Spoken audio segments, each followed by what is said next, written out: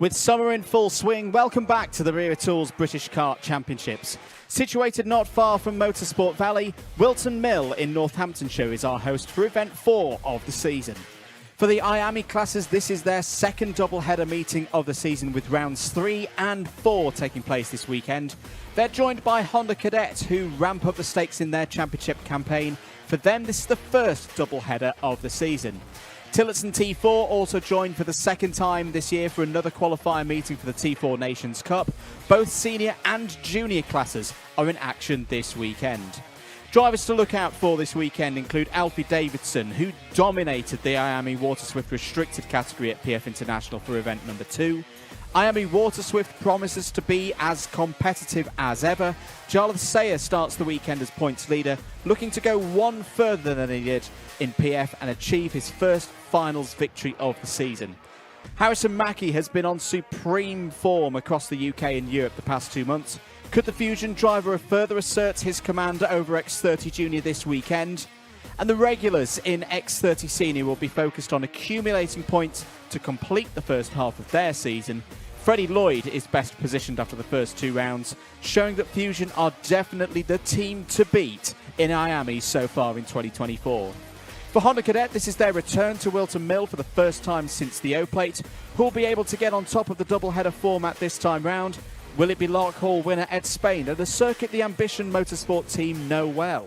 All the action, every lap of every race can be followed across the Motorsport UK and Alpha Live platform of channels. It's time to go racing here in Northamptonshire for event 4 of the Wera Tools British Kart Championships. And a very warm welcome indeed to Whilton Mill. Saturday, the first race day for event 4 of the Wera Tools British Kart Championships this year. Back again, second time we've been here, of course. We're here early in the year for the Rotax and Honda Cadet O-Plate. It's the first time that the IAMI classes have been here since 2022. I'm also very, very glad to be joined. He's back, ladies and gentlemen. Anthony Jordan has returned from his many European trips. Welcome back, mate. It's good to have you here. Thank you very much. Yeah, great to be back. I couldn't miss out on a good Whilton Mill round of the British Kart Championships, and with a new track layout as well. And I think first time that these drivers in the IAMI category will use that track. Talk us about it. 1,200 metres, 12 turns, still the 26-foot elevation. That big run up to Christmas Corner, of course, in this circuit that was established in the early 90s. But as you say, Anthony, this is the first time for an IAMI Wera Tools British Kart Championships event that we run with the new final chicane that we, of course, covered in depth at that Rotax and Honda O-Plate earlier in the year. Here are your track conditions. Mixed, I think, is the best way to describe them right now. We're into double figures, at least, in terms of Celsius out there in the air, but overcast, a little bit of rain this morning as well that has affected the timed qualifying sessions, and a bit of a breeze over the circuit as well.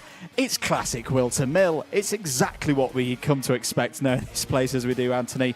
That kind of forecast goes straight out of the window with this part of the world, doesn't it? Well, I don't think you can say classic Whilton weather. I think you can say classic UK weather in a nutshell, I think. Yes. It's June. We're in borderline summertime here right now. It was a beautiful day yesterday. The sun was shining, a little bit of cloud cover here and there. But then, today the rain just came over, and I was like, what is this? What is this? I'd rather be back in Spain. You would indeed. But it's going to be tricky for them out there. Tyre choice is going to be key. Setup choice as well. These lovely drone shots from earlier on in the weekend show a dry Whilton Mill, but for the moment that eludes us. It's not just ourselves in the commentary box as well. We are joined this weekend once again by Nicole Sutherland, who I think we can go down to now in the paddock. Thanks, boys. It's Nicole Sutherland down here in the paddock. I've been chucked out into the rain. They're inside in the nice dry media centre. It's not what I'll be getting today, which looks like it's going to be a bit of an uncertain day. Bit of rain. Obviously, drivers have been really fortunate to have done all dry testing, but now it's going to get tricky. The temperatures drop considerably. Drivers and mechanics are going to be working to adjust the karts, tyre pressures and setup changes to accommodate to the track change. Difficult qualifying for them as well. saw lots of karts going off into the grass. Mechanics had some work to do to get a bit of mud off a few of people. I think some wetsuits were being new wetsuits for the season, and now they've gone a bit brown through what I hope's a bit of mud. So lots of uncertainty, like I said again. See how the day gets on. I'm hoping for a bit of rain personally. I like to see the drivers being given a bit of a challenge. We'll catch up with you a bit later on, but now over to you, DJ and Andrew. Thank you very much, Nicole. There you can see the wind is blowing as well. We've not thrown you out in the rain, Nicole, at all, because as soon as she's done with that report, she's straight back in here. She's getting the kettle on. She's getting a cup of tea. Exactly. So, yeah, exactly. Throwing shade at us just there. As I say, the order of events for today, for all of our classes, all drivers will have 2 heats today. Remember, it's a double header this weekend. So Saturday acts as its own round, and it'll be a completely brand new round for all of the classes tomorrow. So across the course of the day, every driver is going to have 2 heats and a final. That is how things are going to be decided. And Junior X30 will also have a repechage. So at least for this morning or early afternoon part of the events here, we've got 2 Junior X30 races coming up for you, and then a heat each for Water Swift Restricted, Water Swift Senior X30, and Honda Cadet. Tillotson T4 we should mention as well. Tillotson T4 we will not see on the cameras today. This is their free practice and timed qualifying day, but we will keep you up to date with the news from both the junior and the senior category there for what is another T4 Nations Cup qualifier. So if you were with us at PF International for Event 2, you will have seen one of those qualifiers for the senior category. This weekend is a brand new event, so all those scores from Event 2, they don't matter at all. It's another one-off event to try and qualify through to Valencia at the end of the year. We also can bring the return of Dave Cam. It's back. There it is. David Manchester, busy at work. Alfie Garford alongside as well. The driver's eye there, looking at all the cameras, all the happenings out there in circuit. Part of the officiating team here at the Wera Tools British Kart Championships. Lots of activity in the pits. Anthony Jordan down on the pre-grid because we're not too far away from the first race of the day. It will be a B versus C heat race for X30 Junior. Certainly will be. Yeah, action starting to kick in there. You can see a bit of pandemonium just a little bit because I think there's been a last-second choice of tyres. Now, it's stopped raining a little bit. Well, I'm seeing there's hoods up, so maybe it started raining once again. But the track is kind of on a mixed condition there. It's at a stage where one race could dry out the circuit because there's been the Tillotson practice sessions currently out on circuit at the moment. So they're actually drying the track just that little bit. So it's a fine line of whether or not to go for wets or slicks, and looking out there, well, they look like wets to me, and they are wet. So I think everyone's just made that last-second decision to throw them out. I've got to say, when I was last out there, I did see that everyone had gone for wet. And, of course, there is some rain again starting to come over. There were some dark clouds coming over. So, again, it's just a difficult situation for these drivers to be in. It is indeed, and to say for drivers who've got experience around this circuit, a lot of the drivers in this championship know this place very, very well through previous visits, other categories, kart club meetings here, as well. A very strong Motorsport UK club group here ran a couple of weeks ago for their monthly round. And we're going to take a short break here on the comms and be back after these short messages.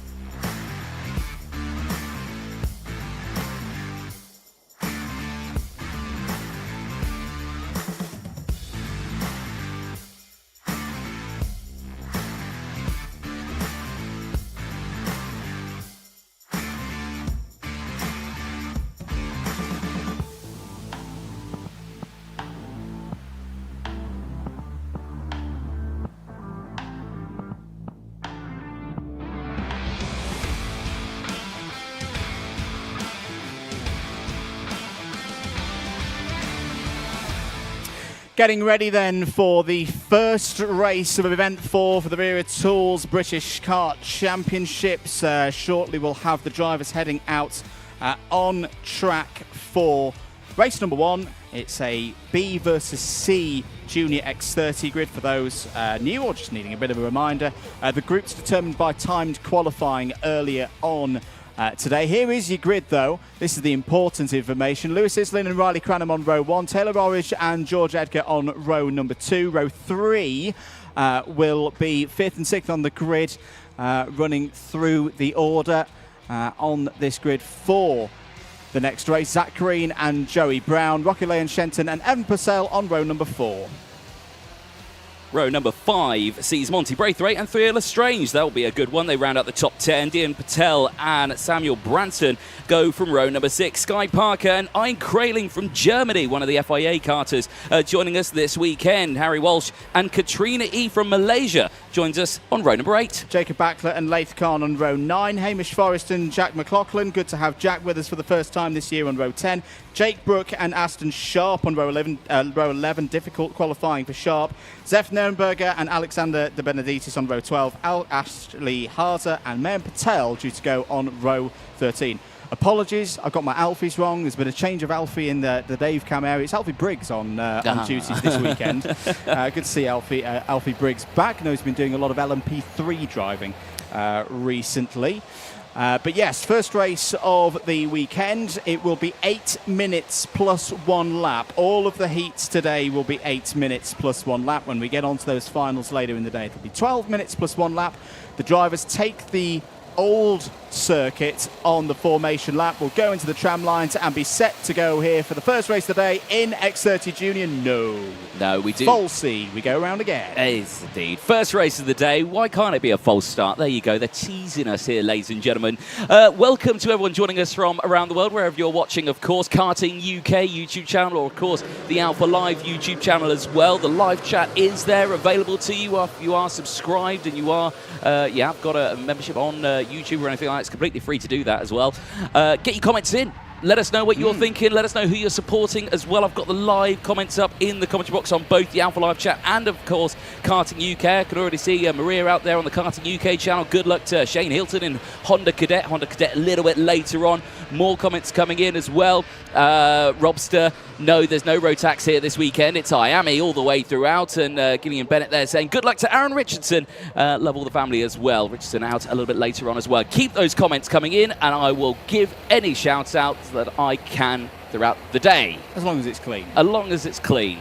Aaron Richardson was running pretty quickly in free practice yesterday, but that's to come, of course. This is the first race for X30 Junior. If there is a particular X30 Junior driver that you are following and wondering, hang on a minute, they're not on the grid, they're in Group A. We'll see them later on today. Are we good to go? Nope, we're going to go round again. The front of that pack is too eager to get away. They need to bring it back just that little bit. The interesting news, we should say, from X30 Junior qualifying as well. So there were 2 groups of qualifiers. It's a full grid of 40 this weekend. That's more than the maximum number of karts you're allowed out on track at any one time. So they had Group A of 20 and Group B of 20. The rain came down midway through, pretty much at the start of Group A's qualifying session. So a lot of drivers in Group A managed to get their lap times in very, very early on. It was one of those sessions where you needed to get your banker in straight away, otherwise you weren't going to have a good time.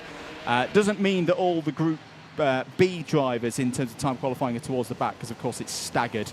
If you're fastest in either of those groups, you're guaranteed at least first or second once everyone's combined together. But it has already been a bit of a tough day for the juniors. Are they going to be third time lucky, third time correct here to get this one underway?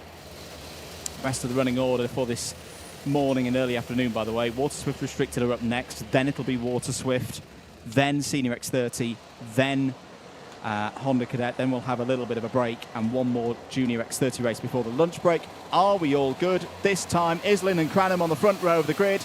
into the tram lines. Do the lights go green? Yes, we go green and racing at event 4 for the Wera Tools British Kart Championships. Good start for Lewis Islin. A big Jade Racing team effort here this weekend, hoping for big things up to Christmas corner for the first time. There's been a change of lead straight away, Anthony. It's Riley Cranham to P1. Yeah, nicely done there, taking advantage of that inside line going in towards Christmas. Caught a big step out there for Taylor Orridge, the GP plate here, winner of that GP plate at Kartmasters last year at PFI, putting it to good work here. That was fantastic kart control. Bit of drama in the background there, but look at this breakaway right at the front here. This is a superb start for Riley Cranham, as you were saying, breaking away from the rest of the field. Taylor Orridge now into second place, Islin down to third. He's gone defensive into the boot section. That might compromise his exit on the exit of the corner. They're 3 wide in the background as they go through the kink for the first time. Yeah, they're going to need to get that sorted out before we go through the new part of the circuit, taking lots of curb already in this one. End of lap 1. Cranham leads by 1.3 seconds from Taylor Orridge. Lewis Islin third. Good start for Rocco Leon Shenton. There's one kart in trouble, in fact quite a few karts in trouble. Zach Green, Sam Branston, Laith Khan and Jack McLaughlin have all not come through on time through the first lap. Zach Green has now come through, but is some 5 seconds or so off the back of the main pack. So it's Cranham, who had a decent weekend at PF International of the 2 rounds, third and second in his scores from the first round, and then another third, but a 19th in the round 2 final. And so he's decently positioned in the points, but has got work to do. Scything through the field there. It's one of the fusions flying through. It's going to be the number 11 of Joey Brown. I think gained 2 or 3 positions there in that run through Osiers. So it's that classic scenario, isn't it, Anthony, where if it's raining, it's just a little bit of drizzle. There's different lines out there. You know, the driver's trying to find the grip.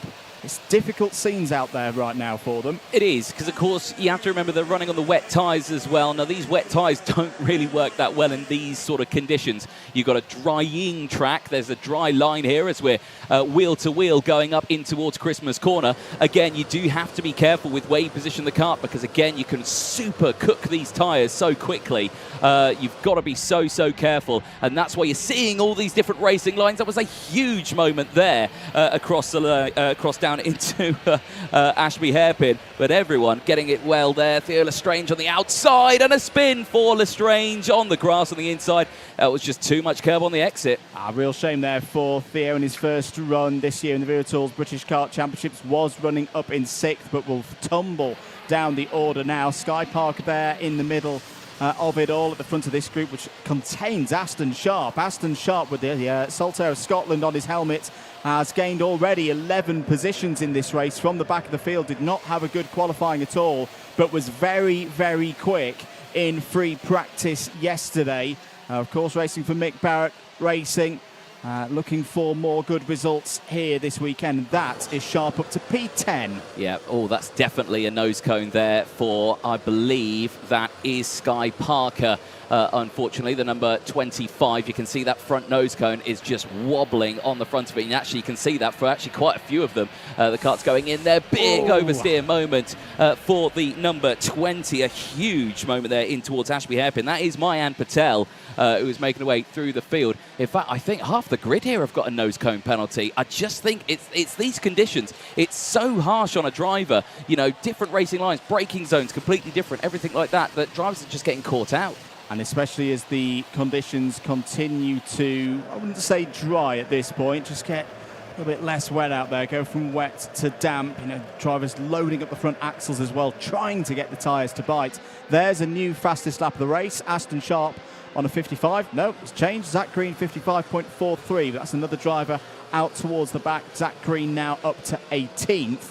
What is the lead gap looking like? Well, Riley Cranham looking really good through sector number 1. Has just gone purple through sector number 1 and taken 3 or 4 tenths out ahead of the others, as Aston Sharp trying to find a way through there and on the move again, this time down the inside of his teammate. That's George Edgar in the number 17. They've both got past Evan Purcell in the number 46. Purcell had a bright start, but it's starting to fade a little bit here as we're on lap number 5. 3 1/4 minutes to go.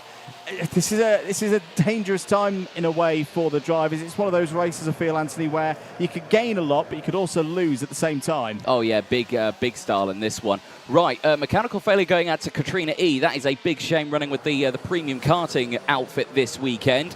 We saw there a very close battle. I think that was that Islin and Shenton, or maybe Shenton and Joey Brown, who I think are battling, because Joey Brown's got the fastest lap of the race in that number 11. He has closed right in on Shenton, and there's the change down in towards Ashby Hairpin. This is down the inside there, a little further back. I think that was maybe Evan Purcell and Monty Braithwaite changing positions.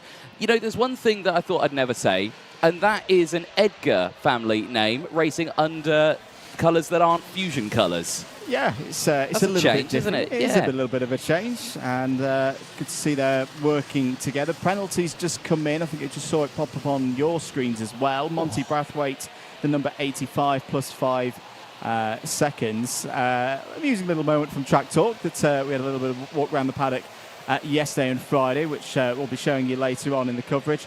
A new test driver for Monty Braithwaite in the number 85. Not the driver you would expect. We'll say no more than that. We'll let you watch that one later. Here's a change for second place indeed. Lewis Islin through and past Taylor Orridge. Orridge back down the inside into Ashby. Is that going to open the door for Joey Brown? Brown's going to get third. So Islin, good go there, but in the end loses a position in all of that on the net gain and loss, as into the pits and out is Katrina E. That's off the back of the mechanical flag that you spotted correctly earlier, Anthony. Yeah, indeed. Not sure what that was for. Everything on that brief picture that we saw there looked all okay with Wagon, but clearly something spotted by the hard-working marshals out there.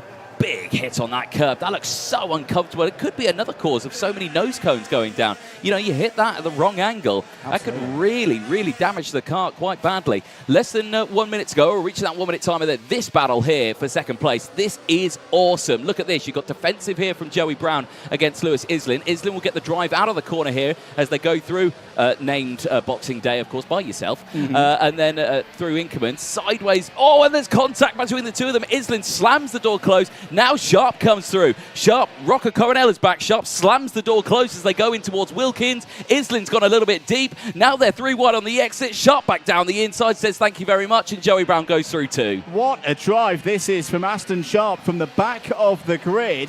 Is now looking at third place. He'll need to do it all again, of course, in his second heat later on today. Joey Brown wrestles down the inside and takes third place back from Aston Sharp. Warning flag to the number 12. There it is on the digi-flag on driver's left. That's Lewis Islin's number 12 that's shown up on the board. It's going to be 2 more laps of this one. 10 seconds to go on the clock. Remember, it's 8 minutes plus 1 lap. Big defence from Joey Brown.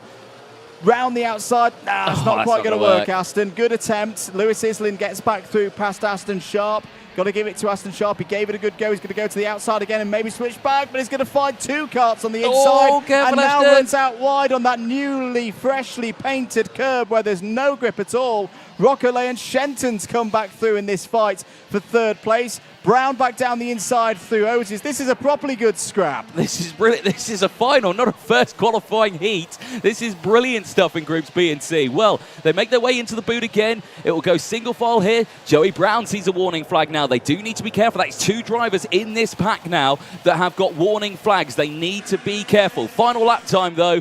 We have no idea who's going to be coming third place. We know who's going to be coming second. That's Taylor Orridge. He's broken away. And now down the inside, it's George Edgar who tries to go for it as Shenton holds on to this one. Joey Brown down the inside, 3 wide. That's not going to work. And the 2 MBRs lose positions in all of that. Lewis Islin's back through.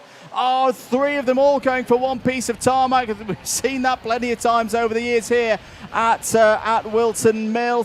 Coming through as well once again is Evan Purcell and Mayan Patel as well. Riley Cranham is long gone. He's into the boot for the last time in this one. He's going to overlook his shoulder and think, where is everybody? I'll take that. Nice all the points for the start of the weekend. Riley Cranham wins. Out of the race is Sharp. So Sharp, having got all the way up the field, is down it again. Still wrestling through the final couple of corners. Who's going to take 3rd, 4th, 5th and all the other major placings? Orridge is 2nd, Shenton 3rd, Islin, Brown, Edgar is your top 6. Mayan Patel 7th. Zach Green, who was off on lap 1, fights his way back to P8. Evan Purcell and Alexander De Benedictis in the top 10. Got a feel for Aston Sharp. All that hard work comes to nothing. He's going to come across the line, if at all across the line, in P20. What a race. What a way to start the weekend. Yeah, indeed. And I think you got tangled with Harry Walsh as well from the Jade Racing team. So those two drivers tumbling down the order. I've got to say, I may have missed a bit of British karting at the moment. That's a first heat. That's a first heat. That's a first of 40 races, mate, this weekend. Are you ready for this? Absolutely not. I'm not. I need a seat. I need to sit down, I think, after that one. Blimey.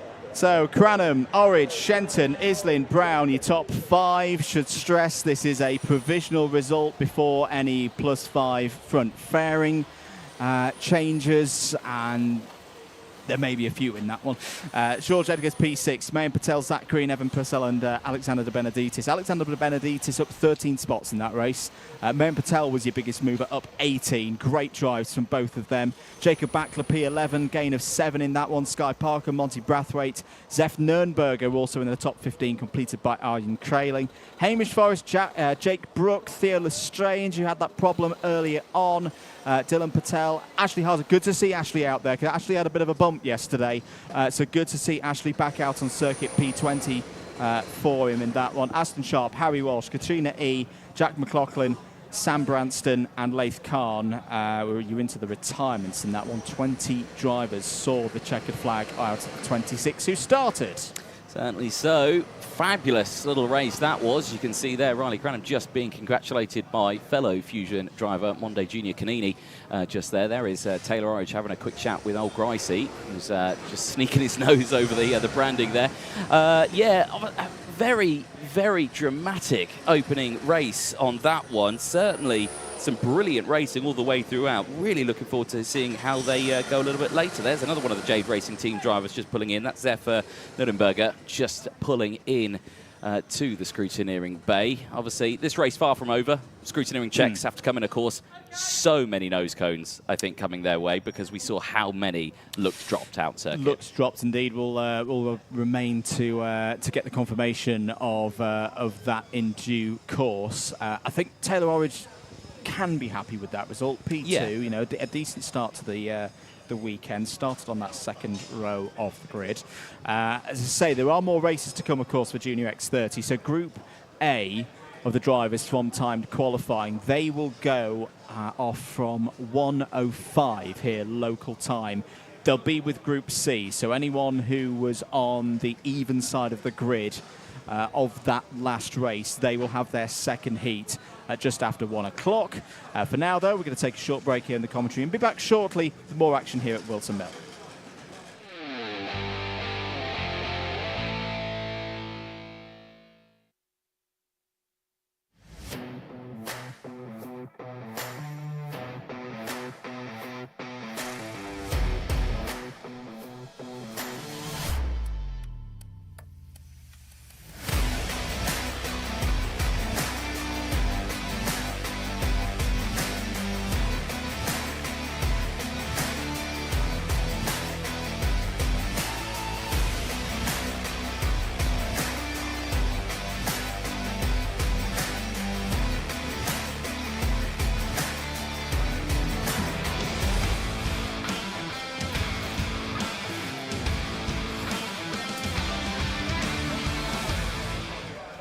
Getting ready then for the next one. It's going to be Miami Water Swift Restricted, their first heat of the weekend. Daniel Ferguson on pole position, ahead of double round winner from PF International Alfie Davidson. Chester Fawkes and James Roots form up the second row of the grid. Henry Algar and Alessandro Salas start on row number 3.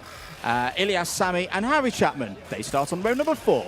Row number 5 is Reggie Chandler. We'll have Oscar Kenny alongside. Then it's Ethan Robinson and Mason Hibbert, who round out the entirety of the grid in this one. 12 drivers, and you hear the birds chirping in the background there. Oh, very nice. Into the tram lines. Are we going first time? It looks like yes to me. Away we go then for 8 minutes plus 1 lap here at Whilton Mill. Brilliant start for Daniel Ferguson and the Ram Racing liveried cart there. Up to Christmas Corner for the first time. I think it's Alfie Davidson who's going to take P2. Yes, it is. So Alfie Davidson had those great runs in event number 2 at PF International, took maximum number of points from that weekend. Didn't have everything his own way.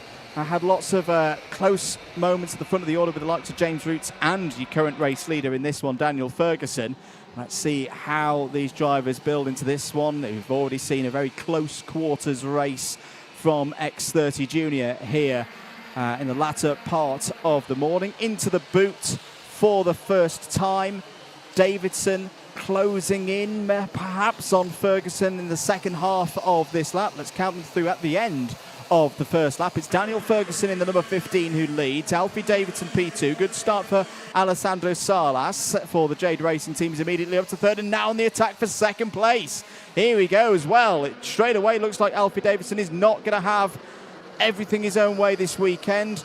No opportunity, though, once they got up to the top of Christmas, Anthony, for Salas to get down the inside and take second place. But he's definitely trying. He certainly is. Yeah, really good one here. Down the inside, little change. Are we going to see a change for first place? Yes, we are. Brilliant, brilliant overtake there for Davidson. Now he can start to think about maybe going for another clean sweep here. Like you were talking about, PFI was a superb round for Alfie Davidson. I was unfortunate enough not to be there to witness it, but are we going to witness it here at Whilton Mill as well? Perhaps so, but Alessandro Salas is going to have plenty to say about that because he's gone with the championship leader.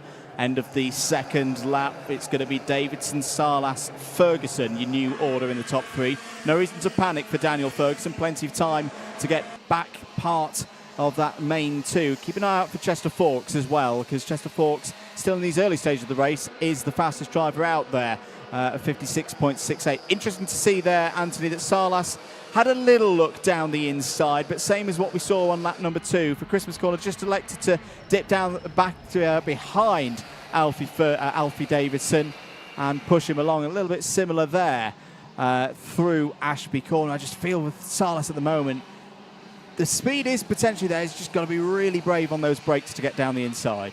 Yeah, certainly so. Well, we'll keep a close eye on all these battles going through. Davidson leading the way, as we were talking about just a moment ago, and he's got messages coming out there as well. Cross-eyed Lion coming in with good luck to Alfie Davidson as well. Keep those supportive comments coming in on the broadcast. I will try my best to read those out if you're watching on Alpha Live or on Karting UK as well. Get those comments in. Be lovely to hear from you. 5 minutes to go on this one. This is the battle a little further back now. You can see there the 15 of Daniel Ferguson just holding off the likes of Chester Forks, and that is off the track. Alfie Davidson in the number 46. Now he's had a problem. He's going. It's not mechanical. Maybe an off at turn 1. Maybe so. He didn't quite catch it there, but it can be very, very tricky in these conditions, these still drying conditions. Through turn 2, you can get a little bit of oversteer. There is a bit of concrete runoff to drivers left that can save you, but Alfie Davidson has now got a bit of work to do. Got to note as well, Mason Hibbert coming through the field, Anthony, started at the back of the grid. Driver who had got a very good haul of points last time out at PF is currently equal second in the championship with Daniel Ferguson. He's gained 6 places so far, has Hibbert, for Oliver Rowland Motorsport. Is up to P6. There is the number 33. And there, I think that was Harry Chapman trying to make a way through for Tim Wilson Motorsport, number 32. Yeah, up into 6th place. The Bambino champion last year, Harry Chapman, up into P6 now, looking to make good moves on this one. Quite a few Bambinos stepping up from last year into this one as well. He had 3rd, Henry Algar, in the Bambino Championship last year in the British Kart Championships. He's out in this one. He's doing a good job as well. He's in this race. He's down a little bit. He's in P10, but he is still doing a good job here. This is still that battle for second. No, this is the battle for second place now, isn't it? Yeah, so Daniel Ferguson up to P2. Now they're going to have the drama of having to deal with Alfie Davidson, who is starting to close back in on them here. But Chester Forks has got that fastest lap of the race. He's looking really quick here and actually looking really racy. I thought he was going for a move there into the entrance of the boot, but keep an eye on that nose cone. To me, it looks a wee bit wobbly. It's got the Whilton wobble. It's got the Whilton wobble.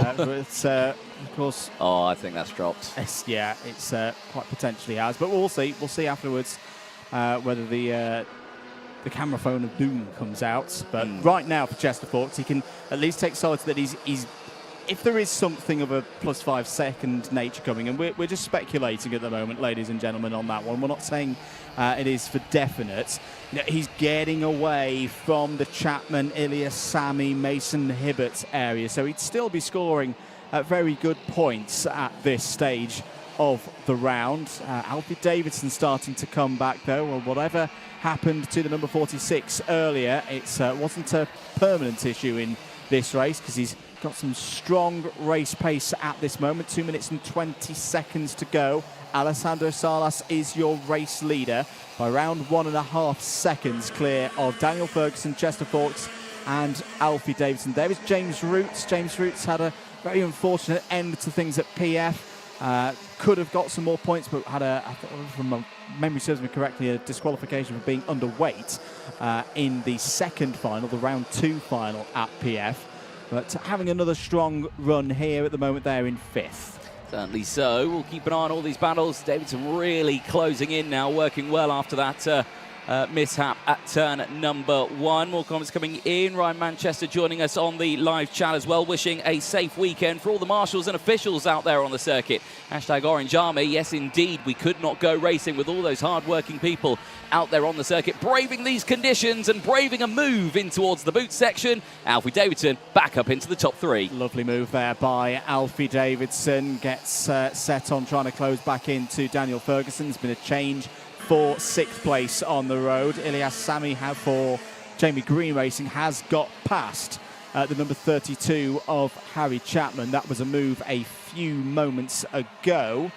The whole field covered by 23 seconds at the moment. Henry Algar, Oscar Kenny, Ethan Robinson and Regis Chandler completing it at the moment. Here is the battle for 7th place, Chapman versus Hibbert. Hibbert having a look down the inside into Christmas Corner, but Chapman's wise to that one and holds on to the position. Yes, indeed, running with the Tim Wilson Motorsport outfit this weekend. A little mistake there, running wide and very wide there and through.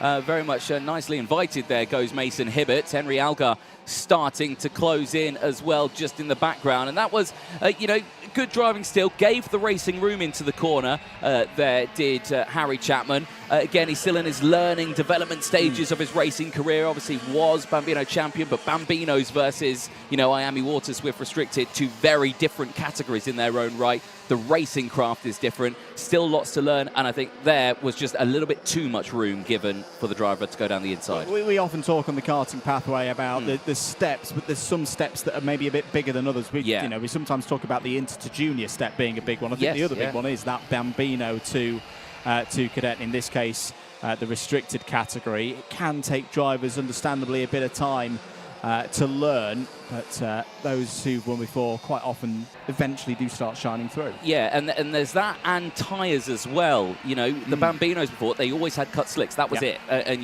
then they come into this one, now they've got slick tyres and wet tyres, and it's, having to deal with the likes of that.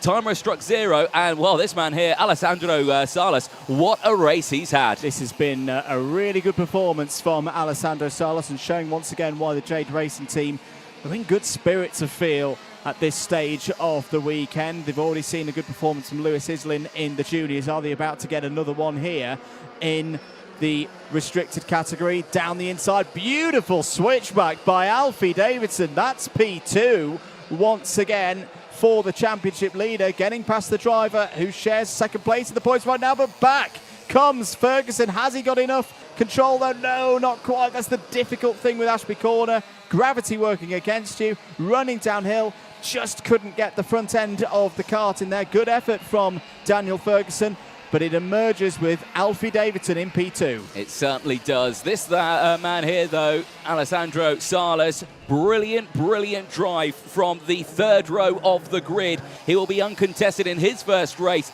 Davidson's got their 2nd place. He holds on to that one ahead of Chester Fawkes, who finishes in 4th place. Daniel Ferguson just finishing in P3. Super close. But for Alessandro Salas, a great start to the weekend. Really good. I wasn't quite expecting that from Alessandro Salas. 3rd row of the grid as well. 3rd row of the grid, but mastered the conditions and very well deserving of the maximum number of points in that first heat. There's your provisional result. Salas by nearly 2 seconds ahead of Davidson, Ferguson, Fawkes and Roots are your top 5. Ilyas Sami with a really good race there as well. Through to P6. Good to see. Mason Hibbert from the back finishes P7. Henry Elgar, Harry Chapman and Oscar Kenny complete the top 20. Ethan Robertson and Reggie Chandler, or top 12. And just to mention there, Reggie Chandler, privateer, broke under the 60-second barrier on that last lap. So good to see progress there for Reggie Chandler, a PB to finish the heat. Certainly so. More racing coming up, though, thick and fast. Do not go anywhere. Water Swift is coming up next. My biggest question for that one, though, is tyres. What are these drivers going for? You saw there the Water Swift Restricted. They've gone for wets, but that track looked awful dry out there, didn't it? Well, the word drying has appeared now on our timing and scoring, so it's official now. It definitely is a drying circuit out there. Big field as well. I do wonder whether someone, in that second half, takes a bit of a risk. Calculated risk and goes for some slicks in the next race. That's all to come. We're going to take a short break here in the comms box and be back for more racing here at Whilton Mill in a few moments' time.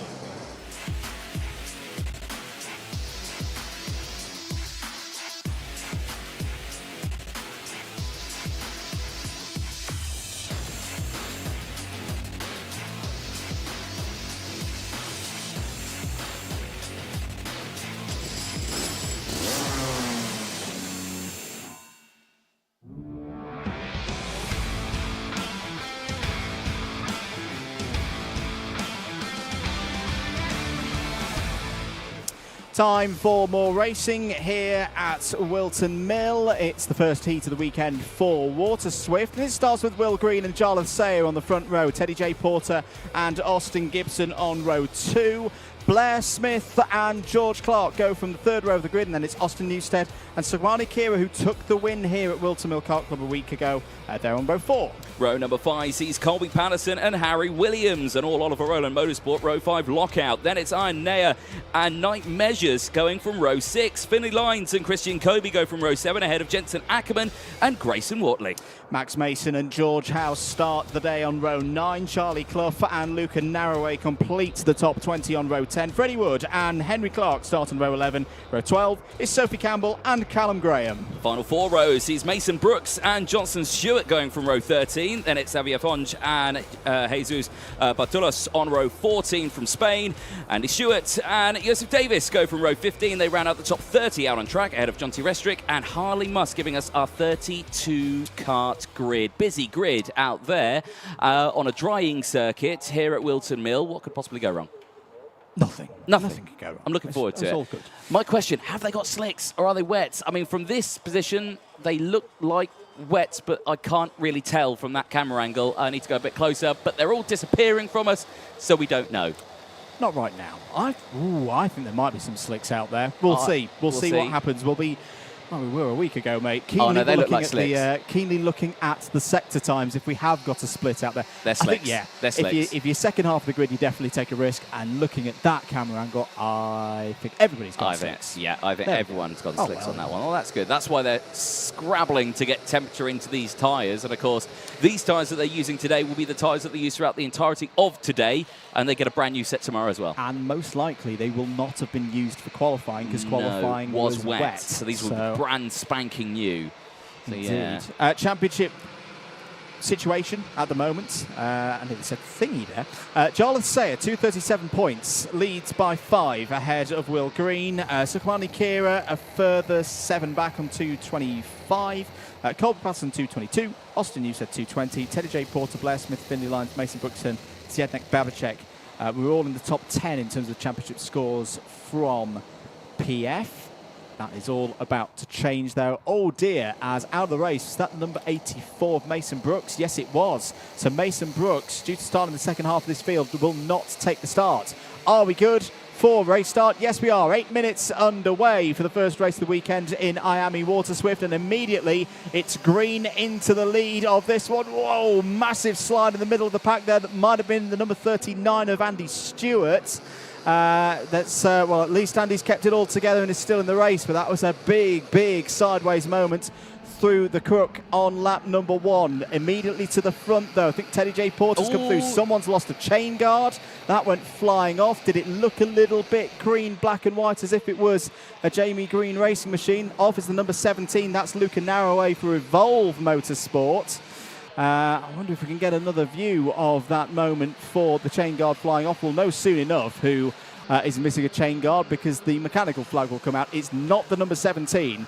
The Evolve colours were still in the correct position there over the chain. But end of lap number 1, it's green from Porter, Newstead, Sayer, Gibson. That's the top 5. And Jarlath Sayer, championship leader, trying to find a way past Austin Newstead, who's had a decent start. Gain of 4 so far in this one. Sayer down the inside. Newstead trying to hold around the outside there. Now, Luca Narroway moves towards safety. But that was a brave attempt from Jarlath Sayer, an even braver run around the outside from Austin Newstead. I think we have our missing chain guard, because the number 13 has just been given the technical flag. That's Jesus Bartolos. Yeah, unfortunately, the driver from Spain will be out of this race unless they can get that fixed, and then he can go back out onto the circuit. But yeah, that is a big, big shame for Bartolos there. That is his race over.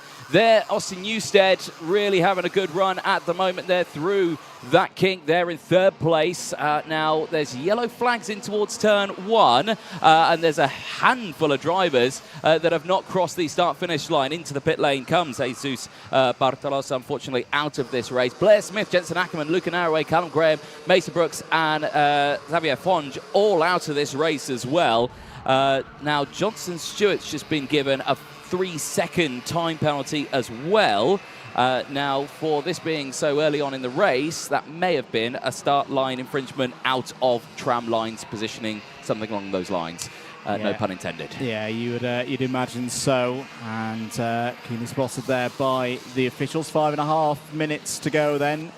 Will Green and Teddy J. Porter having a good start here. They've established a lead of nearly 2 seconds over the rest of the order. Newstead's still there in 3rd place. Who's gained positions in this one? Well, Max Mason is up 7 spots so far in this race. Harley Musk is on the move.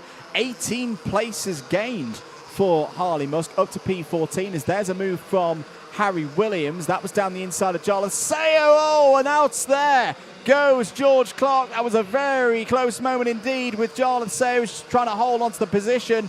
And again, it's one of the risks here at Whilton Mill. Again, the track drops away on driver's right. George Clark just will have maybe had 1 tyre in the dirt there on driver's right, and it was enough to pivot the number 42 round. Yeah, that is a big shame. You never like to see a kart rotate like that, especially at such a fast part of the circuit, but thankfully, OK, gets it restarted, back out on track. Big hit of the curbs there. That looks monumental as they go through there. These karts are so small that curb looks even bigger than it actually is. Side by side here, really close action. This is well further down in the order, just a little bit of Colby Patterson having to fend off with the likes of Max Mason and Sukmani Kira just behind, closing in. Back here with Newstead, who sits in 3rd place. Williams has got past Sayer as well, just in the background as well, as investigation going out to Johnson Stewart, as well as he's already got that 3-second time penalty, so it's not going to be a good race for Johnson Stewart. The number 44 of Harry Williams on our screens in the box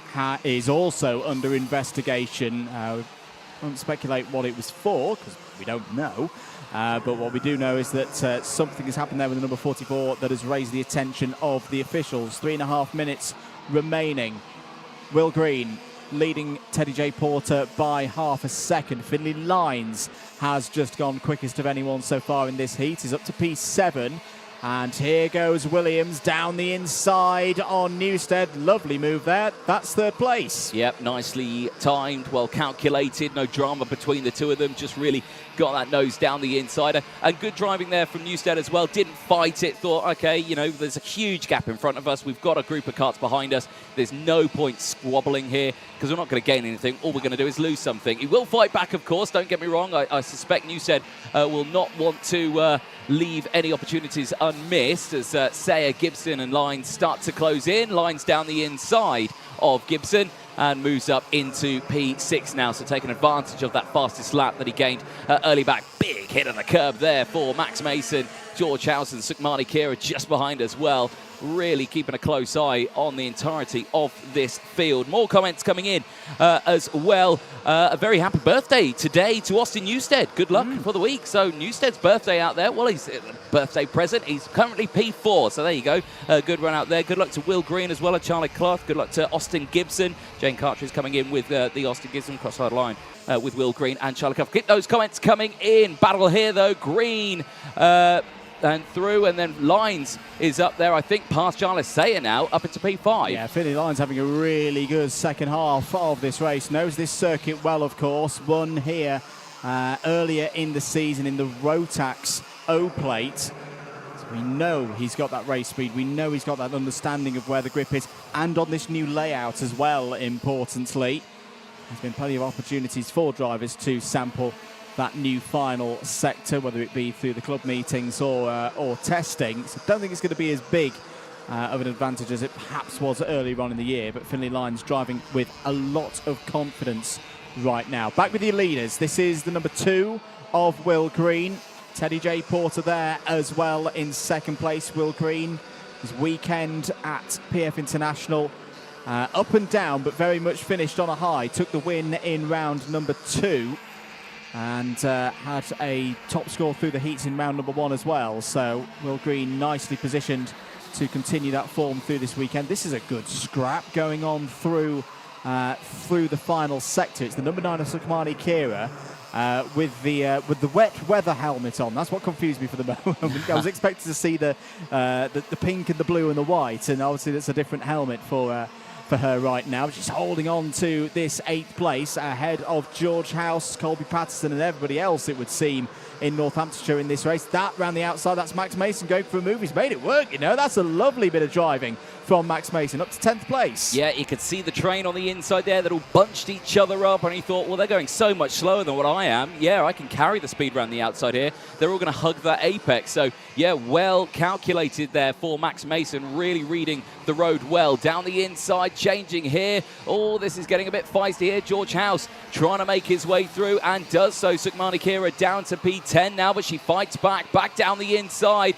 But again, we'll have to contend with the ORM just squeaking its way through, and everyone just trying to hold on to position here.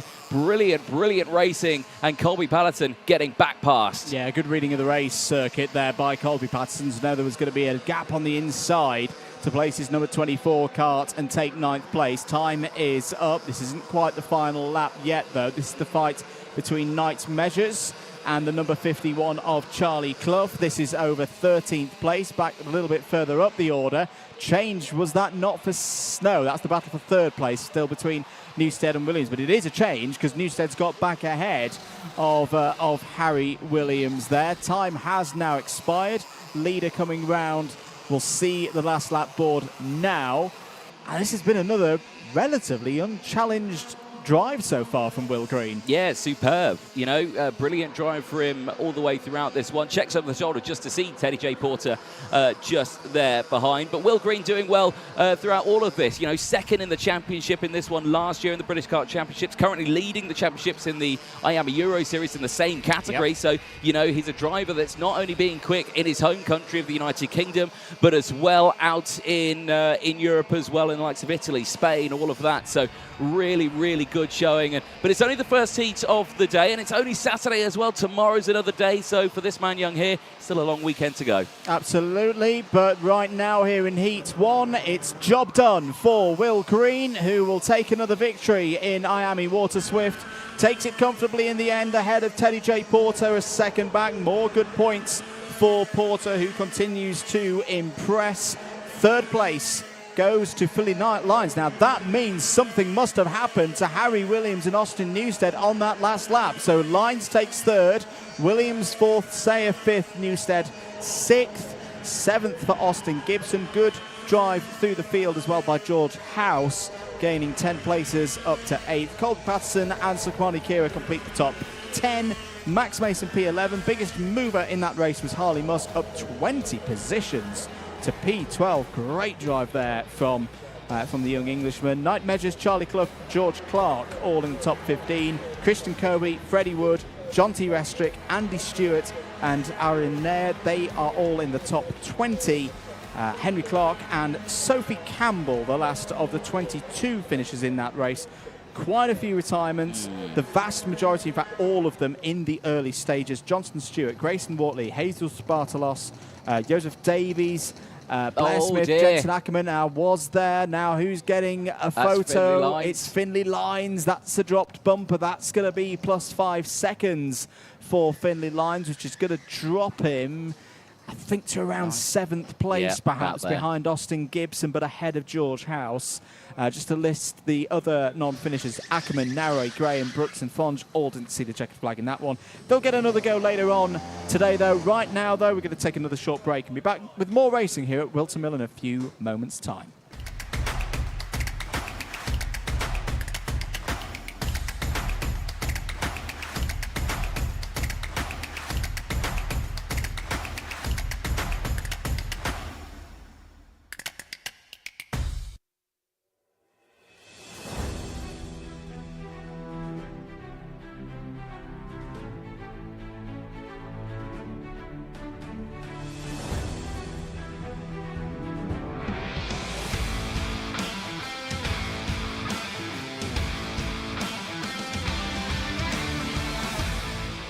All right, just about time to go racing then in X30 Senior, their first heat of the weekend, just while some of the karts are recovered from the circuit after that first heat of the day for Water Swift. There'll be 30 drivers in total racing this weekend for X30 Senior. A bit of a reminder of the championship scores before we get onto the grid. Freddie Lloyd is championship leader at the moment on 252. Oscar Repetto P2, but kind of disregard Repetto because he was an international runner preparing for the Worlds at PF. So effectively, your driver second in the championship is Noah Wolf on 233. Lewis Bird nicely positioned as well on 230. You've got your finger in the air, Mr. Jordan. Well, it's actually a pen in the air, but there you go. Yeah. Well, I'll forgive you. An extension of your finger. An extension of my finger, yes. Now, you called that X30 Senior. Yes. Now, I call it Senior X30. So it's the big debate, isn't it? It's the big well, it's not a big-ish debate. I mean, you know, there are bigger debates out there in the world. But I'm going to ask very kindly to our man behind the desk who is having control of that live stream. Can you put a poll out on that live chat, on either of the chats? Is it Senior X30, Junior X30 or so forth, or is it X30 Senior? I say it's Junior X30 or Senior X30. It depends where you are. No, I think I'm just right. So, yeah, you don't say Cadet Honda, do you? You say Honda Cadet. But, so that's the only one that's backwards. Yeah. So then, yeah, you have that one. So, but it's Senior Graphics X30. we do elsewhere. It says it's the other way around. It's just things, you know. It's a completely pointless poll, but I accept it. Here's a grid. Here is the grid then for Senior X30. I'll give you as it says on the screen there. Noah Wolf and Henry Gregory on row 1. Cian Geraghty and Gus Lawrence on a stacked row 2 there. Freddie Lloyd and Ty Stansfield on row 3. Oliver Rands and David Marshall on row number 4. Well, and Eschberg and Lewis Bird go from row number 5, giving us our top 10. Then it's Aaron Brown and Fred Green on row 6. Finn McLaughlin and Joseph Smith going from row 7. William Smith and Alistair Cresswell, who's doing a remarkable impression of Lando Norris in his current years. They start on row number 8. Kian Gamio and Oliver Stilp go from row 9. Then it's Conor McClure and Dylan Briley on row 10. Oliver Harris and Robbie Buckley on row 11. Harry Ewell and Casper Piecki start on row 12. Harvey Roth's got work to do from row 13 alongside David McIntyre. Freddie Housley and Juan Pablo Girard start on row 14. Hayden Eldridge and Archie Tillett complete the top 30. Not a good qualifying there for Tillett. Starts this one from the back. He does. Yeah, sorry, Andrew. I forgot about you do the top 4. Then I do that. I got a bit carried away. Exactly, I got a bit carried away. To be back here. It's great, you know. Whilton Mill. It's terrible weather. It's the racing's brilliant, and you know it's great to be back. And now we got Senior X30 coming up next. So you know, I'm looking forward to this one. Now there are names in this one, you know, who are looking forward to seeing what's happening. Or going around again. We're not formed up at all. As to Cresswell, of course, we said about him. You know, he's doing his best impression of Lando Norris. Then you got the likes of Gus Lawrence, last year's champion, back again, redeeming himself. Can he do it? Obviously, I wasn't there for PFI. How was it for Guzzy? Difficult. He had particularly on the Sunday for round 2, a disrupted qualifying meant he had to fight his way through the field. So at the moment, he's 8th in the points after 2 rounds. He also had a bit of a tricky free practice day. Wasn't happy with the tyres at all when we spoke to him during track talk. So a little bit of a spoiler there, but I think he's definitely got back on track here with this second row start. The single grid of seniors here this weekend. So no splitting of the groups in timed qualifying, no splitting of the groups in these races. Busy grid, but the benefit of all drivers knowing that they will make the final later today, of course. There's Noah Wolf in the Van Amersfoort Racing by Birrell machine, obviously racing under the Jade banner for this weekend. Are we ready for a start? No. Well, that's good. That means we can look in the chat already. We've got Therapeutic, who's coming in, Senior X30, correct. Jordan Montgomery is disagreeing with me. He's saying X30 Junior and X30 Senior. I believe the classes are named directly after the IAME engines. That is a theory. It's an incorrect theory, Jordan, but I'll allow your opinion to come in on the live chat there, but it's absolutely fine. Yeah, false start on that one. Big names in this. Sorry, one of the Crocs was having a bit of a moment down into Ashby, but I think they're all right. 31 there? Was it Dylan Briley? Dylan Briley. That would be the right side of the grid, about 2/3 of the way back. Jamie Rogers coming in saying, don't bottle it, Harvey Roth. That's a good comment because it is his birthday tomorrow is Harvey Roth's. Happy birthday to Harvey Roth. We'll be singing happy birthday to him at the Paddock show later. You can watch that, I think, tomorrow. But, of course, as well, he'll be missing out on claiming his O-plate back. Yes. It's TKM O-plate this weekend. He'll be missing it, so he's going to lose out. He told me not to mention that because he's very sad about it. So, yeah, sorry. Calendars, racing. Difficult things to manage. Anyway, here we go then for 8 minutes plus 1 lap. And we are green and racing. Good start for both drivers on the front row of the grid, but Gregory has to give that one to Cian Garrity, who's down the inside. There's a few karts in trouble towards the back of the field. We'll catch up with those in a moment. Just looking around the outside, is that Henry Gregory going for the move? Oh, doesn't quite pull that one off. Well, we've already seen some spectacular moves through that part of the circuit in 2024. We nearly saw another one there on lap 1 here for the senior category. But it's Noah Wolf holding at the front. But for how long? Because Cian Garrity's down the inside into Ozies. Gus Lawrence is there as well with the number 1 place in 3rd. Good positioning from Cian Garrity. Is the number 13. It's one of the Crocs. It's Robbie Buckley from the Republic of Ireland who's in trouble there. Had a decent day in free practice yesterday, but this is where it counts into the heat races, and that is not going to be a good result. It certainly won't be there. Noah Wolf running wide. Gus Lawrence down the inside. That was air time there for Noah Wolf out the exit of turn number 2. That was huge moment. But he keeps it in check. I suspect his backside may be a little bit sore after that one. That was a big, heavy moment there out of that one. Down the inside again. He's going to lose several positions in this one on that Van Amersfoort Birrell. And this is something maybe a little bit different to what we've seen before at Whilton. That's a freshly painted curb. It's had a bit of rain on it this morning. I'm well accustomed with that part of the circuit because when I've been driving here, I'm normally running out of talent. It will be even slipperier than normal this weekend, and you saw that in true effect with Noah Wolf, but he did very, very well to hold onto it. End of lap number 2 then. It is Garrity still ahead of Lawrence coming through the field, as well as Finn McLaughlin. Well, Finn McLaughlin showed some his heroics last week in slippery conditions. Now back once again in the UK as out is the number 23 of Juan Pablo Girard for PSR.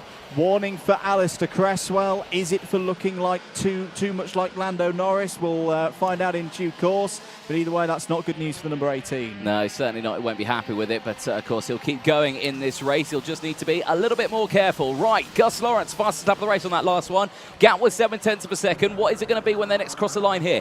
Is he closing in on Cian Garrity? Now, Garrity's running in, it says on our piece of paper here, as a privateer. It's not a privateer. He's with Garrity Motorsport. It's his own team. It's just not registered yet in the UK, but it is an official team that he is making with his dad, really pushing strong, and they are open for more drivers to come into the team. So, and the fact that he's leading the way certainly shows that they know what they're doing. Down the inside, Freddie Lloyd on Gus Lawrence for 2nd place. That is a sweet move by the championship leader, past the champion, of course, the last 2 years in this category. Mechanical failure, not good news for the number 41 of Darren Marshall. out of this one, started on the 4th row of the grid. There is the number 22 of Ty Stansfield out of this race as well. So Ty Stansfield doesn't go any further. Quite a few drivers who had good qualifyings here this morning, Anthony, having struggles in the races. Yeah, indeed. Ty Stansfield on row 3, and like we were saying, David Marshall on row 4. Freddie Lloyd now with the fastest lap of the race. There in 2nd place, is trying to close in. Now he's got past Gus Lawrence, and Lawrence is under pressure here from Henry Gregory. Gregory could have an opportunity here, of course, on that brand new Vismo kart going through, the Vismo International team. Really bright livery there, running on the Tony Kart chassis, and really having a good show here. 2 drivers running with Vismo this weekend. They've got an extra driver in there as well, off the track and out of this race as well. That is Kian Gamio, unfortunately, who is running in the Vismo awning, but unfortunately out of this race. 4 minutes to go. 4 minutes to go indeed. So halfway through the time for this first heat for XC Senior. Ryan Ekberg has got through past Oliver Rands. That is for 5th place. Harvey Roth's charging through the order. Gained 14 so far in this one. Is up to P11. Hayden Eldridge similarly up 14, is into the top 15. David Marshall has now received the black flag, so I'd imagine that is for not coming in and serving the notice of the technical flag, the meatball flag. As it's sometimes nicknamed. There's Noah Wolf. Noah Wolf's had a peculiar... Oh, it was out is Freddie Housley for a moment. He could rejoin the circuit there, but was facing the wrong way. That looked to be on the run from Ashby to Wilkins. I'm not quite sure what's happening with Noah Wolf, though, at the moment here, Anthony. Started on pole position. Was quite chipper when I spoke to him on Friday, but right now P7 and looking like he could go further backwards. It's not good news at all for driving the number 45. Well, obviously that moment out of the the first corner out of Oblivion, that certainly shakes things up again. Big move there, I think, down the inside. Now, who was that? That wasn't Freddie Lloyd. Now, was that a little further down in the order? The race lead. I think that was Garrity. Getting that was Garrity getting back down the inside, swapping positions it was. with Lloyd. Yeah, so Freddie Lloyd takes the lead in this one. Championship leader at the start of this weekend. Has got a fairly healthy buffer, actually, considering the driver currently 2nd in points is not here this weekend. Notification from race control. The number 16 of William Smith is currently under investigation. Smith in 23rd place at the moment. Here's a curious situation now, Anthony, that I wasn't expecting in this one.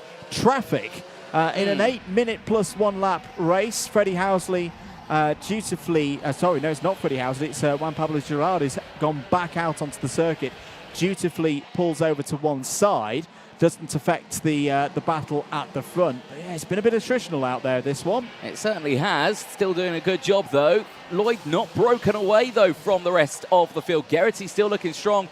Lawrence still looking strong as well, with just under 2 minutes to go. Out of the final corner, back over the start-finish straight. And again, who's got the fastest lap this time around? Well, it stays with Gus Lawrence. No one really improves on it. But Kian Garrity was personal best in Sector 2. Is he going to close in again on Lloyd, or is he going to be under the pressure here from Gus Lawrence? It's a really difficult situation here for Garrity, and it's going to be signed, sealed and done, though. Lawrence is going to make the first move. He will go through. You saw there a brief picture. Unfortunately, out of the race goes the number 23. That will not be well received again for Juan Pablo Girard out of this race. That's without overtake. That's given Lloyd a bit of clean air now. 1 minute left to go. Lawrence, it's only 0.3 of a second. That's plenty of time to close in still. I can say it is a gap for Freddie Lloyd, but it's the small matter of the 2-time senior champion in the IAME classes on his tail, and a pumped up Gus Lawrence, who wants points back on the board after a difficult weekend at his home circuit of PF International around a month ago. Down the hill now towards the Ashby hairpin. Difficult corner on a day like today. Kian Garrity looking keen there to get back through. And I tell you what, Henry Gregory's not out of this race either. He's there in 4th place, only less than a second off the back of this main group. Not good news, though, for the number 99. Kasper Piecki has got a 5-second in-race time penalty. Yeah, that will not be well received at all. Timer 10 seconds. They're going to cross the line with another lap to go here. That is such a moment there for these drivers. You always think, oh, do I back off and make it the last lap and then try and hold on to it? But then you put it yourself into the jaws of the drivers behind.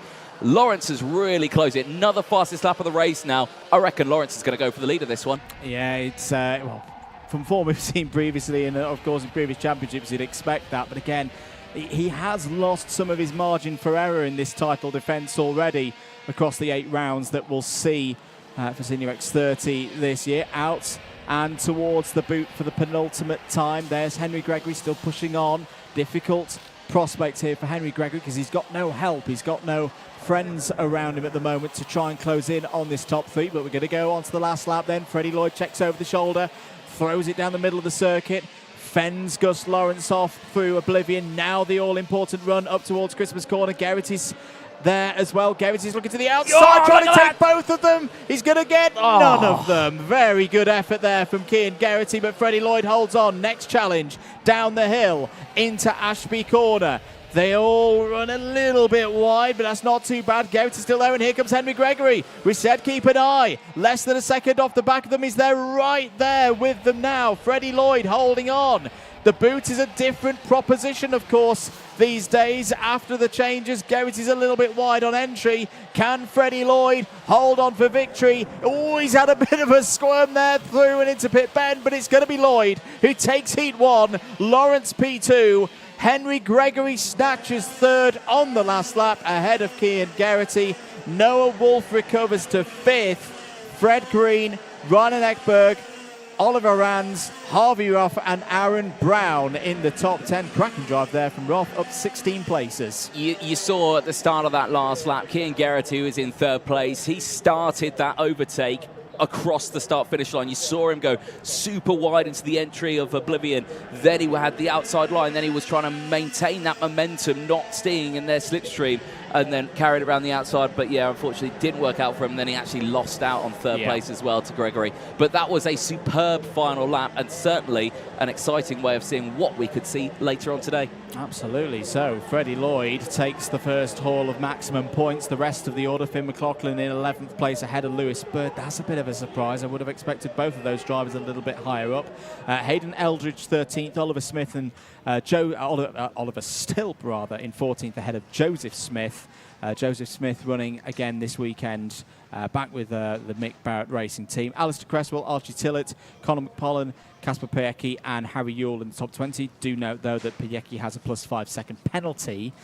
David McIntyre, William Smith, Oliver Harris, Robbie Buckley, Dylan Briley, your 25 finishers. 5 retirements in that one. Juan Pablo Girard, Davin Marshall, Freddie Housley, and others as well. Well, that ends the seniors for now. They'll be back out later on this afternoon for their second heat. We're going to take another short break here on the commentary and back for more racing here at Whilton Mill in a few moments' time.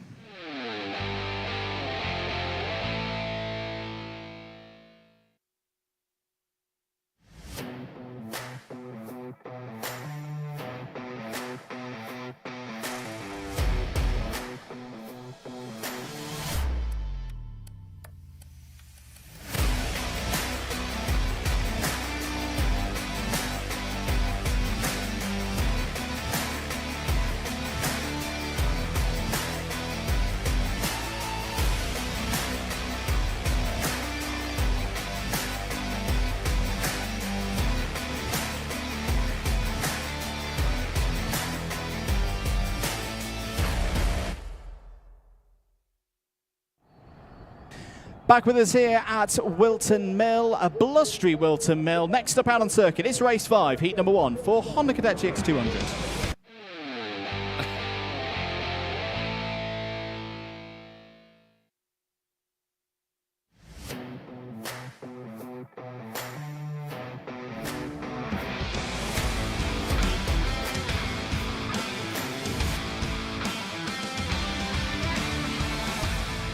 Here we go then for Honda Cadet GX200. Margaris Kavekis and Ed Spain on the front row. Championship leader Alfie Branscombe and Kevin Ivanov on row 2. Archie Loveridge and Alfie Mayer on an all-zip row 3. Ryan White and Elliot Bourke on row 4. Archie Cannon and Ricky McIntosh go from row 5. Shane Hilton and Riley Blackmore on row number 6. Then it's Luca Bataniev and Jakob Pakrich on row number 7. Esme Rosie and Harry Grant on row number 8.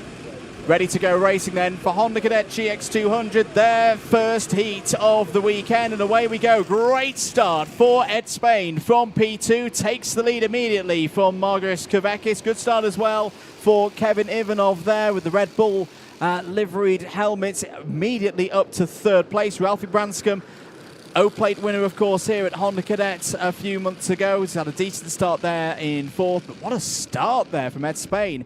It's a tricky one here, standing starts at Whilton Mill, because yes, you have the inside for turn 1, but that long run up to Christmas can often give an advantage to P2, particularly on a day like today, because of course P2's on the racing line. Yeah, of course. That is exactly what I was going to bring up. That is that racing line. They do sweep to the outside there. There's a crew.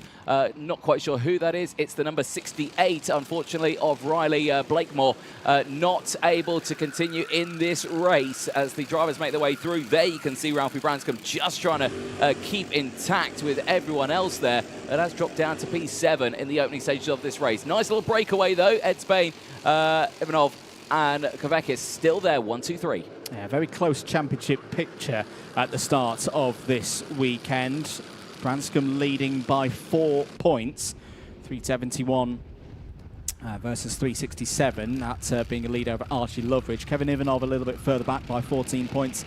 Ed Spain, as I say, winner at Lock Hall last time out, a further point back. Yellow flags out for the recovery of Blakemore's number 68. Bit of a change as well for Honda Cadet this weekend. Now, the first 2 rounds of the season have been run alongside the Rotax program, who run to a different weekend schedule. This is their first double header, so no pre-finals this weekend for the Honda drivers. So their day, again, is the 2 heats and then immediately into the final. So 2 hauls of championship points for those heat performances across the 2 heats, and then the race, the final is a singular race, and then the same again tomorrow. So it's rounds 3 and 4, the same order as the IAME classes. It means there's going to be a lot of changing, I think, in the championship order this weekend. We go through and past the halfway stage of the season for our Honda Cadet drivers, and as we've seen from the first 2 events of the season on 2 very different circuits as well, of PF International and Lark Hall, it's definitely all to play for. It certainly is, and I always like a double-header weekend because, you know, Saturday can be a tough day for a lot of drivers when you just have qualifying heats, then you go into the finals day on Sunday, but with a double-header, you've got the first chance on Saturday. If it doesn't go your way, you can recover back on Sunday as well. It also really shakes up the championship standings just that little bit as well. It keeps everyone close-knit and everything like that because there's so many point-scoring opportunities. Ed Spain here looking comfortable in the lead, not going defensive, and I think the likes of Kevin Ivanov and Kavekis just behind, I think are just all agreeing with Ed Spain on this one. Just stay where you are.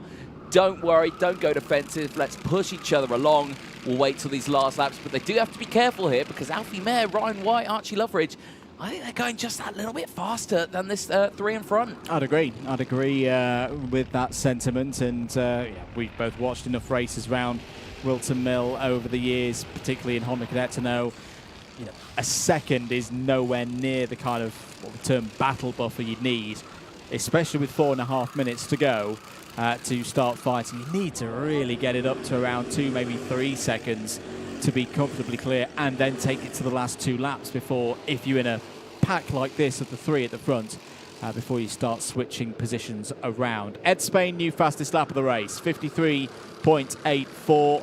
Been really impressed with Ed Spain the last few weeks. You know, you often see with drivers that they have, you know, something clicks, they find an edge that maybe they didn't quite have before, and the Ambition Motorsport team have worked really hard with Ed, and Ed's worked hard with them. The fruition of that labour in Scotland last time out with that final win, which they were absolutely overjoyed with. Right now, they're showing it wasn't a flash in the pan. This is another very strong performance. Certainly so. Well, we'll keep a close eye on this one as the race goes on. 3.5 minutes remaining of this first qualifying heat for Honda Cadet GX200. And, of course, that change coming into effect, of course, of last year was the first year of that Honda Cadet GX200 coming in. Gone were the 160s. And I feel like it's really developed into this one here. It's a relatively healthy size grid that's coming into this weekend here.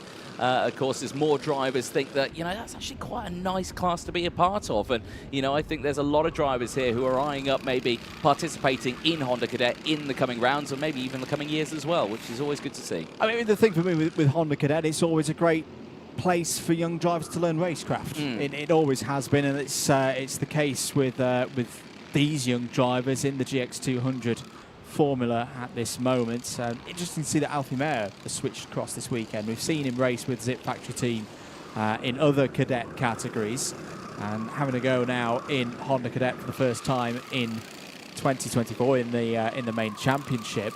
2.5 minutes. Right now he's having a good run here. There's a 53.67 last time around for Alfie Mayer. He's pretty much on pace with those ahead, if not a tiny bit quicker. If as down the inside, this is the number 42 of Archie Cannon making a move on Ralphie Branscombe for 7th place. So the O-Plate winner seemingly having a few problems in this one, not quite there where we saw him last time at this circuit. Ricky McIntosh not too far behind as well in number 14. Just to go back to Alfie Mayer though, Archie Loveridge is half a second back, but a 10th quicker on that last lap, is the fastest driver out on circuit. I just wonder, Mayer and Loveridge, if they can get together, have they got the pace to close in on this pack of 3, especially now you're starting to see Margaret Skavekis and Kevin Ivanov starting to get a little bit antsy there behind Ed Spain in the number 72. Well, with a minute and a half to go, I'm expecting these 3 to maybe start to deliver something a little bit. Are they going to start going defensive into the corner? As of yet, we're seeing nothing. As soon as one of them goes for the move, you got to think Alfie Mayer, Archie Love, they're going to be right there in it, especially with the fact that they're going faster than these drivers just ahead of them. But it's just that fraction faster. It's just eking out a little lead here and there, but if they're not closing it at a quick enough rate, it will only be when these drivers start going for it that we will really get a fight on our hands. And Ed Spain there running a little wide out of the Wilkins corner there, keeping it in check, but is he bringing these drivers into the drivers behind? Is he slowing them down just that little bit more at the front here? Potentially. I mean, that gap between 3rd and 4th, well, from the 1st to 4th we'll go with 1.16 seconds, and there's going to be 2 more laps of this one, 40 seconds on the clock as Ed Spain starts lap number 9. Alfie Mayer is less than a second behind the race leader now, is chipping away bit by bit, sector by sector. Archie Loveridge is still there as well in 5th. Again, it's Wilton Mill, it's Honda Cadet. I wouldn't count Ryan White out of this one yet at 2.4 seconds back. No break of the arrangement at the front though at this moment. Spain, Ivanov and Kavekis still holding their 1, 2, 3. Well, you have to remember as well that this is a first qualifying heat. There may be no change. They might actually stay the same throughout. I would hope that isn't the case. The time has struck 0. We're going to go on to the last lap, but if we are going to see anything, it's going to come on this next lap they're about to start here. It's Ed Spain who leads the way from Kevin Ivanov. Then it's Kavekis still there in 3rd place with Mayer and Loveridge closing in. Are we going to see a change between these top 3, or are they going to work together to the finish line? Well, we're going to find out across the course of the next 45 seconds. Ed Spain goes defensive to the inside. Marcus looking to the outside. Oh, very close there between Ivanov and Spain. Kavekis is on the inside now for the increments. Kinkin has got 2nd place. Alfie Mayer's looking down the inside for 3rd. This is all good news for Ed Spain because they're all fighting over 2nd place. And Ed Spain's away by a couple of kart lengths. Ivanov to the inside of Kavekis now. Is that going to open the door for Alfie Mayer to go for 3rd? Yes, it is, but he finds his teammate in his way. Just about makes his way through. Archie Loveridge now looking for position gains in the latter stages of this one. Big Ed Spain is gone. He's going to take the race win. That run for 4th place is not quite going to work for Loveridge. Ed Spain wins in Honda Cadet GX200 again, takes the first heat ahead of Kevin Ivanov, Alfie Mayer. Archie Loveridge did get 4th place ahead of Margaret Kavekis. properly entertaining finish there, Anthony. Classic Honda Cadet racing. Classic Honda Cadet all the way to the end, and Ed Spain certainly delighted with that one. Then ahead of Kevin Ivanov, Alfie Mayer, Archie Loveridge, Madagis Kavekis ahead of Ryan White, Cannon ahead of Branscombe, McIntosh ahead of Elliott Book, the top 10. Superb driving, leaving it to the last lap on that one, like we usually see in the Honda Cadets or in the Cadet categories in itself. But that final later on, I am looking forward to it, because usually the finals, they tend to be a battle on every lap. Absolutely, and as I say, we've got that second heat as well. Honda Cadet will be out next. Next time we'll see Honda Cadets at 2:45 local time here in the UK. If you're watching from around the world, I just can't remember what time of day it is on this lovely Saturday afternoon. I can tell you it's 12:45. Some of the people at home might not know it's 12:45. It's 12:45 local time here. If you're watching in Europe, it's 1:35, because my laptop is still set. It's still set to Europe time. There we go then. So drivers heading on in, going through scrutineering, going through the relative checks. Alfie Mayer can be happy with that third place. 15 finishers. So Spain, Ivanov, Mayer, Loveridge, Kavekis, that's the top 5. White, Cannon. The screen's just changed in front of me, so do give us a minute to pull that one back. There it is. Ralphie Branscombe, P8. Ricky McIntosh in P9. Elliott Book, P10. Luka Batuev in P11. Good to see Luka. First time we've seen Luka in the Wera Tools British Kart Championships. Another driver racing up through the karting pathway, the Motorsport UK karting pathway. Very accomplished Arrive and Drive Club 100 cadet driver. Now stepping into owner cadet categories. 11th there in Luca's first race. Shea Hilton P12, Esme Roti P13, Harry Grant and Jayan Prakash, your last of the finishers. Jayan Prakash into the 55s in that race as well, which was really good to see. One retirement, which was Riley Blakemore. A bit of a longer break for us now while some practice sessions happen for Tillotson T4. We'll be back with more coverage here at Whilton Mill shortly after these short messages.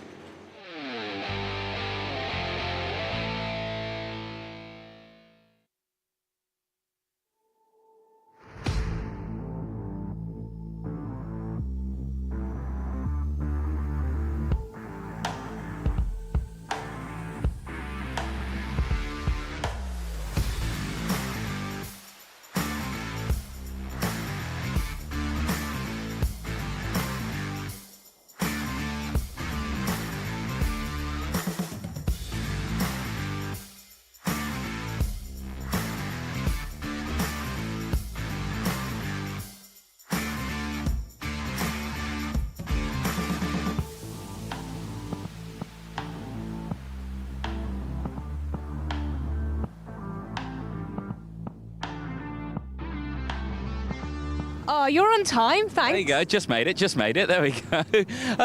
First half of the day, that's been all right, hasn't it? What have you thought? It's been all right for some drivers. I think some of the seniors would not think it was that great. How many retirements was that? 10?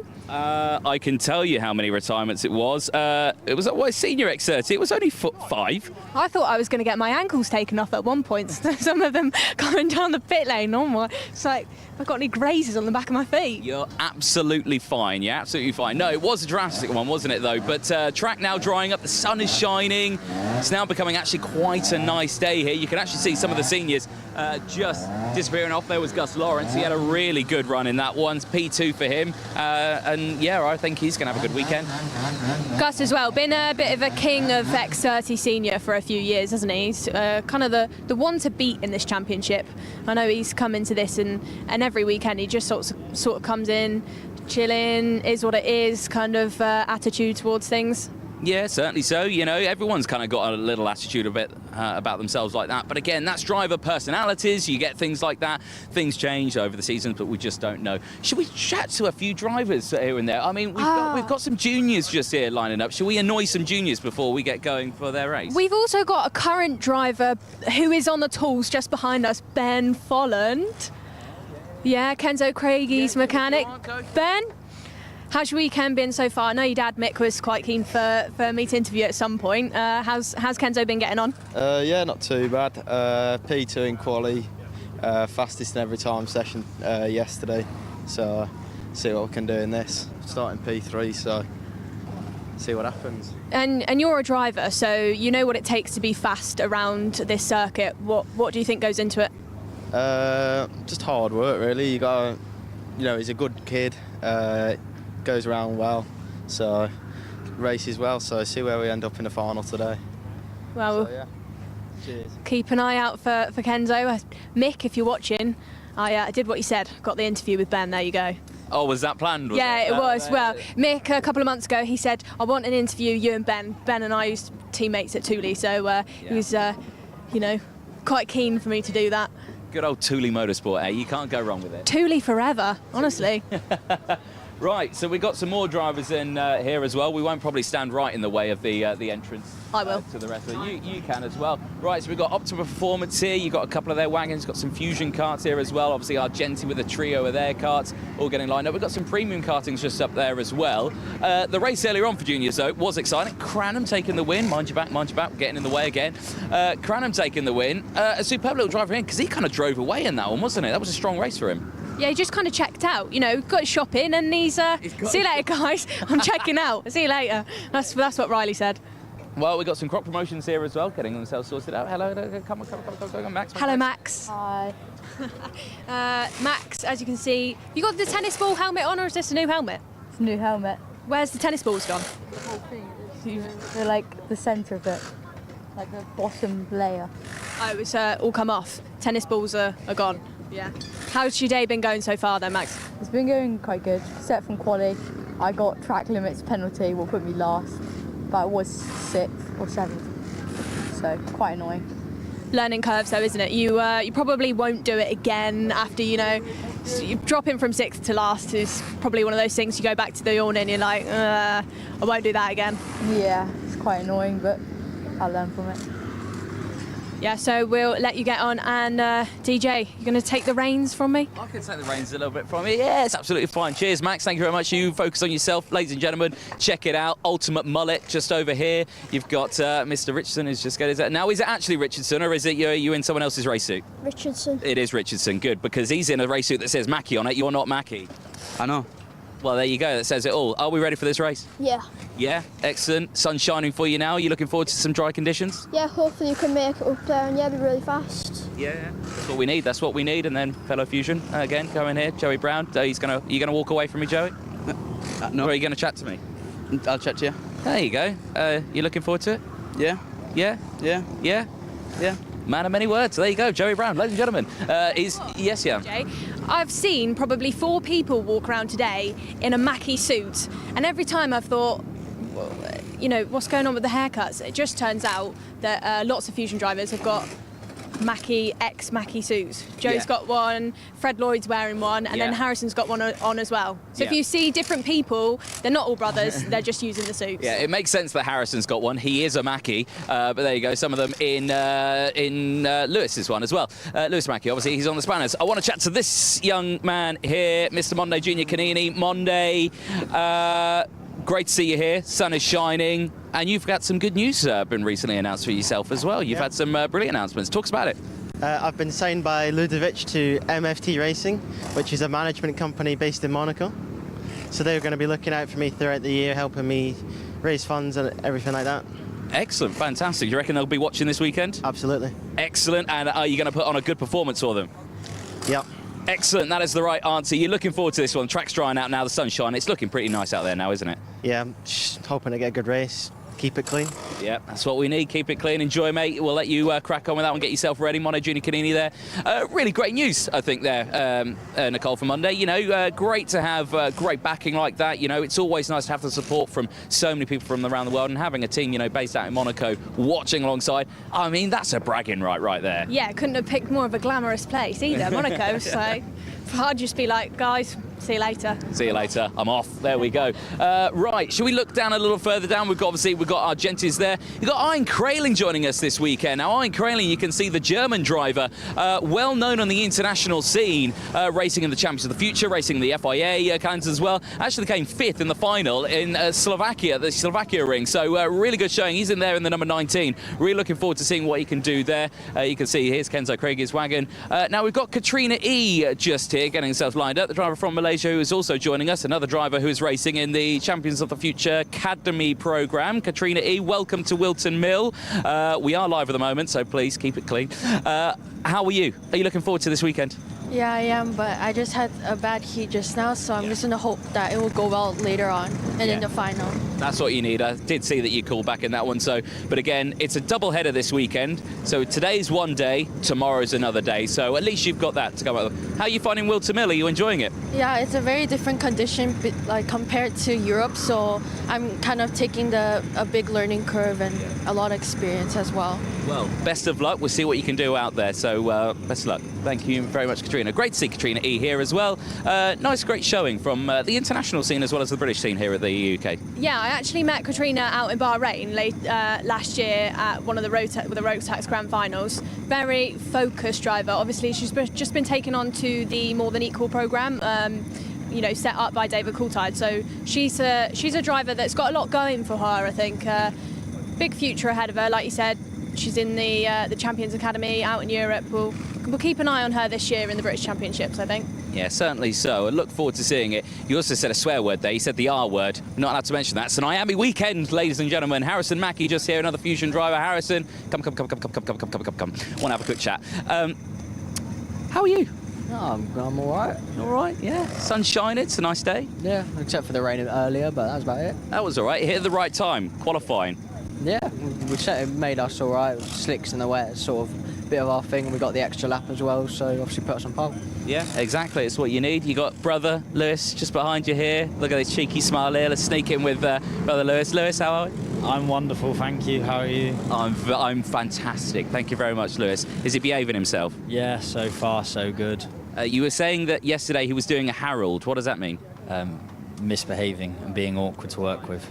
Excellent. Hopefully he doesn't Harold today, ladies and gentlemen.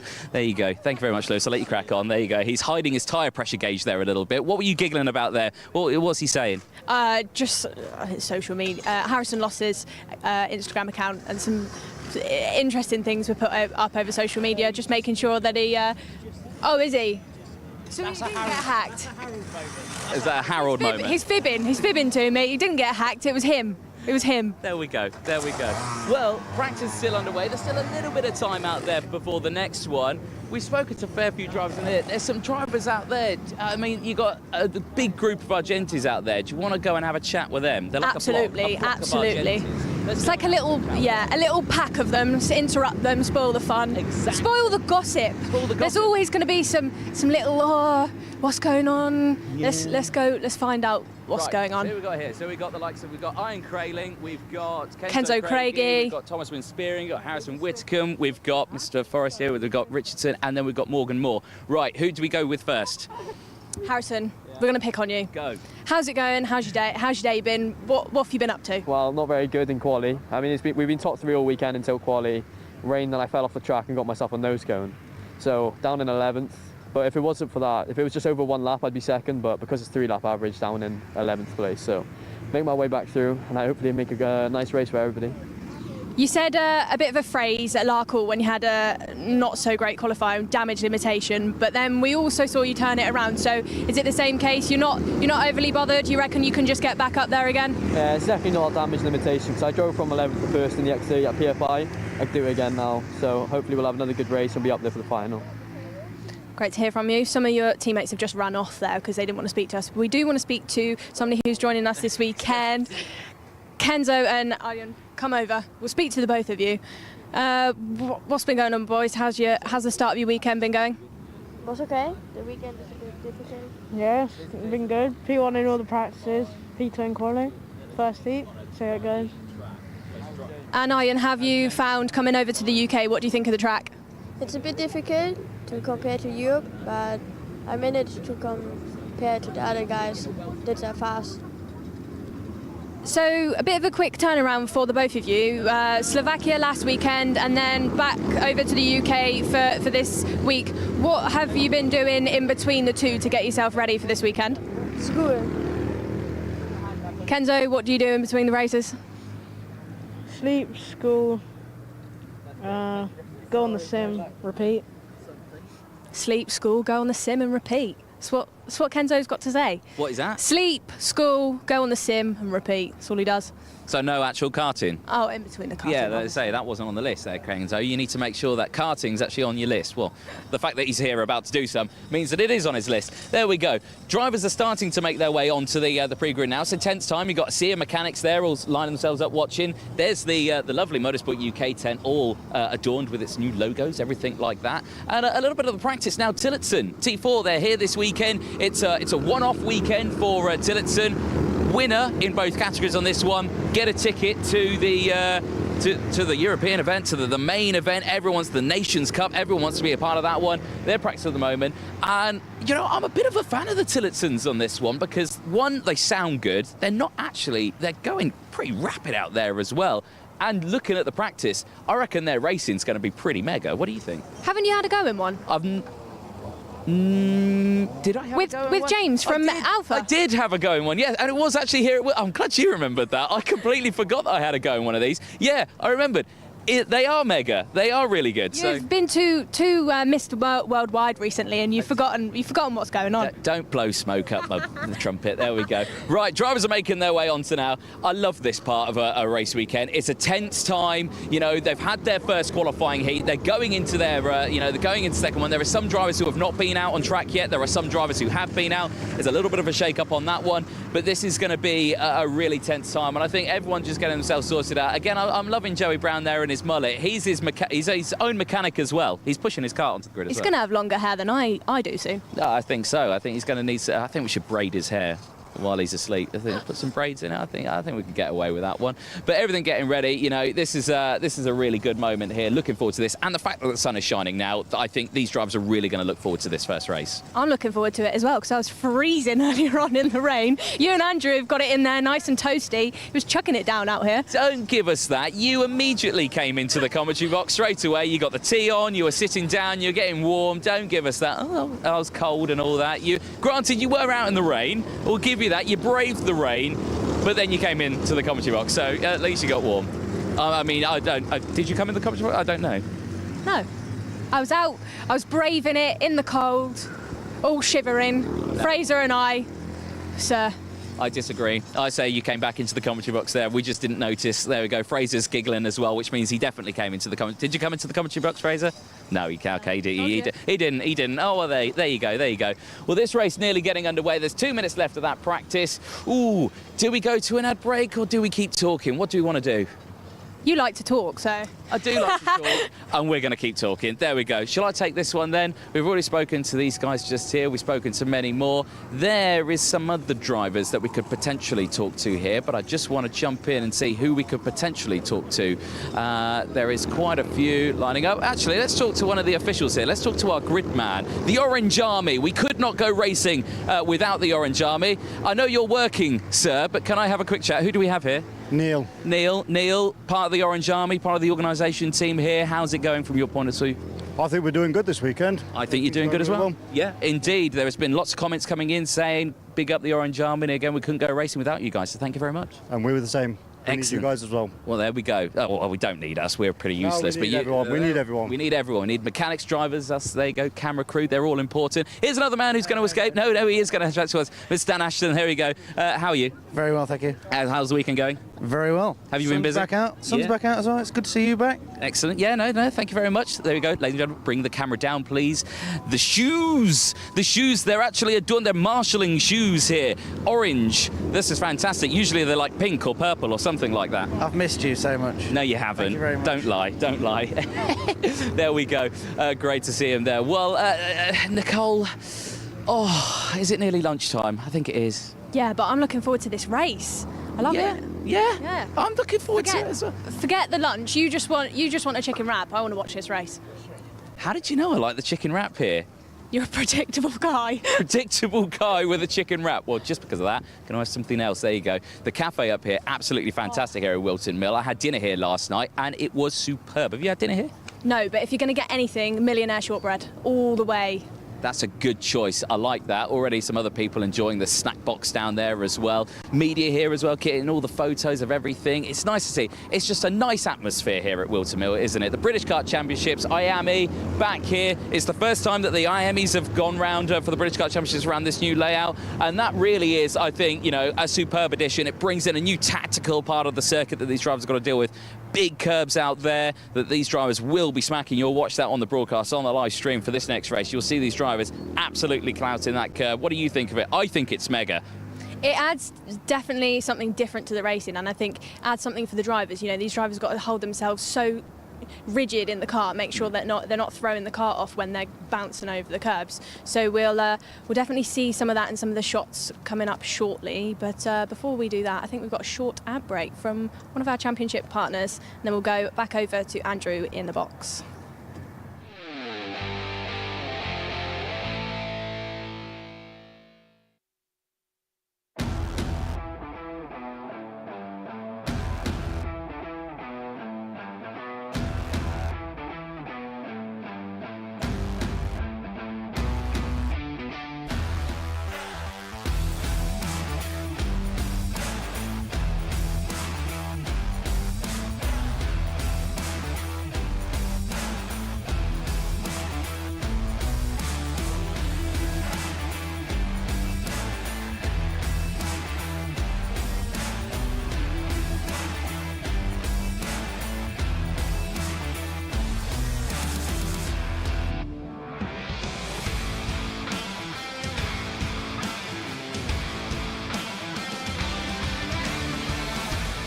Juniors out on circuit for the second heat. This is Groups A and C taking each other on. The grid looks like this. Harrison Mackie on pole position, joined by his teammate Riley Cranham. Kenzo Craigie and George Edgar on row number 2. Thomas Spearing and Joey Brown start on the third row of the grid.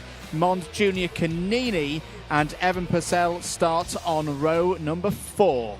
Row number 5 sees Aaron Richardson and Theo Lestrange. Harrison Whitcomb, who you just saw there on your screens in the background, drama for him. He has stopped on circuit. We'll have Samuel Branson alongside. Archie Owen and Ian Crayley go from row 7 with Alex Dodds and Katrina E on row 8. Morgan Moore and Jacob Backler start on row 9. Cameron Edmonds and Hamish Forrest on row 10. Charlie Myers and Jake Brook on row 11. Josh Parker and Zeph Nurnberger start on row number 12. Running out the rest of the field, Max Ewell, Ashley Hazer on row 13. It's a 27 kart field completed by Ethan Woodward. Are we set to go? The answer is no. Flashing yellow light means we go around for at least one more formation lap. We do indeed. Well, that gives Harrison Whitcomb maybe a chance to get back into position. Now, judging how I can't see his kart on track at turn 1, which is where it broke down, I would say he's possibly got going again. Oh, no, there he is. He's been pushed off the circuit. You can see there a sea of mechanics there wanting to help out. And unfortunately, well, the engine is started. I could see a puff of smoke, but he's getting out. I think he's out of this race. Harrison Whitcomb's Whilton Mill woes in the 2024 Wera Tools British Kart Championships continue. He had a tough time with the Rotax O-plate here at the start of the season, and his first race of the weekend does not even get going, does not even get on to lap number 1. Here we go then. Drivers into the tram lines for 8 minutes plus 1 lap. Lights out, and we are racing once again here at Whilton Mill. Good start for Harrison Mackie, immediately takes the lead. Kenzo Craigie's up to P2 as there's a spin in the middle of the pack, and I think the number 11 there, Joey Brown's involved in all of that. It's a breakaway of 5 of Fusions and Argentis all in there, but a number of high grid runners are going to be out in this one. The number 62, Aaron Richardson, is out. Aaron Richardson, who had a brilliant day yesterday in free practice, gets to the races, has problems, change to the lead. Craigie to the front of the order, past Harrison Mackie, into Ozias, into the boot now as another one of the Fusions is coming in. That might be the number 21 of, the number 18 rather, of Riley Cranham through to complete lap number 1. Monda Junior Canini has come through as well. So it's Craigie, Canini, Mackie, Cranham, Spearing, Moore, Crayling, Edmonds, and Myers, your top 10. Yep, superb move. Change for the lead here. Monday Junior Canini down the inside of Kenzo Craigie. Moves up into P1. A superb opening couple of laps for the driver in that number 9 kart, making his way through the field with number 9 seed from last year, 9th in the championship in this category. Certainly looking very strong here. Craigie there in second place, having to deal with the likes of Mackie, who has got settled into P3 as Riley Cranham is starting to close in, but it's Spearing who's up now into P4. Cranham's gone down to P6 with Morgan Moore getting up into P5. Yeah, Morgan Moore for Premium Karting is another driver who's looked really good so far this weekend. As out is the number 33. That's Ashley Harzer. The Jamaican is out of this one, and that's not good news at all. It's been a difficult weekend for Ashley Harzer. Remember, these drivers, for some of them, this will be their second and final heat.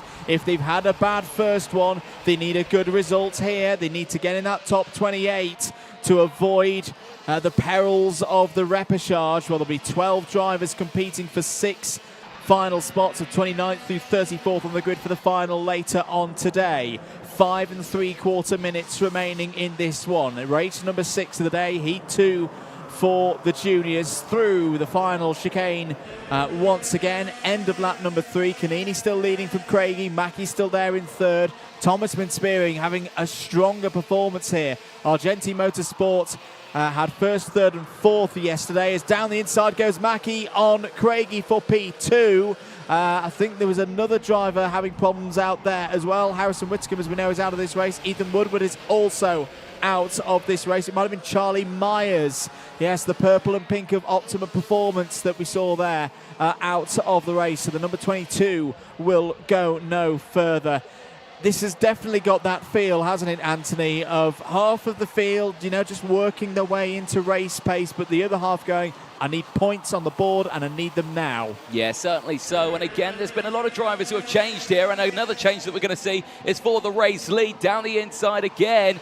Well, I thought that Mondo Junior Canini will have really worked hard on that one. He's held on to the lead. Mackie has got himself up into second place, but it's still close between these drivers. And round the outside, Thomas Spearing saying thank you very much to his teammate, and now Morgan Moore goes through as well. Craigie is fading here, and he's gone down to P5. Yeah, it's a real tough few moments for Kenzo Craigie. There's not much he could have done there about his teammate going round the outside. Thomas Spearing showing that the outside line through Christmas is starting to grip up again. That's what I was eluding some of the drivers earlier on before the break. Through pit bend for another lap. End of lap 5. Canini from Mackie Spearing, your new top 3, and they're breaking away from Morgan Moore for Premium Karting behind there in 4th place. Quick check over the shoulder for Riley Cranham. As down the inside goes Harrison Mackie for the lead and takes it away from his teammate. Thomas Spearing steps through as well into second. Here comes Morgan Moore, who's back in play. Down the inside of Canini for 3rd place. Cranham to the outside now, thinks better of it through Wilkins, slots back into 5th.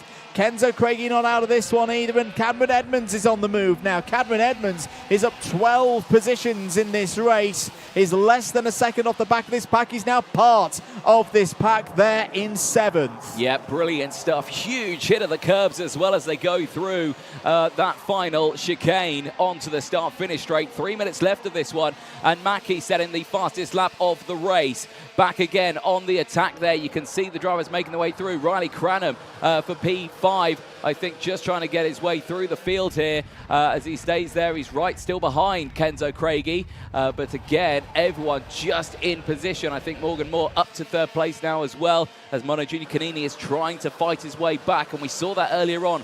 One overtake happens, then the rest of the pack, they kind of smell blood, and then they attack at that moment, and that's why you've seen the likes of Craigie, who dropped down, oh dear, off the track, and that is at turn, I think, Christmas corner. That is Zef Nuremberg, unfortunately for the Jade Racing team, out of this race. That'll be heavy damage to the rear of that kart with just 2.5 minutes to go. And that's a driver who didn't get the best of results in a first race earlier on this morning, so that could be repechage time for Zef Nuremberg. Berger. Still an opportunity to race through to that final.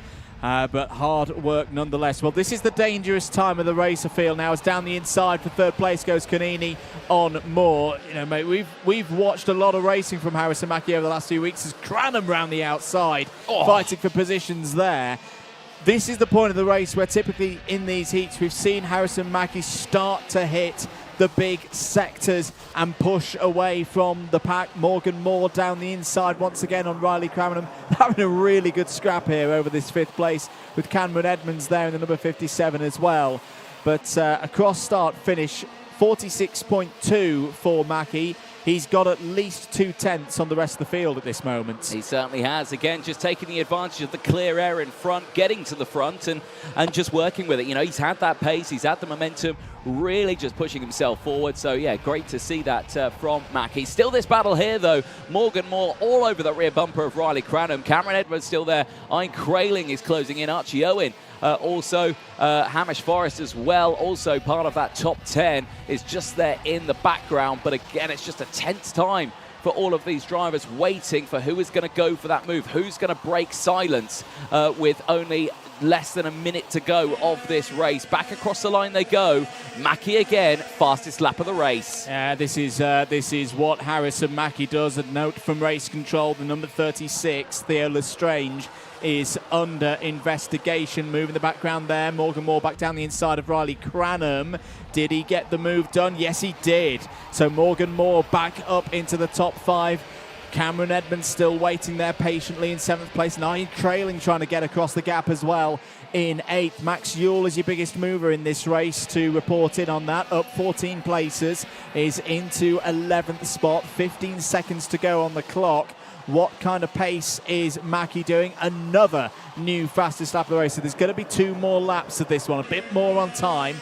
Then the +1 of 46.07 from Harrison Mackie. He is showing once again just why he is the man to beat, not just in the British Kart Championships, but I think you could argue across Europe right now in this category. It's Harrison Mackie and then everybody else, the championship leader, looking to get his weekend off to the best possible start again. Yep, certainly so. Really, really strong performance here from Mackie. Spearing as well also with a strong performance. I'm keeping an eye on the gaps between the two of them.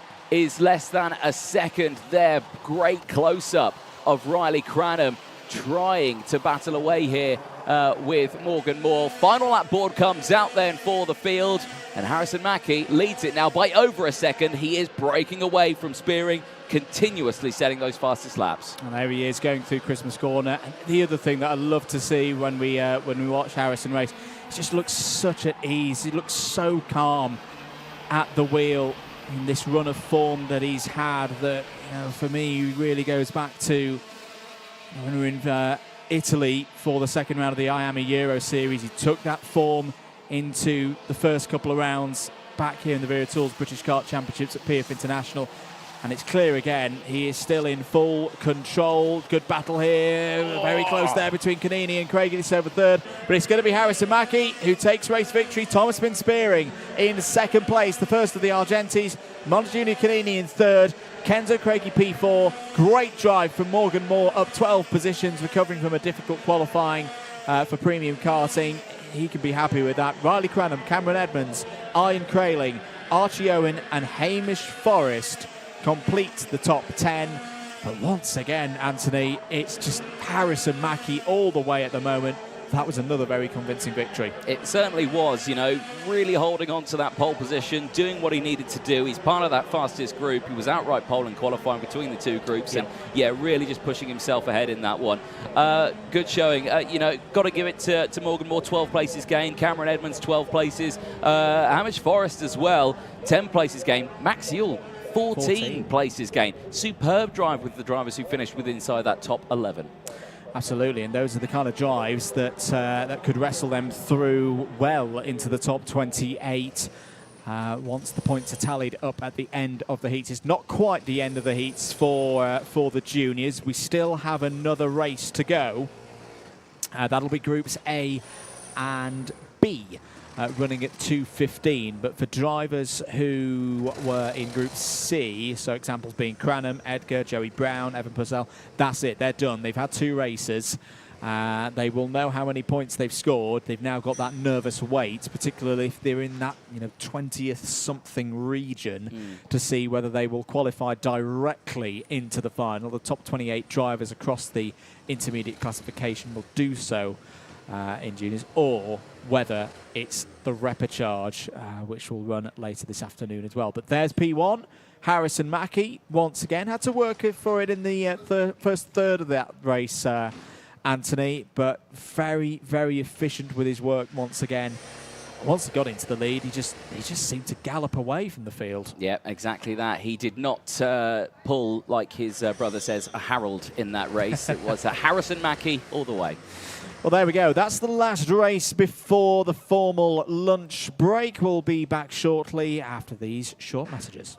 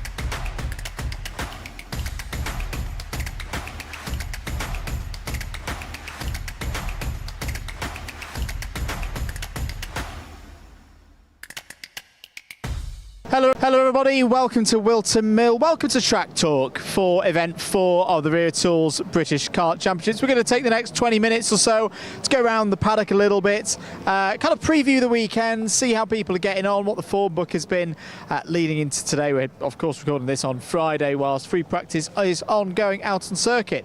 As I say, we haven't got long, so let's crack on into it. Not quite got enough time to go down into the bottom area, but just to tell you some of the news from there. Optima performance looking pretty good with Alex Dodds this weekend. From my notes, he was 5th in FP3. Margaris Kavekis, who we've just seen go into the pre-grid for one of the Honda Cadet practices, is looking pretty good as well. Was 3rd earlier on. Optima performance, as I say. Sorry, Alex Dodds in MDL, of course. MDL a little bit further down in there. Optima performance as well. Look out for Cameron Edmonds this weekend. Is looking pretty quick. JGR we'll get on to later. I think the first group that we're probably going to head into is going to be Fusion Motorsport. Biggest team here this weekend. Had a stellar time at PF International, about a month ago, for the first events for the IAME classes. Pretty much clean sweep the whole lot. Are they going to have as much of things their own way this weekend? I'm not sure. We'll get on to why later, but they are still looking pretty strong. We'll start with Restricted. Not all the karts are in at the moment.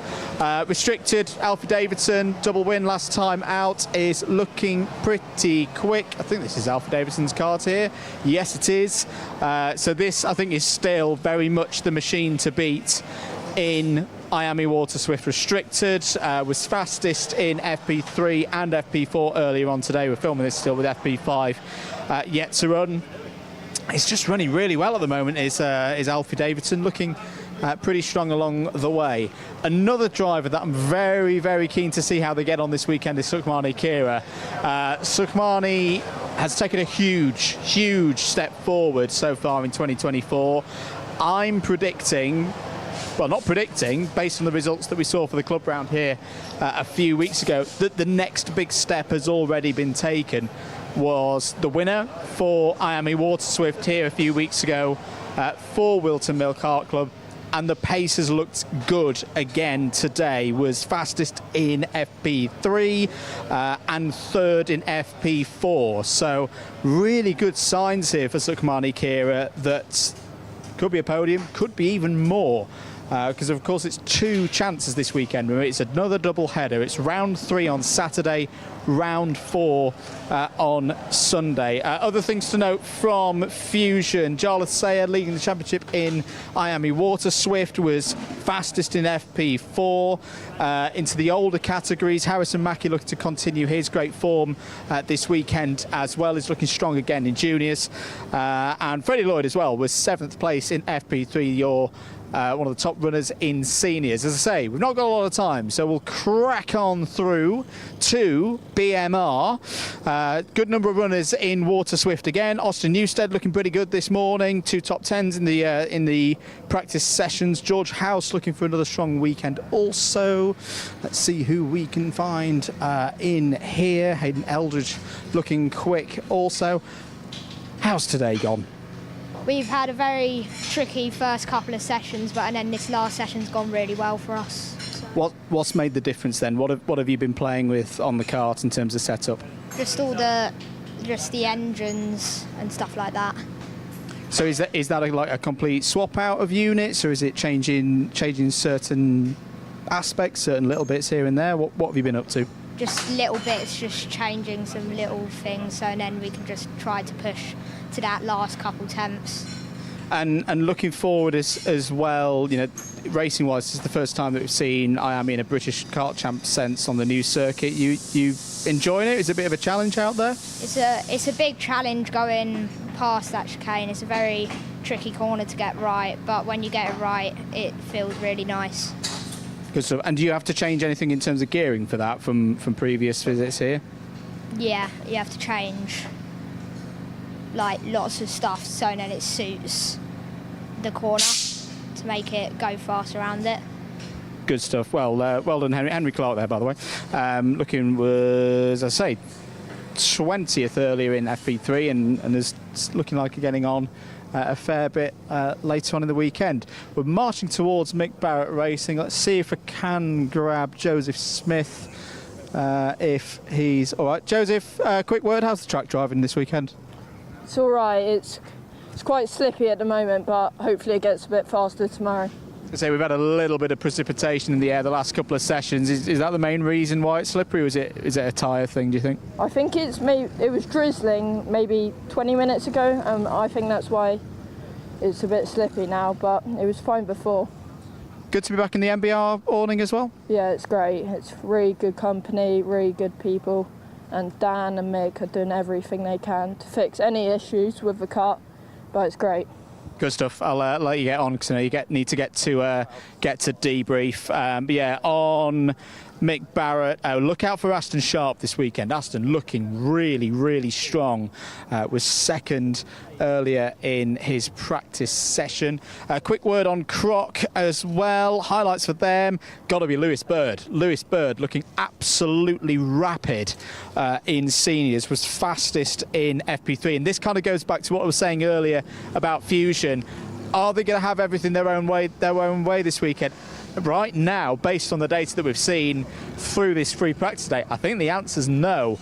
I think there's a few factors behind that, but Croc really seem to have raised their game today. Robbie Buckley as well was fifth in FP3. Mind you, back down, there's I think a Volkswagen Passat coming through. And Oliver Stilt was P6 as well. I want to see if we can have a quick chat with Robbie Buckley, just to see, because I think he's come fresh off the circuit. And see what he thinks. Robbie, you've got a quick second for a chat with us. How's the kart feeling this weekend? Yeah, I think we're just struggling for a bit of grip and just getting used to the new last corner. So other than that, it's just pushing on really and trying to get going. We always like to go into little bits of details on here. I've just noted that your bindings for the radiator pump, you've got them twisted up. I've seen others where they've not done that. What's the thinking behind that? I'm not really sure, to be honest. It's just the thing that the lads do, like, I don't really know, but yeah, that's about it really. Fair enough. I say if you can have a look in there, Dan. That say really simple ways of doing things in karting. These bands here that are mounted off the rear axle actually drive the little water pump that draws water through from the radiator to the engine, keeps it nice and cool. Little thing that we've noted there. Thank you, Robbie. Thank you for your time. And yeah, learning little bits along the way. Croc Promotions, of course, know this circuit very well over the years. Used to be based here. They've recently moved to a brand new facility, which I think is helping them out really well. There's Lewis Bird's number 24. Keep an eye out for that. Looking really quick this weekend. Right, let's march on. Kean Geraghty in the distance there is walking away, so we won't go and bother him now. Another driver looking very quick, won in his category in seniors at WMKC a few weeks ago. Here is his kart, single awning for single kart this weekend. I think quietly confident with how they're getting on right now. Beautifully prepared machine. Using all that experience that he's had with the likes of Strawberry and other big teams in Europe, but now running things, by themselves and running really nicely as well. So yeah, definitely keep an eye out on the number 73 across the course of the weekend. TWM on my team for today, where I'm going to give them some love because I've not given them enough love so far in 2024.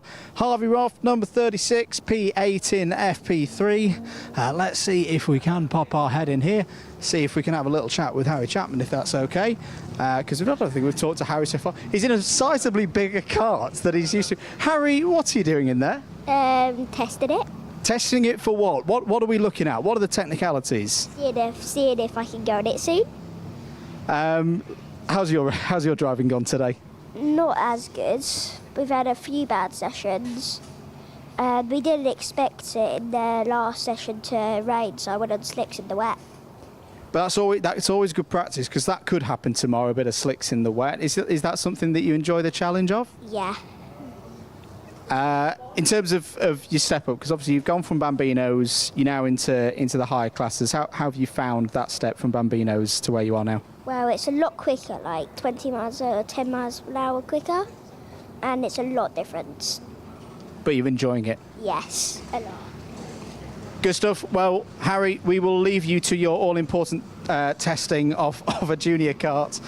Great to see there, and good to have a chat with TWM. Right, marching on. Ralphie Branscombe's awning is there, but the kart is not. Winner from the O plate the last time Honda Cadet were here, because we should mention, of course, Honda Cadet are here. Really interested to see the dynamic of a double weekend for them, because of course this is the third event in the main championship that we've seen from them, but they've run with Rotax for the first two events. So, slight. I mean, in terms of the scoring in the championship, not too much difference. It's still going to be battling for hauls of 65 points. But how are they going to play it out, knowing they've got a full round on Saturday and another one then on Sunday? We'll wait and see on this one. Jade Racing Team, really good to see a good number of drivers with them this weekend. Just a couple of the highlights from today. Alessandro Salas looking quick in FP3. Noah Wolf, third in the championship at the moment, but effectively second, because Oscar Repetto, one of the international runners who was with us at PF International, is not here this weekend. Noah, second in FP3. I didn't check how your FP4 went, mate. How did it go, all right? Fastest, so... That'll do. That'll do. This circuit, it's changed a little bit, of course, since the last time Miami's raced around here. What do you think of it? What are the challenges now? For me, it's mastering how to take it, because it's a big difference taking the curb, getting it right every lap. It's hard to get it right every lap. That's why the best will come first, of course. But yeah, I've been struggling to get it right every lap, but keep improving, and we'll see how we do. How are you finding the management of the season as well? Obviously, we were both in Slovakia last weekend. Very different machinery to what we've got here. Do you find it fairly easy to switch back and forth between the two?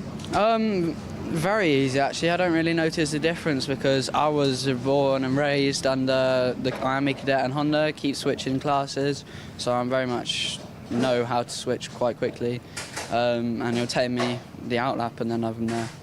Good stuff. Well, we've got to march on, but good to see you, Noah, and yeah, pushing on really well, and hoping for a better weekend. Had a bit of a tough time out in Slovakia. in a different category, but myself and Anthony Jordan keeping a good eye on him. Hoping for better things. The Stewart camp, Andy and Johnson Stewart, good to have them again from Northern Ireland. How's today gone? Yeah, I've actually had a good day today. So Johnson was in the top 10 in the first run, and Andy's only 0.2 behind him. So how hard is it, not just running one card, but running two out of the same order? Yeah, tough task, tough.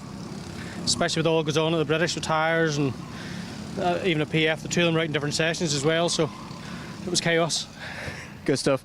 Brother and sister, I should say, Andy and Johnston. How both of you have you found it today?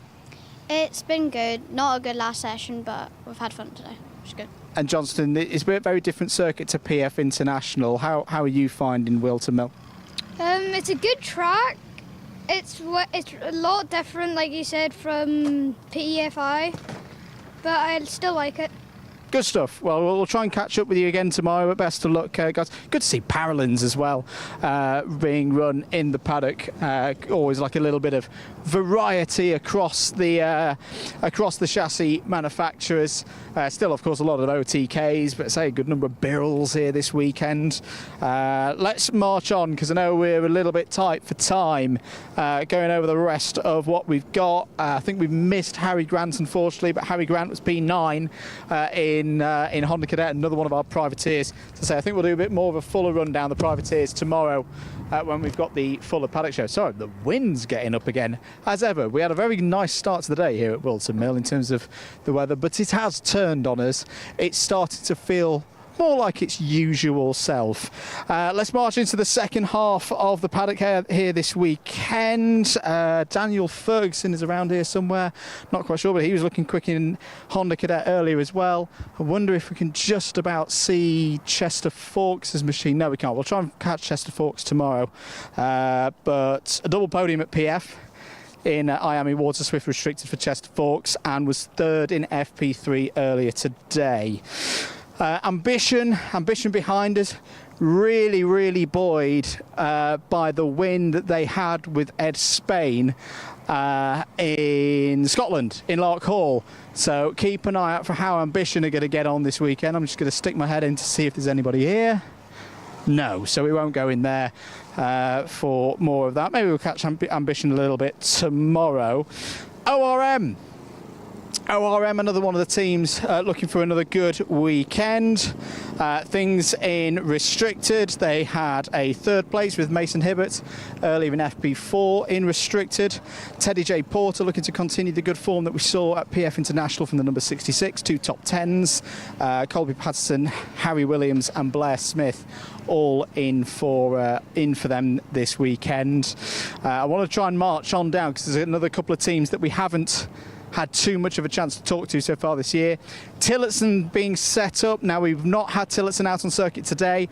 They will start things tomorrow with their free practice and timed qualifying for not just the seniors but also the juniors this weekend. This is another chance for them to qualify, or all of these drivers to qualify through to the T4 Nations Cup in Valencia later in the year. So yes, we'll see how they get on. Gus Lawrence and Archie Tillett here as well. Gus Lawrence, of course, looking to get points back on the board. I don't know if we can have a quick word with Gus, reigning champion, of course. Gus, how's today gone? Quite strange, really. We started off in the first two practice sessions. Obviously, it's unofficial. There's no live timing, and the lap times I recorded then, we put the new tyres on for session 3, which is the control tyres, and went 0.3 slower, which new tyres is not quite right. And we've been chasing our tail for the rest of the day for that, really. So we've not proved ourselves on the timing boards, but hopefully change tyres tomorrow. It's just a slight query with that, really, and then we'll go again. What is it that's potentially done that? Is that a precious thing? Is that a track temperature thing? Is it rubbering in? No, just if you look at the tyres, obviously tyres all have numbers on them, and I'd like to think they're made in an order. It's quite, you wouldn't really do it random. And the tyres we've got out of the box are 109 or whatever, and then the ones we had earlier are like a 114 with like 8 digits behind, so that's quite a big difference. So whether or not they've an older set and it's just what they are over time, and whatever's happened anyway. It's translated into us going slower. So, yeah, we'll see how we go. We'll be fine. We'll be all right. It's just get over this and then come back tomorrow. All challenges that you faced before, now you'll give it your all. Lovely, thank you. Okay, good to see that, well, at least there's a decent understanding of what's going on there. That, yeah, if it is a bit of an older set of tyres that they've been running on today, you know, they've been sat around a little bit longer than others. I'm conscious that we've maybe not got many minutes to go. I want to have a chat with Evolve, because we've not seen too much of Evolve so far this year. Very quickly on Zip, whilst we're here, and I need to turn over my page and not get run over by Dan Ashton. There's a maniac at the wheel of a Transit. There they go, through the paddock now, doing things nice and safely as always. Quick word on Zip. Archie Loveridge looking quick again in Honda Cadet, FP3 P1, P2 for Elliot Bourke. Kevin Ivanov also looking quick. Alfie Mayer also in the Zip Factory team awning for this weekend, as he has of course been earlier on in the season, but this is his first go this year in Honda Cadet. Right, let's carry on zipping through. Pun definitely intended there. As I say, we've got Premium Karting. Oh, Premium Karting, actually, that's another one we need to keep an eye on this weekend. Morgan Moore, who did a very nice job at PF International, but maybe didn't quite have the look, was fastest in one of his junior sessions earlier on today. Junior, the only category where you've got a bit of a two-group thing going on. So there will be a repechage for juniors. So, yeah, very keen to see how they're getting on. Evolve, we've not talked too much about this year. I say Alfie Davidson's looked pretty good so far in restricted this year, but I think there's a decent chance here for Evolve this weekend. Henry Algar, you can see there, having a look over some of the data. Let's see if Henry's up for a very quick chat with us. Henry, what are we looking at the moment? What's on the screen? My footage. So you're looking at the lines, you're looking at the braking points? Yeah. And what are we learning? What are we finding out? Where do we think we can go a bit quicker? Like maybe go to the left-hand side more and then come in. Maybe hit the apex a bit more. Like stay with them. Don't lie around with them and things like that. What's it like working with Evolve as well? What are they like as a team? It's pretty good. Yeah. Do you enjoy working with them? Yeah. Good stuff. Well, we'll let you get back to from a parent's perspective. Yeah. How is it working with these guys? Yeah, really, really well. Lots of support. We're just going through last session, just trying to refine bits of driving here and there, and it's a big learning curve from we were Coma last year, so big step up into Cadet. So it's a learning curve for me and for Henry, and that's why you need the team around you to look after you as well. So yeah, feeling positive. Wasn't the best of sessions, but I'm positive because we can look back on it and try and find ways forward. So yeah, feeling good. Good stuff. We'll let you get back to it. Thanks for your time. So we've only got a couple of minutes to go. Argenti, quick review of that. Argenti look now. Going back to the fusion element of can they dominate like we saw at PF International. I think Argenti Motorsport have got a very straight answer to that. The answer is, if it's juniors, no. First, third and fourth in a number of practice sessions today for Argenti. Kenzo Craigie, the fastest of them. Harrison Whitcomb and Thomas Spearing also looking quick as well. Look who's back in the paddock. I had let him back in, my goodness me. Before we end with Vismo, Jamie Green Racing, a quick review of their day. Will Green still looking very good. Sammy Ilias, Sammy, we'll walk with you. Good day? Yeah. Very good day. Do you like this circuit? Yeah. What do you like about it? I don't know. Christmas corner? Yeah. Everybody loves Christmas corner. We'll let you get on. Vismo, as I say, they had a bit of a difficult start to the day as we finish things. We've done a bit of an interview with Henry Gregory, but they've struck back really well through the course of the afternoon. FP4, Henry was 6th, and Aaron Brown looking quick as well. And look who's back. I say, look who's back. Don't hide. Come on. What's it like, mate, to be back in it? We've done a full interview with him already today. All right, fair enough. What's it like being back? You know what? The weather is a lot worse here in the UK. That's the first thing that I've noticed. I enjoy the Europe scene a little bit more in terms of sunshine. But no, you know what? Great to be back. Loving it. Loads of old faces, loads of friends that I've made over the years, and just going around chatting away and enjoying it. So it's good to be back. Good stuff. As I say, Henry, good comeback from a difficult. What happened with FP3? I didn't go out actually. Took a little bit of a break, but practice 4 was very good. P6, as you just said, and the last practice was P4, a couple temps off, so not that bad. So just slowly getting better and better. So it's looking good for tomorrow, really. Very, very good. Right, I think that's going to wrap things up, and I've ended it very, very tactically here. I'm going to sit down. I'm going to have a little bit of watch of whatever Formula 1 is on the screen. That was Track Talk, and yeah, enjoy the rest of the coverage here this weekend at Whilton Mill.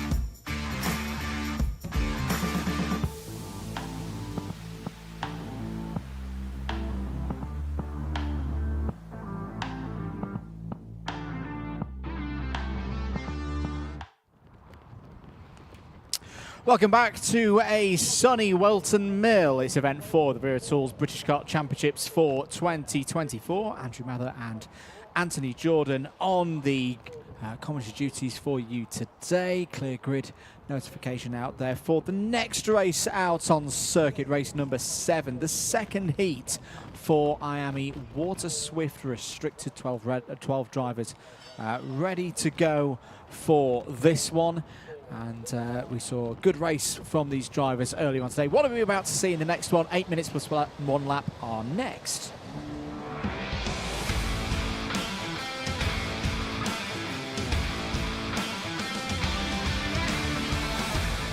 Let's take you through the grid then for heat number 2 in Miami Water Swift Restricted.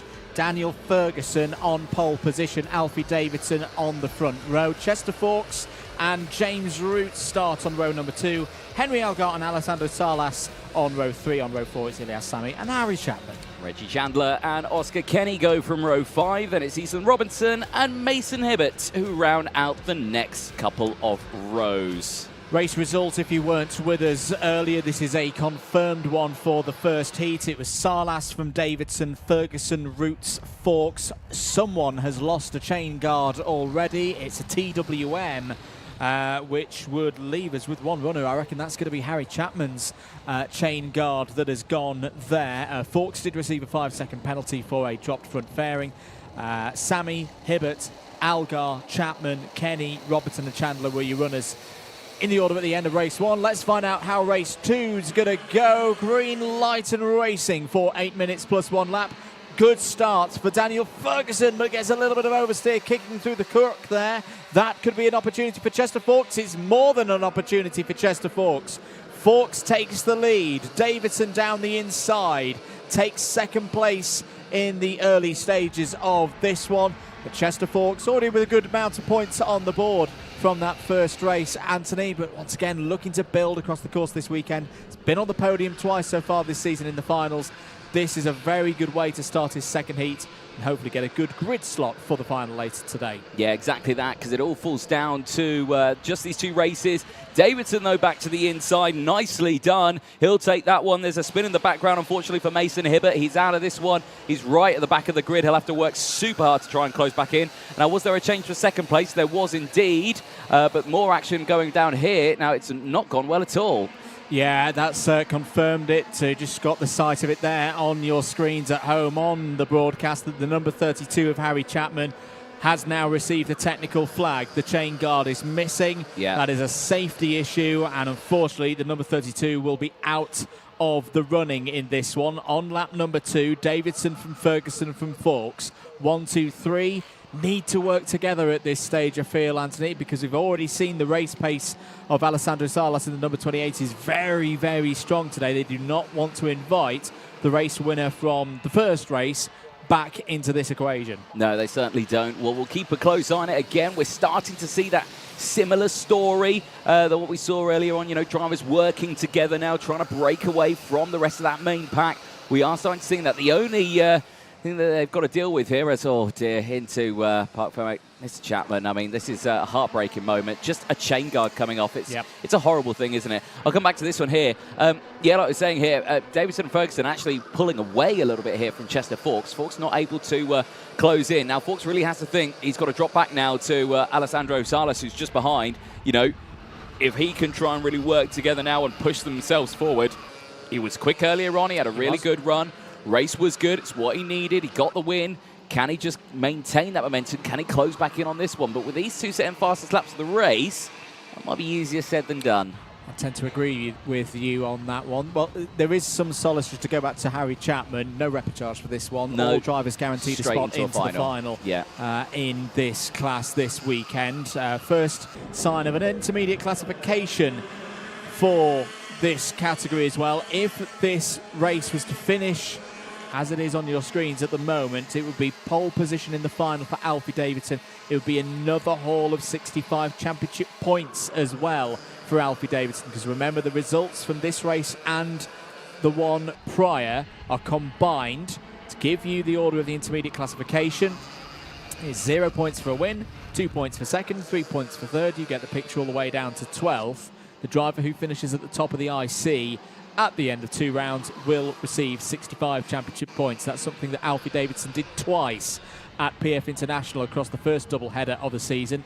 Can he hold on to this position to repeat that feat once again? He's doing so right now, but knowing that if he was to slip behind Daniel Ferguson immediately behind him, he would drop to 4 points. It would then be decided on timed qualifying pace who would get the slightly higher position. I think I just saw there that Harry Chapman re-entering the circuit.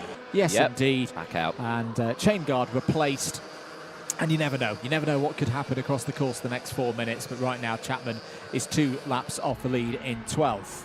Certainly so. Well, good to see that he's got I think the commitment to go back out there on track. Some drivers just say, no, there's no point. But, Chapman there really showing that he's got some great character out there as a driver and giving it a good go out on circuit. Back here, though, with the racing. This is the battle here for P4 and P5. James Roots down the inside. Says thank you very much to Alessandro Salas there and makes his way through. Another position gained and up into that top 4 on circuit. Trying to close in on the likes of Chester Fawkes up ahead. And Chester Fawkes at the moment is just, well, without trying to sound horrible, he's just there. Yeah. He's there in third place. He's not gaining.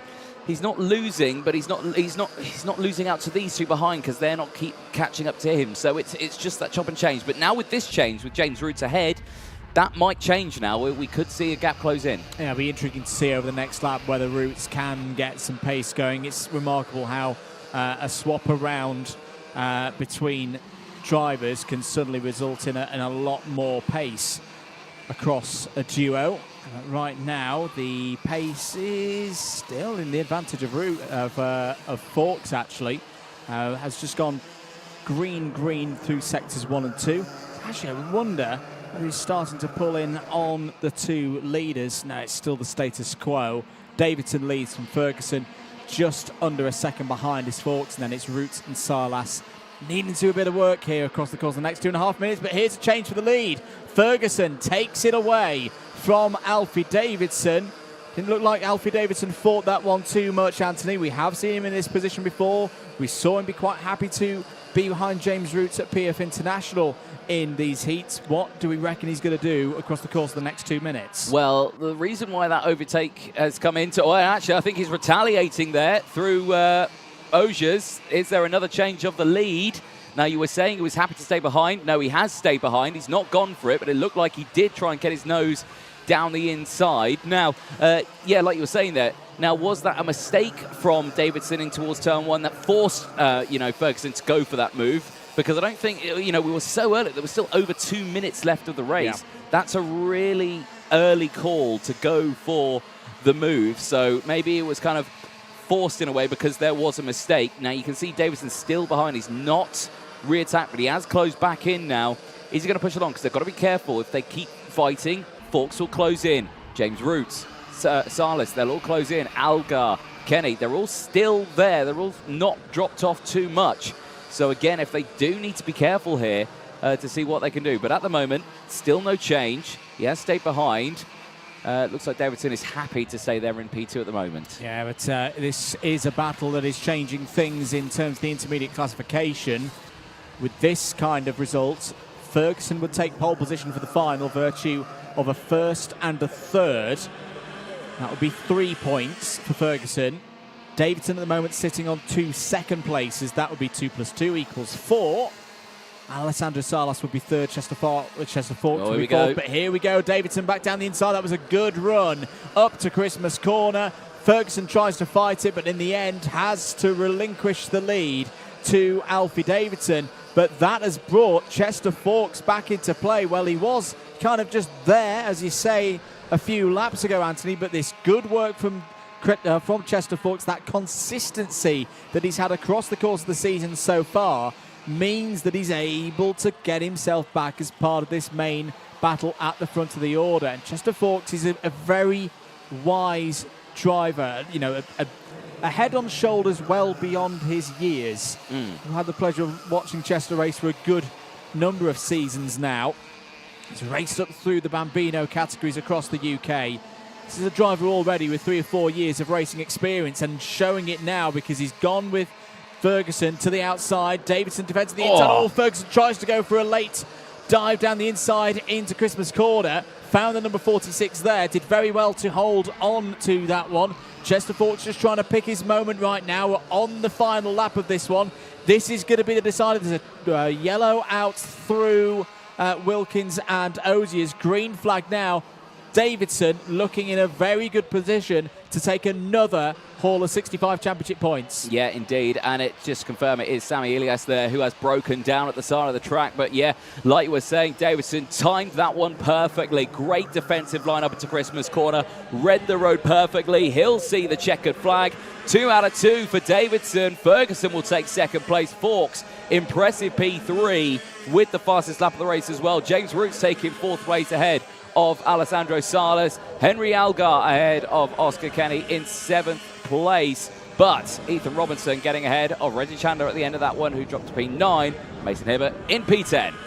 Well, Alfie Davidson's perfect run of championship scores, at least right now provisionally, continues. That will be an extension of his championship lead over Daniel Ferguson. Daniel Ferguson will be alongside Davidson on the front row for the final later on today for round 3 of the championship.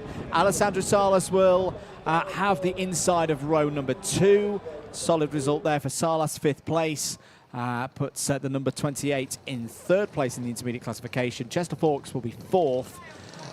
Beats out James Roots as well in that one. So right now this is a provisional grid for the final. Davidson and Ferguson, Salas and Forks, Roots and Algar, Sammy and Kenny. That is your top 8. But for Alfie Davidson, the questions keep being asked. Can anyone beat this young man in Water Swift Restricted in 2024? And so far, the answer has been no. He keeps his run of perfect scoring going. It certainly does. Still a long way to go, though, as they've still got their final to come today, and then they repeat it all again tomorrow. Will indeed. Drivers going into post-race technical inspection and scrutineering. With, the commissaires and the scrutineers in there making sure everything was above board in that race. I think reasons to be pleased, though, for Daniel Ferguson. Yes, it wasn't the win, but he's definitely showing himself as the nearest challenger this weekend. And we often say it with a final. Longer race, of course. Yeah. You know, he got the lead, he got ahead. It wasn't one of those races where a race leader galloped away from the rest of the field. And definitely stuff to be positive there and build upon once we get to the final. Yeah, certainly so. Like you say, put it on pole in qualifying, so really showing some good pace there. There's Chester Forks. Again, great result for him. Started the race 3rd, finishes it in 3rd as well. So a nice controlled race there, not gaining or losing any positions. Well, good to see there for the Water Swift Restricted. It'll be race 8, Water Swift Heat 2 coming up next, so make sure you stay tuned for that one. Great running, though, and again, like you were saying, for Mr. Davidson, who is primed and ready to get his car on the trolley. He's on his own at the moment. His mechanic with trolley is not there. Oh, no, there he is. He's there now. There we go. He was a very eager beaver to get that one. You can see mechanic there, Ollie Walker, spannering for Alfie Davidson, which is good to see, part of the Fusion team there. There's Ollie going past the screen. But yeah, no, great to see. Sun shining again in the background there. I think the spirits are starting to lift up a little bit here in all the classes. Yeah, it's getting back to the kind of conditions that we had yesterday. A little bit blustery. I keep looking out to our right and over the circuit and seeing to the fields. The crops being billowed by the wind here in Northamptonshire. As you say, more racing to come through the course of the afternoon. We'll also keep you updated with how timed qualifying goes for the Tillotson T4 classes. They race tomorrow. With 2 heats and a final as they look to qualify for the T4 Nations Cup across those 2 categories. There's James Roots at the number 21, P4 as well. I think we've got a new poll going as well. No, actually, it was the old poll. So I'm sorry to say this, Andrew, that out of 166 votes, 81% of them agreed with me. It's Senior X30. Oh, okay. Yeah.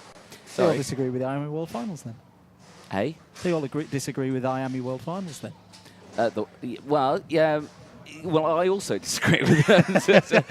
Say that too loud because they pay me. But yes, indeed. But yeah, no, there we go. So called it right. There we go then. We could debate class names until we're blue in the face. But today we'll leave it there. A democracy in action in the at the moment. There's Reggie Chandler as well. Good to see Reggie Chandler getting on as well. More from, of course, the Water Swift Restricted category later on today. Next up, though, it's Water Swift. Race 8, Heat 2 is next.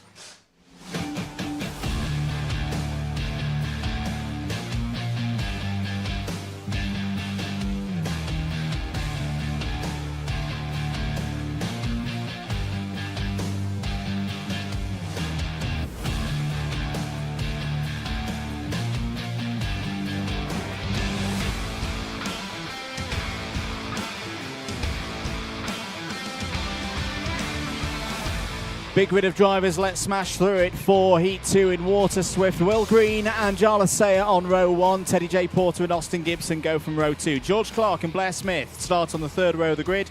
Austin Newstead and Sukamani Kira, they go from row 4. Colby Patterson and Harry Williams go from row 5. Aaron Nair and Nike Measures on row 6. And it's Finley Lines from Christian Kobe, Vincent Ackerman and Grayson Wortley. Max Mason and George House start on row 9. They're ahead of Charlie Clough and Luca Naure on row 10. Freddie Wood and Henry Clark on row 11. Sophie Campbell and Callum Graham, they start on row 12. And it's Mason Brooks ahead of Johnson Stewart, ahead of Xavier Fonge from Jesus Baturas. Then it's Andy Stewart, Joseph Davis on the 30th spot on the grid on row 15. Jonty Restrick and Harley Musk ran out the field on row 16. Result from earlier, Green ahead of Porter Sayer. Let's go for another one here of 8 minutes plus 1 lap. All drivers guaranteed a spot in the final later on today, but what order will they line up in? Who's going to take these 65 championship points up to Christmas Corner?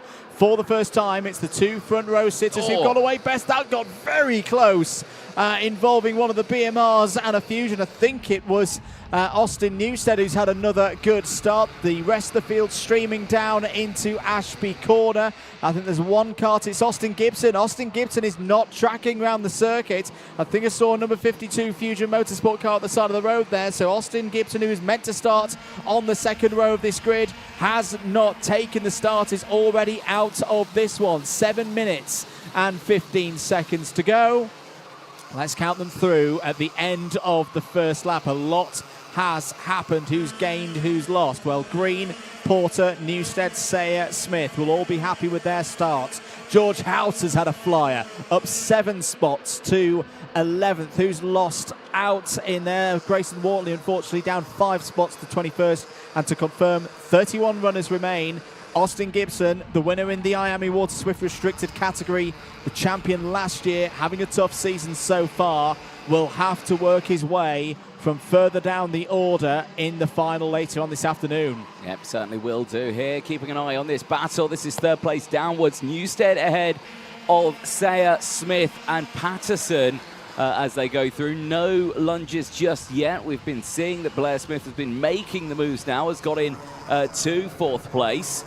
So really good run there. Then you've got the next group just behind. Sukmani Kira, George Clark, Christian Kobe all in tow. But Will Green and Teddy J. Porter breaking away from the rest of the pack here. And Teddy J. Porter, fastest lap of the race. Change there for third place in the background. Blair Smith going for the move. And you can see that's changed. And I think Newstead has dropped down to maybe even 2 places there. Yes, he has. Dropped down to P5 now. And immediately on the charge, Darla Sayer up into P3. Yeah, doesn't need a second opportunity, does Darla Sayer, to go for an overtake. Well, so far, this is pretty similar to what we saw in the first heat, where, again, Green and Porter worked together in the early stages. They were 4-5 seconds clear of the rest of the pack in heat number 1. Green from Porter in that one. So if things were to finish like this, it would be those two on the front row of the grid for the final. Green with a perfect score of 0, Porter on 4.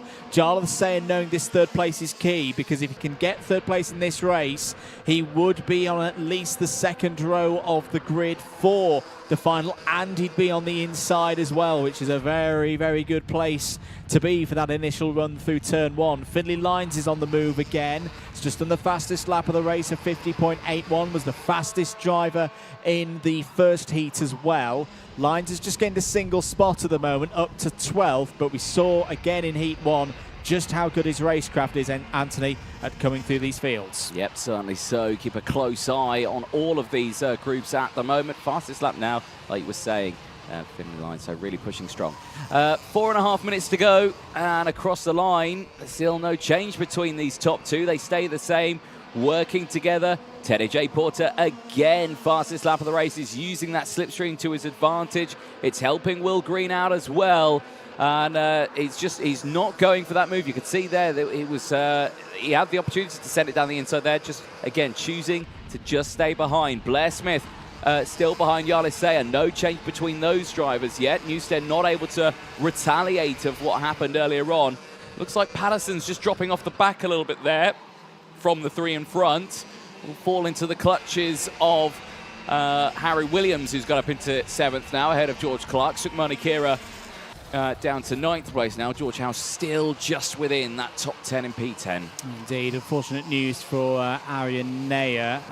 Naya has fallen down to 23rd place. I think a problem on the 2 laps ago, as out is the number 77. That's quite a lot of damage to the front of George House's BNR. Yeah. So George House had that great start, retires from this one on lap number 5. Change in the battle for 3rd. Blair Smith comes through. Austin Newstead follows. That's Sayer down to 5th. No reason to panic. Still 3 and a bit minutes to go in this one. But Blair Smith, plenty of racing so far this season for Blair Smith. One of a handful of drivers running multiple engine formulas, multiple categories across the Wera Tools British Kart Championships for this year.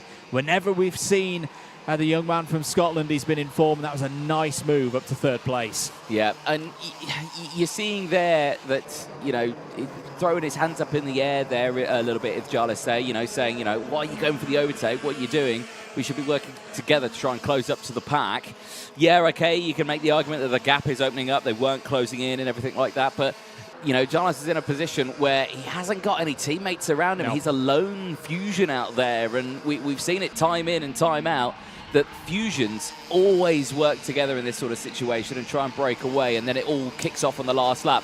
And he's not seeing that right now. And as I say, that was the big part of the story at PF International. That when they were doing the clean sweeps of the class winners, it's not completely been the Fusions show so far this weekend. You've had different teams come to the fore. We've seen this in Europe as well, particularly with this shared engine category, that the teams such as BMR, such as ORM, Jamie Green Racing, they've been able to raise their game to take on Fusion so far in the Miami karting season of 2024. We're seeing it again this weekend across the categories. And it's great for us neutrals in the box because it makes for great racing like this. Newstead down the inside of Smith. Lovely move. third place for Newstead then, with 1 minute and 40 seconds to go. Yep, this is bringing in the drivers behind as well. Patterson starting to reel these three back in. George House as well right there, who's just dropped down to 8th actually. Harry Williams has just got past into 7th place. Sukmani Kira and Max Mason now up into the top 10. So big runs there. Now I'm just looking at that timing screen. That was 21st place I was seeing there. What happened to Finlay Lyons now? He was battling up in the just outside the top 10. So something clearly going wrong on that last lap. And, well, actually under investigation now is Finlay Lyons. So drama in the midfield. Yeah, driver who started the day 8th in points, had a bit of bad luck at PF International. It's tough running here in Miami Water Swift. Such a competitive field. Less than a minute on the clock. Green and Porter continue to work together, but Porter is a lot closer than he was in the first race, so he's definitely going to give Will Green something to think about. This again is your battle for third place. Austin Newstead has got back in to that third place. That was on the previous lap. Blair Smith still there in 4th, Jarlath Sayer 5th, Colby Patterson pushing along as well, plus 5-second penalty for Arian Nair, so unfortunately for Nair this race goes from bad to worse. 2 laps to go. Green and Porter. Green edging out a little bit on that last lap. He's got the gap up to 0.34. Doesn't sound like a lot, and there was not a lot of space there between the 3 drivers fighting over third. No changes. That was an almighty moment between Newstead, Smith and Sayer. Yeah, tyre smoke kicking up in the air as well. More drama here. Sayer back down the inside of Blair Smith, not able to get that move done.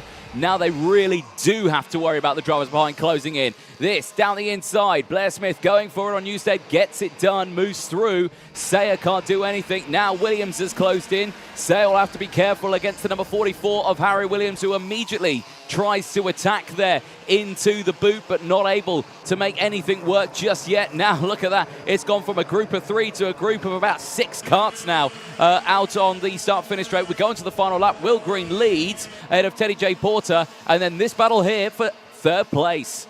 Well, top 2 are gone. We know that they're going to be there on the front row of the grid, but who knows who's going to be on row 2, row 3, and there's other good starting positions because Smith, Newstead, Sayer, Williams, they're all in there. It's getting very close down into Ashby once again. Surely someone's going to be run out wide. That's a beautiful piece of positioning by George Clark to gain a couple of positions for Oracle Motorsport. Sayers holding 5th place there, side by side between Blair Smith and Austin Newstead, running down the infield straight towards the boot for the final time. Harry Williams, who needs a big result in this because he had a penalty in the previous race. Will Green's going to take the checkered flag. 2nd for Porter, 3 wide into the new chicane. Surely that's not going to work. Who's going to lose out in it all? Sukmani Kira's lost a few spots there. 3rd goes to Smith.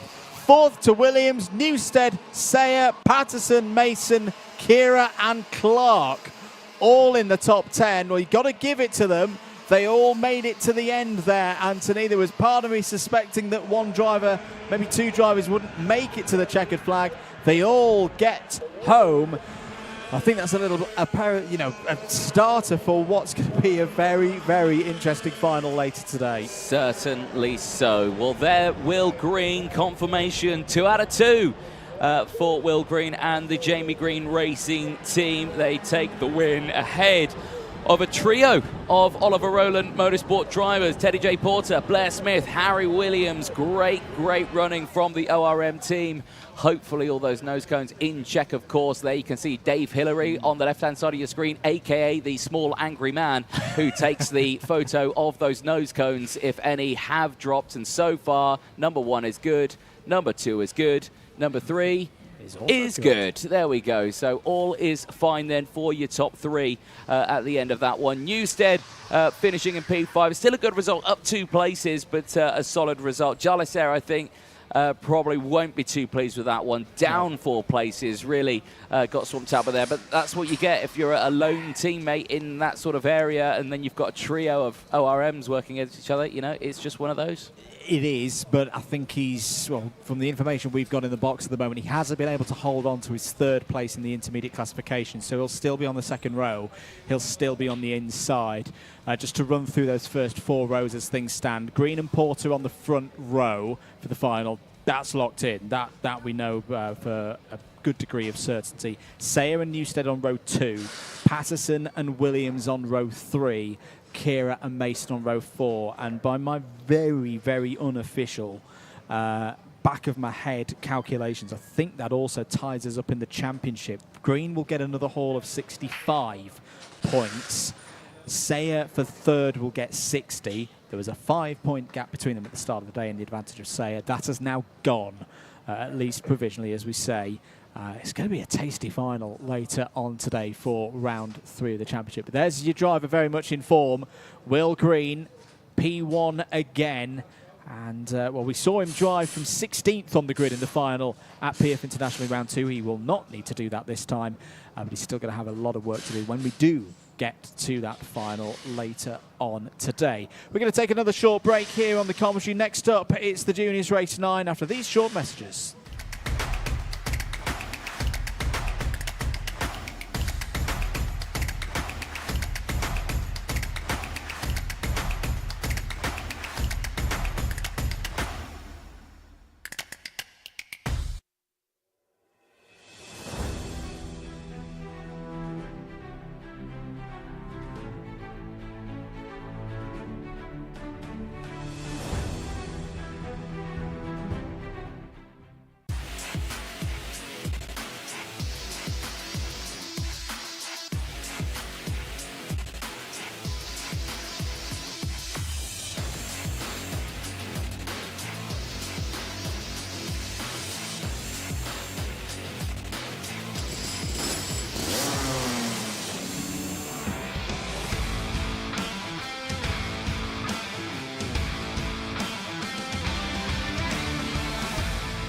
Time to go for the final heat in Junior X30. Harrison Mackie starts on pole position.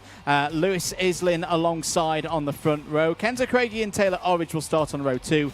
Thomas Spearing and Zach Green on row 3. Montjuni Canini and Rocco Leon Shenton on row 4.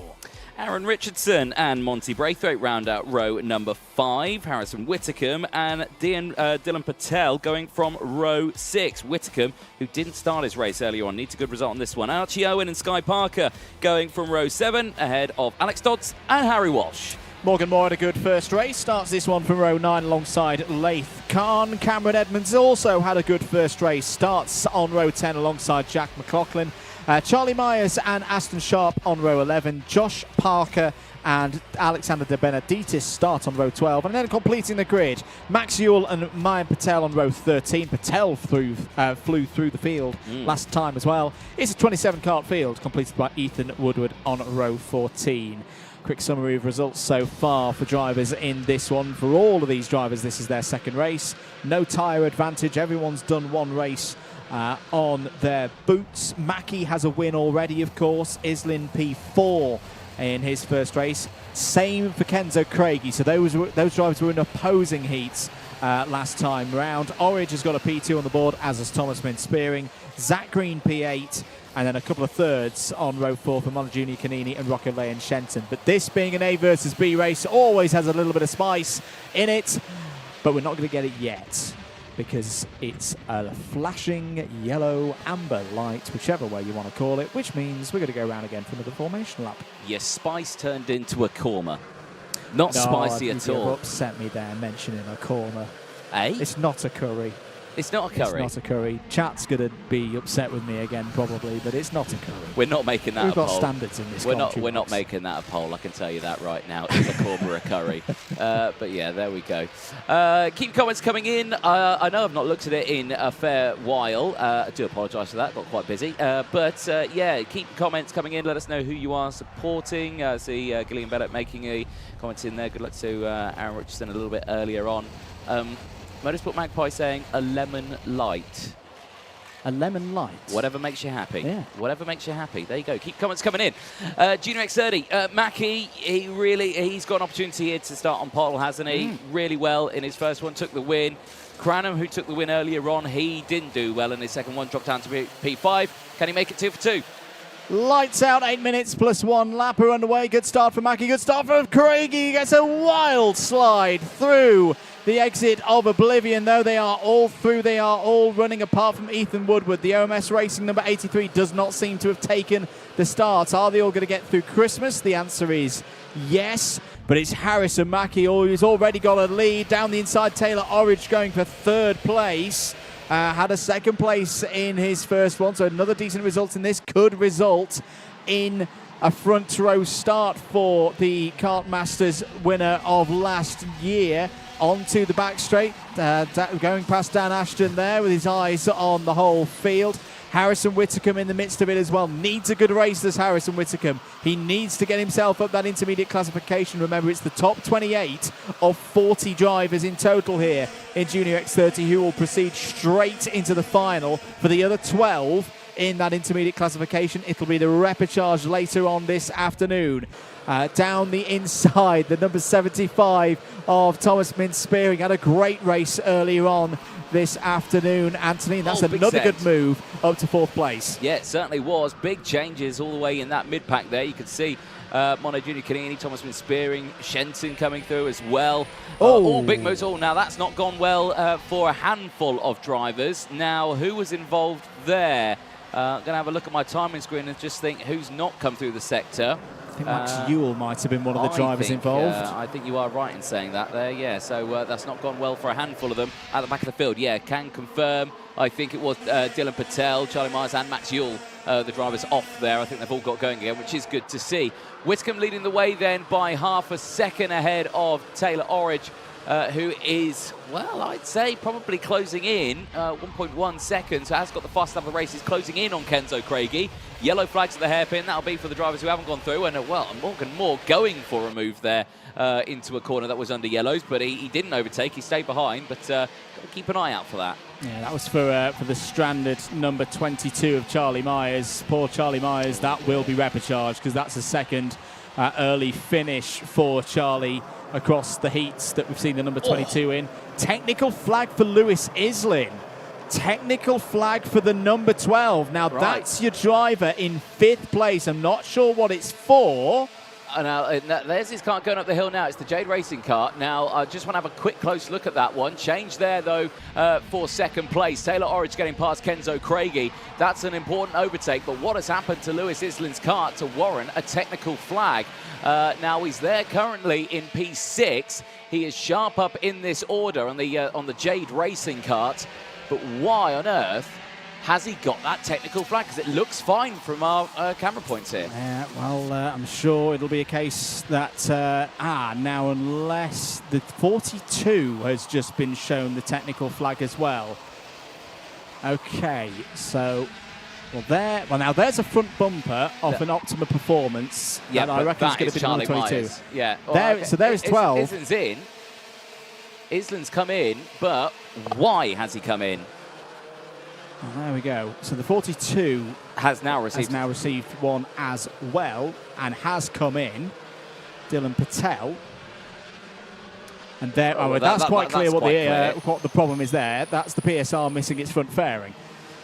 So that one is clear. And either way, the result is that Islin now goes down to 24th place as Whitcomb coming through. His exhaust. I think Whitcomb's exhaust is poked up in the air. Now, he may have a problem. Look at the back of Whitcomb's kart when we get a shot of it. But I think it's become slightly dislodged. You're absolutely right. Yeah, I just saw that out the corner of my eye. Check it now when they exit out of this one here. You can see, it's poked up. Yep. So it's as its current state, the spring's gone. But it's still okay, but he's got to be careful now because that could get his back right now. So that is in a really risky spot for him. And the concern as well, I think, for the officials would be if the spring is gone, is that properly retained now? Is the silencer element of the exhaust properly retained? Because you do not want one of those coming loose. Is this going to be more Whilton woes for Harrison Whitcomb? Look at that. That has got degrees of freedom that it simply should not have.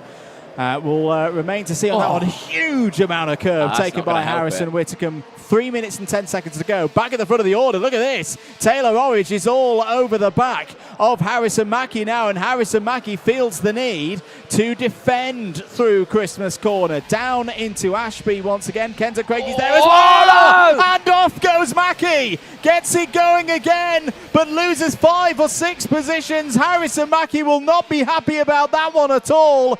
Taylor Orridge takes the lead of the race. Kenzo Craigie up to second. Taylor Orridge has his hand up to say, what happened there? My, oh my, things have changed a bit here in this Junior X30 third heat. 2.5 minutes to go.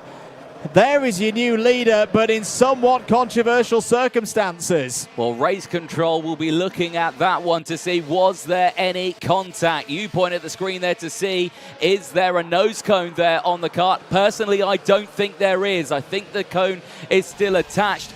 Was there contact between the two of them there? And if it was it enough to warrant a penalty? Zach Green is now your fastest driver on circuit. He's up to third place. He's there, 46.65 seconds. His JGR machine is going like a rocket at this stage.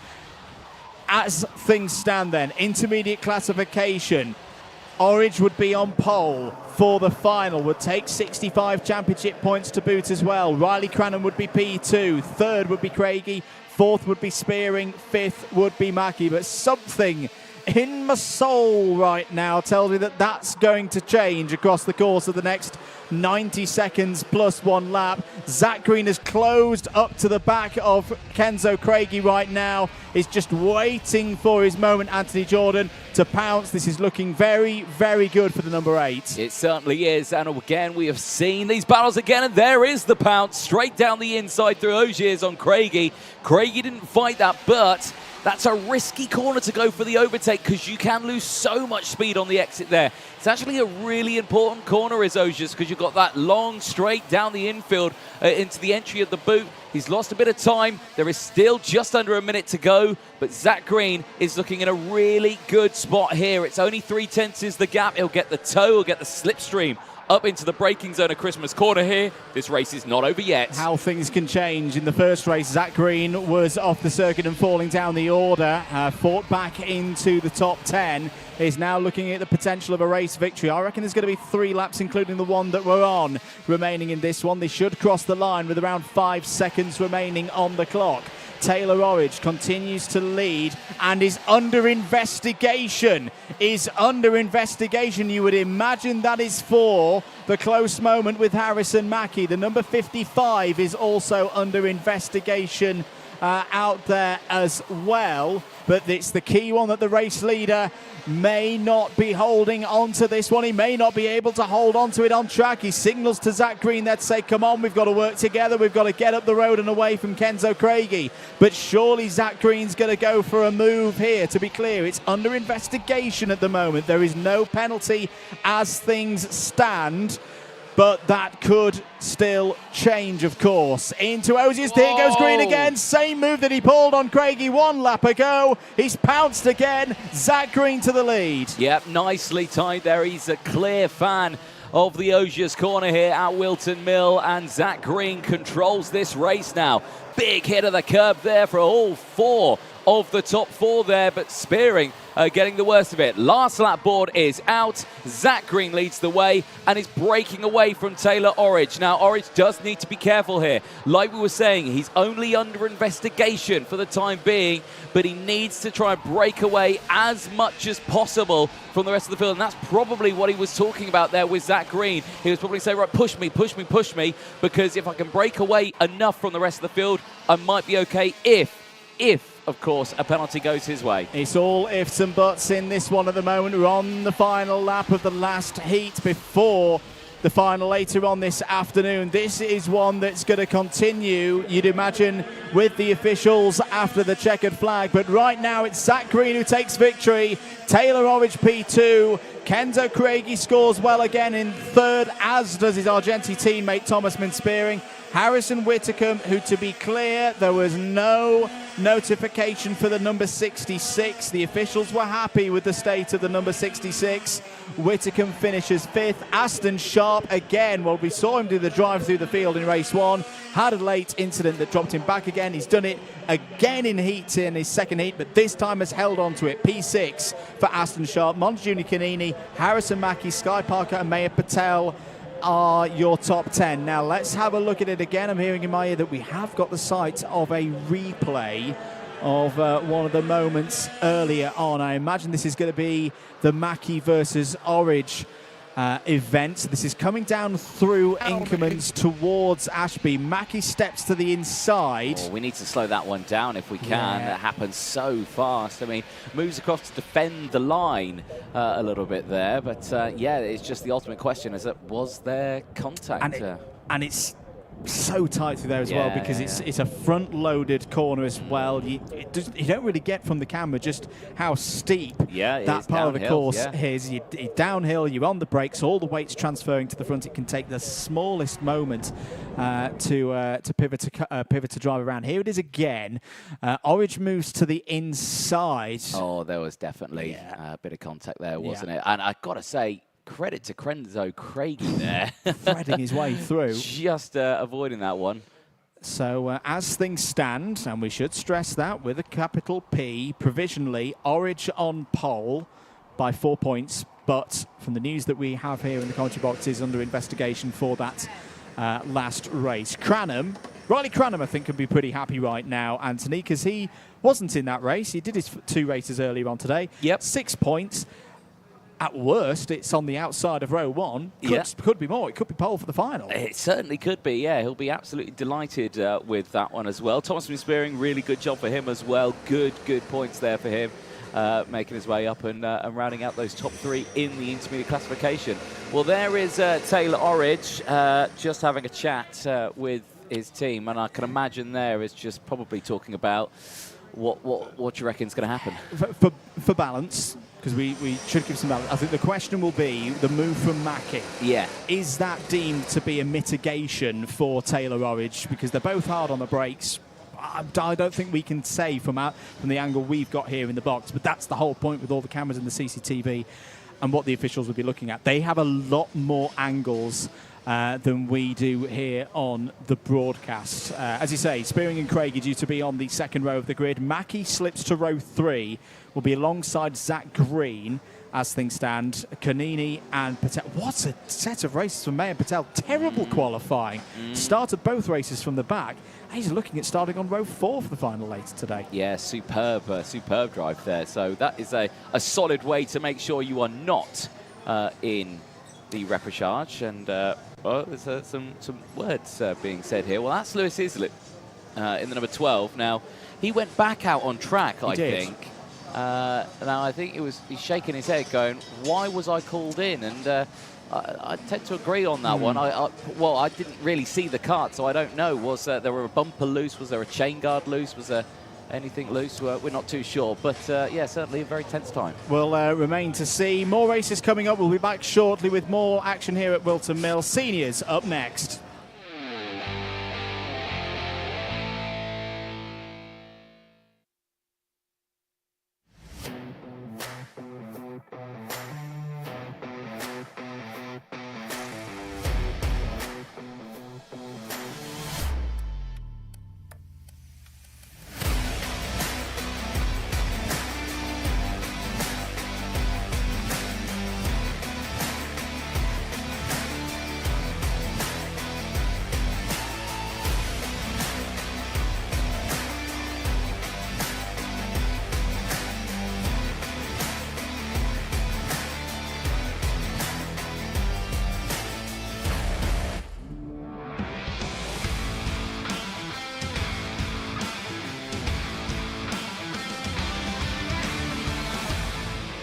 Getting ready then, it's Heat 2 for Senior X30. Let's take a look at the grid. Noah Wolf and Henry Gregory on the front row. Cian Geraghty and Gus Lawrence go from row 2. Freddie Lloyd and Ty Stansfield on row 3. On row 4, it's Oliver Rands and David Marshall. Row number 5 sees Rylan Eschberg ahead of Lewis Bird, who starts alongside. They round up the top 10. Aaron Brown and Fred Green going from row number 6. Finn McLaughlin, Joseph Smith, William Smith. and Alistair Cresswell round out the top 8 rows. Cian Gamiao and Oliver Stilp start on row 9. Conor McPollen and Dylan Briley start on row number 10. Oliver Harris and Robbie Buckley go from row 11. Then it's Harry Yule and Kasper Piecki on row 12. Harvey Roth and David McIntyre go from row 13. Then it's Freddie Housley and Juan Pablo Gerard on row 14. Hayden Eldridge and Archie Tillett, after a bad qualifying, starts this one 30th and shotgun at the back of the field. Can he make his way through? Earlier on, what happened? Lloyd from Lawrence, Gregory, Geraghty, Wolf was your top 5 from the first race earlier on today. All drivers guaranteed a spot in the final, but again, what order will they line up in? We're away and racing for 8 minutes plus 1 lap. Good start for Wolf, good start for Geraghty as well. Geraghty straight up into P2. There's a little bit of a conglomeration in the second half of the field. One driver's had a half spin. It might have been Dylan Briley in the number 31.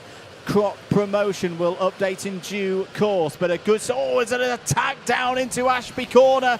Is Cian Geraghty on the move? Yes, he is. We're riding on board with Henry Gregory. New feature for the Wera Tools British Kart Championships. Vismo International Kart there in third place. Dear. Out is Harris. Out is the number 63 of Oliver Harris. The privateer goes no further. That was on the exit of Inkermans. It certainly was. He will not be happy with that at all. Train goes through the final chicane.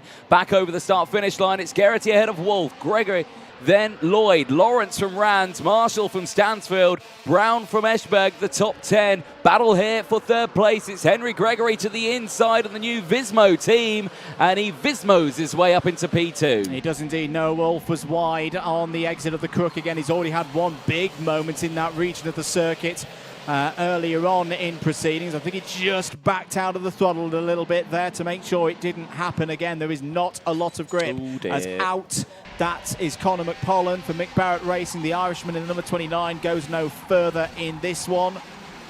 As on the attack there, Oliver still down the inside on the entry to the boots. Had already gained 4 places on the first lap. That's going to be more. Back on board with Henry Gregory there, second place. He's got Noah Wolf all over the back of him. And championship leader, Freddie Lloyd. Yep, certainly so. Again, look at this down the inside here. Big send for Freddie Lloyd on Noah Wolf. And Wolf drops back just that little bit. Now is under the clutches of Gus Lawrence, who finished second earlier on in his first race. Wants to match that or maybe even better it. But Geraghty breaking away. And, well, Wolf on the attack there is going to put himself into harm's way here. And Gus Lawrence will send it straight down the inside, wasting no time. Lovely stuff there from Gus Lawrence, knowing that the key today is points. Getting as many of them back on the board after a difficult round 2, in particular at PF International. There are drop scores later in the season, of course, so they'll hope by the end of the year that that's just a day in the experience of a Senior X30 racer. But right now, it's about rebuilding this title push, this defence, to try and go 3 in a row. 5 minutes and 15 seconds to go. Cian Geraghty looking really, really strong right now, Anthony. We've seen across the course of the Miami racing season in 2024, whether it be here in the UK, whether it be in Europe as well, as there is a move from the number 41 of Darren Marshall down the inside of, I believe, Oliver Rands in the number 27. We've seen these flashes of brilliant performances. Always a very good base level from Cian Geraghty, but just occasionally has a race like this where you think, where has this come from? And I think it spells a bit of danger for the rest of the competition. Certainly does. Yeah, we'll keep a very close eye on that one. Again, you can see there Fred Green trying to make his move on Aaron Brown as well, up into Christmas Corner. Back there at the front, though, Lawrence for the move for third place. He goes through on Freddie Lloyd, and Lloyd drops down now into P4.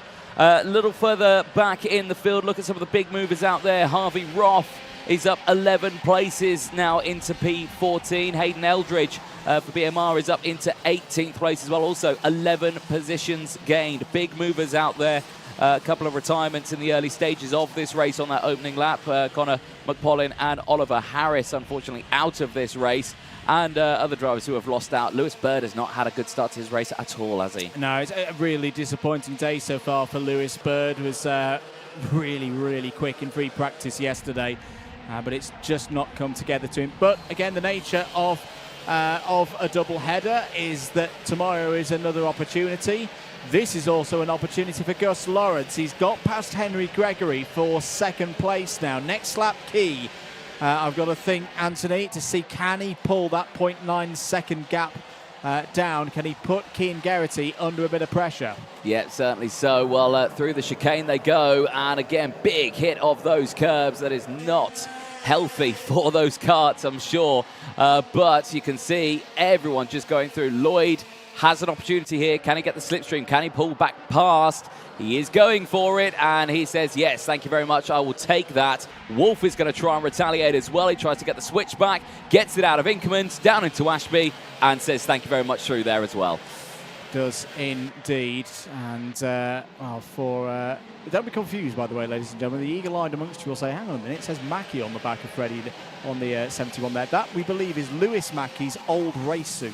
It is Lewis Mackie's old race suit. It's not Harrison's. But yeah, no, it's I think the duct tape that he adhered onto that earlier on has gone. But yeah, let's see what's happening here. Geraghty breaking away still, but the gap 0.6 of a second. Oh, Gus Lawrence, fastest lap of the race, is reeling him in, ladies and gentlemen. I said it earlier on.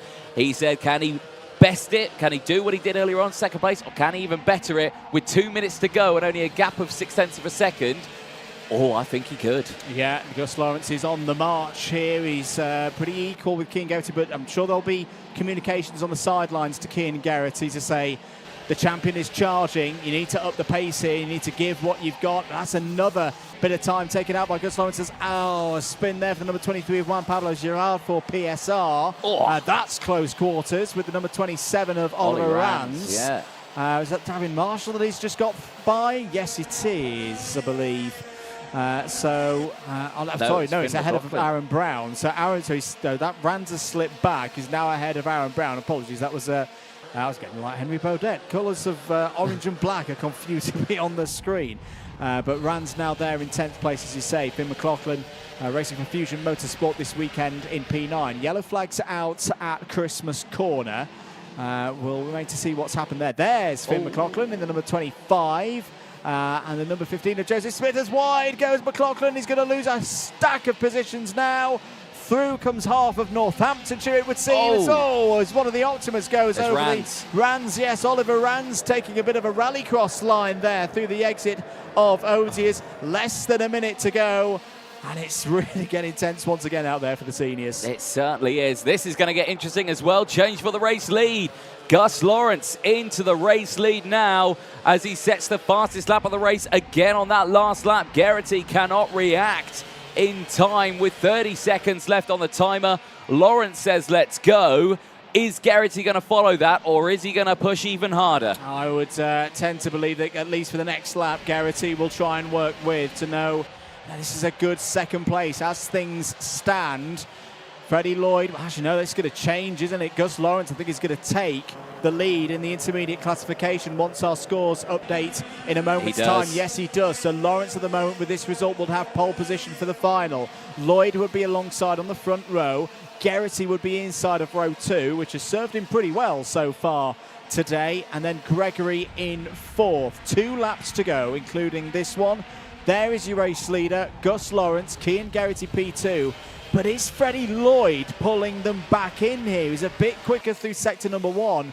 Not sure he's got enough corners, enough sectors to do so. But Freddie Lloyd looking very strong at the end of this race. I don't think he's pulling in both of them. I definitely would say he's pulling in Cian Geraghty because he's dropping off the back of Gus Lawrence there. So, and that a psychological thing for a driver. You know, Geraghty's been leading this race. Lawrence has got past at the dying stage of this race. He's breaking away. It makes feel like Geraghty's not got that pace, and you feel like he drops back a little bit. But I've got to say, he's found something here. He's closed right back in on this last lap. Much quicker line through turn number 1 and 2 up into Christmas Corner now. Down to Ashby they go.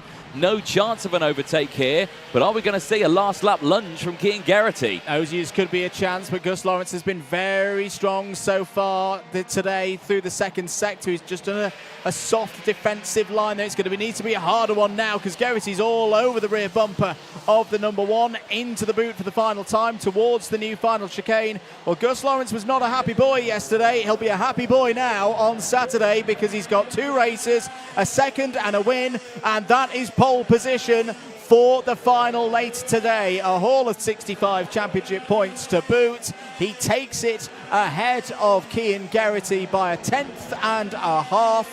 Freddie Lloyd P3 in that one. He will share the front row of the grid in the final with the champion for the last 2 years in this category. 4th for Noah Wolf. Solid day so far for Noah Wolf, ahead of Henry Gregory P5, Fred Green, Ty Stansfield, Aaron Brown, Harvey Roth and Joseph Smith is the top 10 in that one. Certainly so. A busy old race then. Still taking 11th place ahead of Hayden Eldridge. Alistair Cresswell taking 13th ahead of Rylan Eschberg in 14th place. Rands dropped down to 15th place at the end of that one. He was battling away with all those drivers right there, wasn't he? And it was certainly a sharp old race, but still some good moves from a lot of people. Archie Tillett gaining 10 places in that one. The third of the biggest movers out there. Hayden Eldridge gaining 17 places ahead of Harvey Roth, 16 places.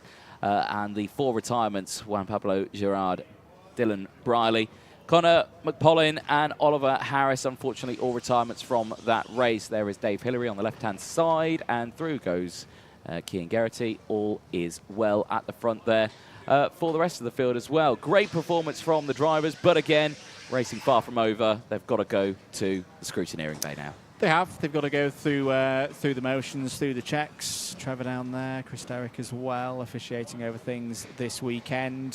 Scores on the doors, intermediate classification. As things stand, as we say, Gus Lawrence will be your pole sitter for the final.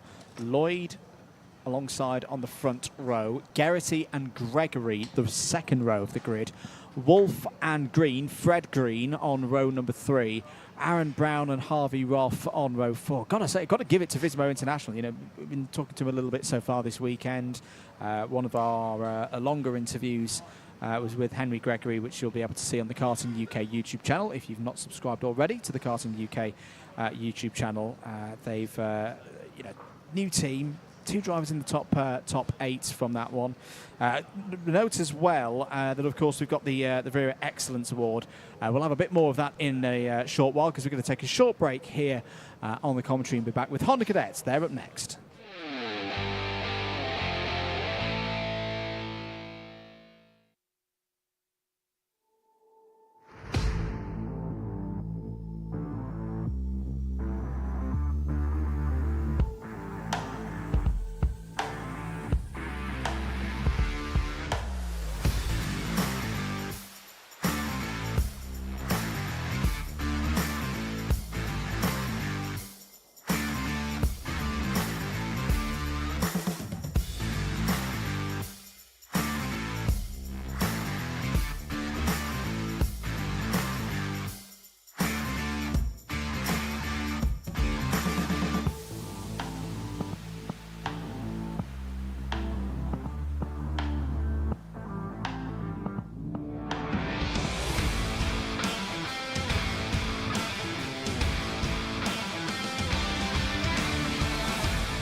Time for Honda Cadets, their second heat of the day. Their grid looks like this. Margaret Kavakis on pole position. Ed Spain alongside on the front row. Ralphie Branscombe and Kevin Ivanov go from row number 2.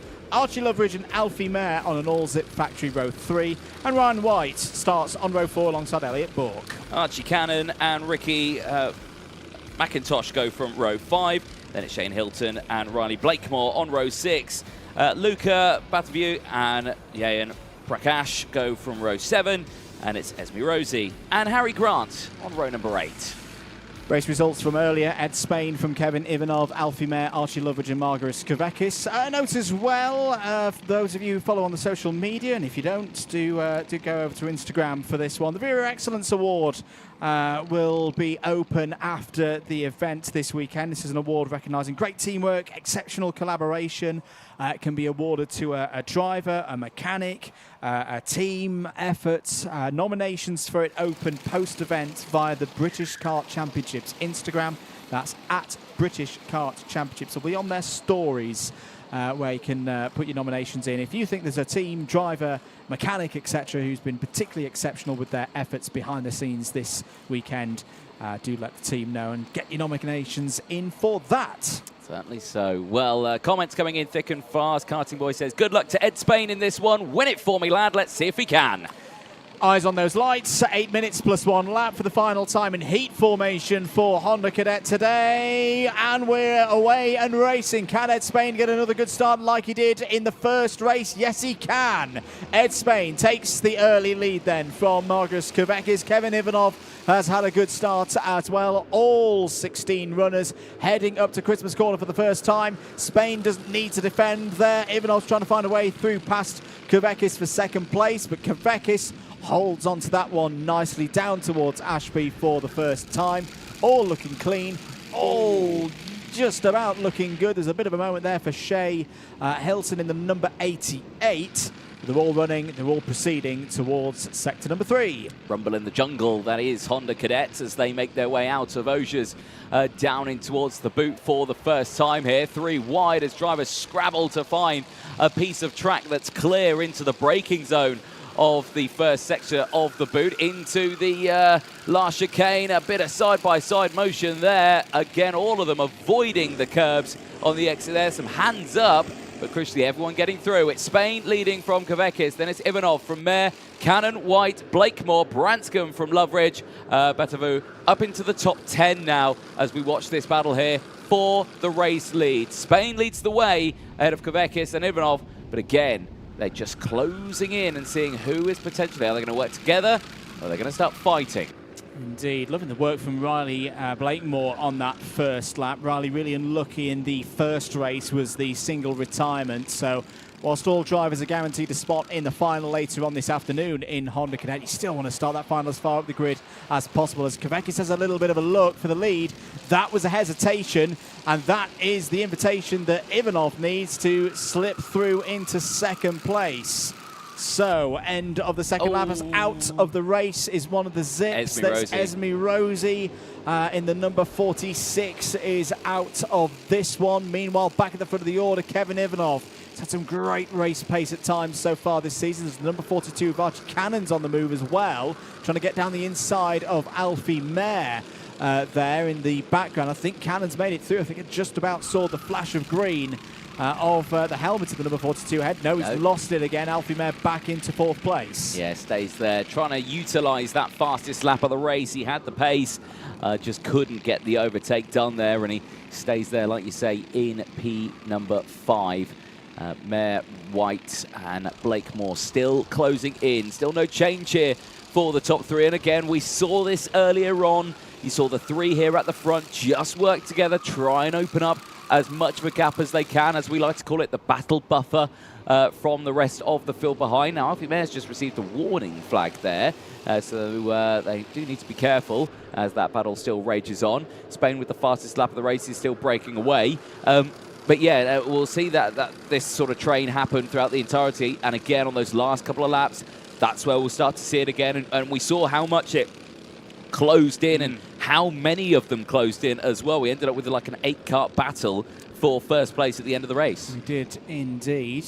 Right now, in terms of intermediate classification, if the results was to be as shown 1-16 on the screen, you have the most boring last 4.5 minutes of a Honda Cadet race happen ever, which is not going to happen. It would be Ed Spain on top in the intermediate classification with 2 wins, 0 points. Kevin Ivanov alongside on that front row with 2 seconds, 4 points. Alfie Mayer 3rd, Kvekis 4th, Loveridge, White, Cannon and Branscombe would be your top 8. So that's where we stand as we go into the second half of the race. That's a bit of a wide moment for Alfie Mayer. Just lose that grip on the inside. Archie Cannon's going to be down the inside. Surely this is going to be the move for 4th place. Yes, it is. Cannon steps through. Again, it is such a tough corner on a day like this, Anthony. You know, that fast right-hander through the crook. If you get your steering input off by one little bit, you just find yourself running wide, washing wide. And that was the effect that happened to Alfie Mayer there. Ryan White trying to go around the outside. That's going to be a ever-closing gap through the exit of Osiers. And yeah, Ryan White sensibly just holds back on that one. Lives to fight for another day as through the final couple of corners once again. End of lap number 5. Ed Spain at the front of this order, looking really comfortable. His body language behind the wheel of the number 72 is strong right now for me. Yeah, 100%. You can see the racing lines there. Not jarring or anything like that. It's actually quite smooth on the steering, whereas Riley Branson is going for the move on Blakemore in the background. Ryan White lost out actually a couple of places with that move earlier on. He dropped to 7th place. Alfie Mayer going past, as well as Alfie Loveridge. Yeah, like I was saying there with Ed Spain, really strong performance. You can see him there going in. Little oversteer moment there, just trying to correct it, but again, just showing in that he's got the speed through the corner, he's got the speed into the entry, and he's able to carry it through and all of them. And the two behind also doing a great job as well. They're kind of matching that pace. You can see there, Spain not hitting the curb, choosing to stay off it, Ivanov choosing to hit it, but not losing the time. Yeah, it's interesting, different approaches here in Honda Cadet. I think when we get to the older classes, the juniors and the seniors in particular, it's very much one line through that part of the circuit. But right now, Ed Spain's making it work. 53.75 seconds, a new fastest lap of the race. They've got a nearly 2.5 second gap over the rest now. That gap back to Archie Cannon. That's the kind of region I think you need around this circuit to be able to fight for the last 2 laps and not immediately get caught by Cannon, Loveridge, Mayer and the others behind. But here goes Ivanov. Ivanov wants the lead with 2 minutes to go. I don't think Ed Spain was expecting that one. Kevin Ivanov saw an opportunity, and you've got to give it to Kevin Ivanov. He stepped on through, had a fantastic round at PF International to start the season, did Kevin Ivanov. That was, again, a very, very decisive manoeuvre. It certainly was, and very early on into this race as well. Like you were saying, just under 2 minutes to go on that timer, and we've already got that change for the lead. Now, Spain's going to have to really think about this now if he wants to stay there. He's still good because he out-qualified Ivanov, of course, putting it higher up on the order, but it wasn't outright pole. Now, if Kavekis could make some moves here, might help him out a little bit, but Spain's still looking in a good spot here. He may know that he only needs to lose the 1 spot, and he's still on pole position later on, but I suspect that he wants a perfect weekend, so I feel like we're going to get a fight on our hands here, and now Spain is taking to that curb. He's seeing the line that Ivanov is taking and is choosing to take that same line. It's not brought everyone else in at the moment, and Kavekis hasn't utilised this at all. Actually dropped back a little bit from the 2 up ahead, and needs to be careful he doesn't lose complete touch with them. Indeed. At least he's in the a zone that if there's a fight between Spain and Ivanov between now and the last lap, will be right there. And in fact, he's closed in very nicely on that run down to Ashby Corner. Well, they say no pain, no gain. The pain's for the chassis at the moment as they take that big curb. A little bit wide for Ivanov on the approach to Osiers, but no opportunity for Spain to get down the inside. Very late apex, of course. There is an opportunity now. Spain has a little look at it. Well held by Kevin Ivanov. He just gave enough space for Spain to commit to the corner, but not be able to get through. Pinched him down onto the apex. On to the last lap then. Kevin Ivanov leads this one. So close to taking the O-Plate title the last time we saw Honda Cadet racing here at Whilton Mill. Who's going to take pole position for the final?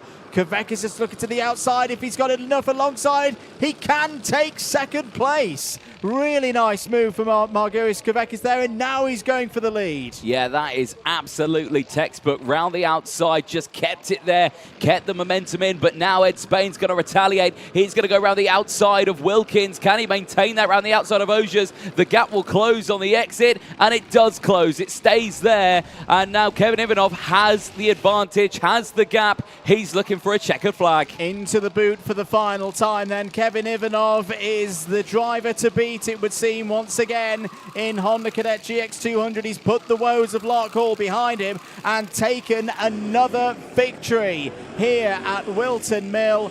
P1, pole position for the number 50 in the final. Margus Kavekis, P2. Ed Spain, P3 in that one, ahead of Archie Loveridge and Archie Cannon. Ryan White, Alfie Mayer, Elliot Bork, Luka Batuev and Riley Blakemore, your top 10. For Batuev, that's the most positions gained for any driver in that field, tied with Archie Cannon for a piece, but great drive there from a driver on his first weekend in the Wera Tools British Kart Championships. Ralphie Branscombe, definitely some work to do for Ralphie Branscombe before the final and ahead of tomorrow's second part of the double header. P11 is not where the O-plate holder would have expected to be, particularly around a circuit where he took the win in that O-plate meeting earlier on in the year. Ricky McIntosh, P12, ahead of Harry Grant, who gained 3 places across that one. Shea Hilton, J.M. Prakash, they complete the top 15 runners. Esme Rosie, the single retiree in that race. But there is your winner in Heat 2 for Honda Cadet and your pole sitter for the final. Kevin Ivanov ahead of Ed Spain. That'll be row 1. Margus Kavekis and Archie Loveridge will be on row 2. Alfie Mayer and Ryan White on row 3. Archie Cannon and Elliot Bork row 4. For all of the results, all of the stats and facts, you can head across to the Motorsport Timing UK website. Their resources also available via the British Kart Championships website, the live timing and the results service as well. So do go check that out at your leisure. The drivers heading in to scrutineering, or we're already in scrutineering. No repecharge for Honda Cadet, so the next time we'll see them will be 4:50, 16:50 on a 24-hour clock for the Honda Cadet final. That does complete all of the heats. The next race here on your Wera Tools British Kart Championships broadcast, provided to you by Alpha Live, will be the repecharge for Junior X30. That goes from 3:20. Finals will run in this order. Miami Water Swift restricted at 3:35. Miami Water Swift at 4 o'clock. Senior X30 at 4:25. Honda Cadet at 4:50 and Junior X30 at 5:15. That is the schedule for the rest of the day. You can be with us for that. Tillotson T4 will be heading out for some practice. We'll be showing you some of the content that's been going on so far this weekend. We're going to take a short break here on the commentary and be back shortly after these short messages.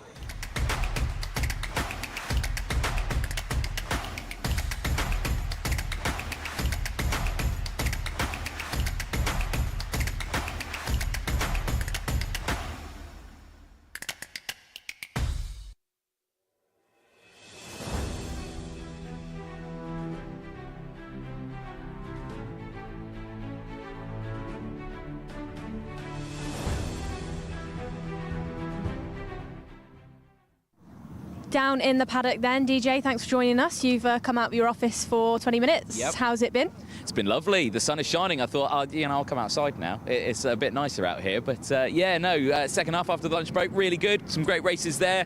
We've got an idea who's going to be starting where.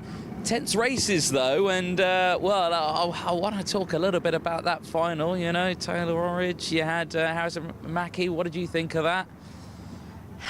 I wouldn't, watching that, I wouldn't say it was like more of a percentage to either. I would say it was a bit 50-50. I would say that was very unlucky. And from where I was stood as well, you almost stood there questioning, has Harrison outbraked himself or have they actually clashed? Because you couldn't really tell. It was one of those funny ones. So that's going to be slightly out of position for Harrison Mackie compared to where he would have wanted to be. And as well, Lewis Islin was called in. I don't know the exact circumstances around it, but I don't think he will be impressed with that, and I don't think he'll be starting where we would see him typically. Yeah, I think shame on that one, but definitely I think we'll go and have a chat with some drivers, and we'll see if we can actually chat to some of them who are involved in those things and see what they think of that one. But let's go for a walk. Hopefully the camera can follow us. Do you want me to take that one? I can take the microphone for a minute. I can't multitask. I can't even speak anymore. You can't even speak. There you go. That was Dave Hillary. That was the small angry man behind us. Here's the Fusion outfit, and I know that Mr. Mackey will be in there. You can see wagons there. You can see Finn McLaughlin's kart getting all sorted out. There is Lewis Mackey's number 21. Harrison Mackey, not Lewis Mackey. Lewis Mackey is his brother, his older brother. Lewis will probably say it's his. Yeah, exactly, if the racing's good. I want to just poke my nose in a little bit if he's in here. Well, Lewis is there. Harrison isn't here. I think we'll leave them to it. Might be a bit fresh off that one. Hello, who are you? I'm Tag. Are you well? Yep. Look, are you enjoying the racing? Yep, Jess. Excellent, well done. There's a small racing fan there ready to get going. I have to remember, we have to be careful. This isn't a paddock show. We're live on this one, so we do have to be careful. It's just I probably should remind a few people. Here's some of the Honda Cadets who have yet to come out from here. I think we can dip in here a little bit, maybe have a chat, a word with one or two just ahead of this one. That driver just sneezed, so we'll say bless him. Right, let's pop up here because, of course, Ed Spain had a good run earlier on, but he's not found himself in a good position right now. Let's see if we can jump over to him. Here is Mr. Ed Spain. Ed, third place in that one. I expect not the full result you would have wanted, but you're still in a good spot. You had the win earlier on. Are you feeling ready for that final? Yeah, hopefully we can go and win the final. Yeah, that's what we need, isn't it? How's the track feeling for you out there? Everything going your way? Apart from that, I'd say it's going my way, yeah. Yeah. Excellent. Right, anything you want to change on the car before the final, or is it still all okay? I would say maybe tweak a bit of the setup, but other than that, it was perfect. Yeah. Awesome. All right, well, congratulations. Well done. We'll see what you can do later on as well. Here is Ivanov's kart just here. You can see him primed and ready there. Let's have a quick chat. Kevin, let's jump in. Great race for you there. That's what you needed, isn't it? And looking forward to that final? Yeah, very. Yeah. Talk us about how the weekend's gone so far. Are you feeling happy with everything? Are you feeling confident for that final later on? Yeah, there's been a lot of ups and downs, but we've got here eventually. Hopefully it goes well for the final. Yeah, exactly. Still a long way to go in the championship, of course. And are you enjoying the season so far as well? Yeah, I've had a little bit of issues at Larkhall with overheating my back end, which made me really slow, but I'm happy with this weekend. Well, congratulations, well done. We'll see what we can do in that final later on. Of course, we'll keep an eye over all of that. Do you want to have a chat with a couple of Hondas? You're a fan of Honda Cadet, aren't you? Yeah, absolutely. It's where I first started, so I do love watching a bit of Hondas. Definitely. So, here is a few. Who have we got? What's your name? And Shay Hilton. And Shay, how's your day been going so far? Yeah, it's been going great. I had some decent pace. It's just trying to work on the setup and everything else. And going into the finals, what are you thinking? Have you got any tactics, or do you just go with the flow? I'll try and push as hard as I can, but I'll try and work with the drivers around me, see what I can do, and hopefully make a few positions up. Shay, have you got any teammates around you this weekend that you'll be working with then, or is it just the other competitors on the grid? Mainly the others around, but I might work with people like Harry Grant and Ricky Jr. McIntosh because they're quite good at working together. They're good teammates. We'll keep an eye out then for Shay working with Harry Grant. And who have we got here? What's your name? Harry Grant. Harry Grant. So, Shay, Harry was just saying that you're maybe going to work together in the final. Is that what you're thinking as well? Because we just set identical lap time, so we thought that two engines are better than one, so if we just push forward, then we can catch up to the rest of the quick pack. Yeah, so you'll be fighting through the pack then. Like you said, two engines better than one. So who have you got giving you your guidance this weekend? Are you running with a team or are you a privateer? I'm just running as a privateer with my parents. And is it your dad on the tools? Yeah. Great. Yeah, we'd like to see the privateer drivers coming into this championship and proving, they can give a good fight to the larger teams. So we'll keep an eye for you and Shay having a good battle then and fighting your way through the pack. Do you know where you're starting for the final? Probably like 14th-ish. So in the mix then. We'll catch up with you a little bit later then. Best of luck to you and Shay. Thanks, boys. So, Anthony, we'll head back out. We've just been locked in. We've been locked in. Yeah. Yeah. Great. Can we leave? Sir, no, it's all right. You're doing your job absolutely fine. There we go. Thank you very much. Right, let's escape. Should we head up? Let's head up, yeah. I've got to say, fantastic beard there, sir. Thank you. Excellent stuff. That's a fantastic. I wish I could grow a beard like that. There we go. But you're just a little bit patchy. A bit patchy. Yeah, thanks for that. That's right. Excellent. Right, should we go a bit further out? This is the other end of the Fusion tent. They've got quite a substantial awning. It's Mr. Alfie Davison just here. Alfie, how's your day been? Come, chat. It's been quite good. Started off with a second. It was wet to start off, but we've consistently got second and first, so we're starting on the pole. Who are you giggling at then? Who was that? Jarl Sayer. So we've been quite consistent with the second and the first, so I think we have a good chance of winning again and leading the championship like we are. Obviously, we referred to PF as being a bit of an Alfie Davidson show, didn't we? You had some really good results. What have you done in between PF and now to keep being as fast as you are? Well, we've just been had to. We've been not really doing a lot. We've been thinking what we need to do for the weekend and trying to win. So yeah. We'll catch up with you a bit later on then, Alfie. We'll keep heading up the rest of the paddock. Fusion Motorsport awning ends there, but it does take up a fair few grid spaces, doesn't it? It does take up a fair few. I'll take this one. A tent that I want to pop into, BMR, the BMR restart team. The restart team, yes indeed. Want to have a quick jump in here because fair few drivers doing quite well in the Water Swift class in this one. Main one being Austin Newstead, but I wonder if there is any drivers in here that we can chat to. Oh, and it's someone's birthday, of course, isn't it? And I think it is because it is. Is it a Newstead birthday this weekend? It is. Where is he? We need to embarrass him because live on air, ladies and gentlemen, it is live, so please no swearing anyone in here. We need to sing happy birthday to him. We've got the signage up here, of course, as well. The A has gone a bit haywire on the happy birthday sign just behind you. There we go. So here he is. Here's the birthday boy. Right, come on here. Miss Newstead. Nicole, you've got to get on here as well. Just stand right there. Everyone, right. Are we ready? We'll all sing happy birthday at the same time. Everyone has to sing. It's live on air. Are we ready? 1, 2, 3. 1, 2, 3. Happy birthday to you. Happy birthday to you. Happy birthday, dear Austin. Happy birthday to you. Whee! Big cheers. Woo! Right, Austin, what do you have to say about that? Thank you. There it is. Perfect. Austin, let's talk about the racing. It's not been a bad day. It's been pretty good. How have you found it?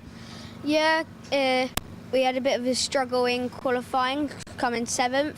But my start's been really good. The first one, after the first corner, I managed to get up into 4th. But then that heat 2, I managed to get up into 3rd. Yeah, you got finals coming up later on today. You feeling ready for it? You feeling confident for it?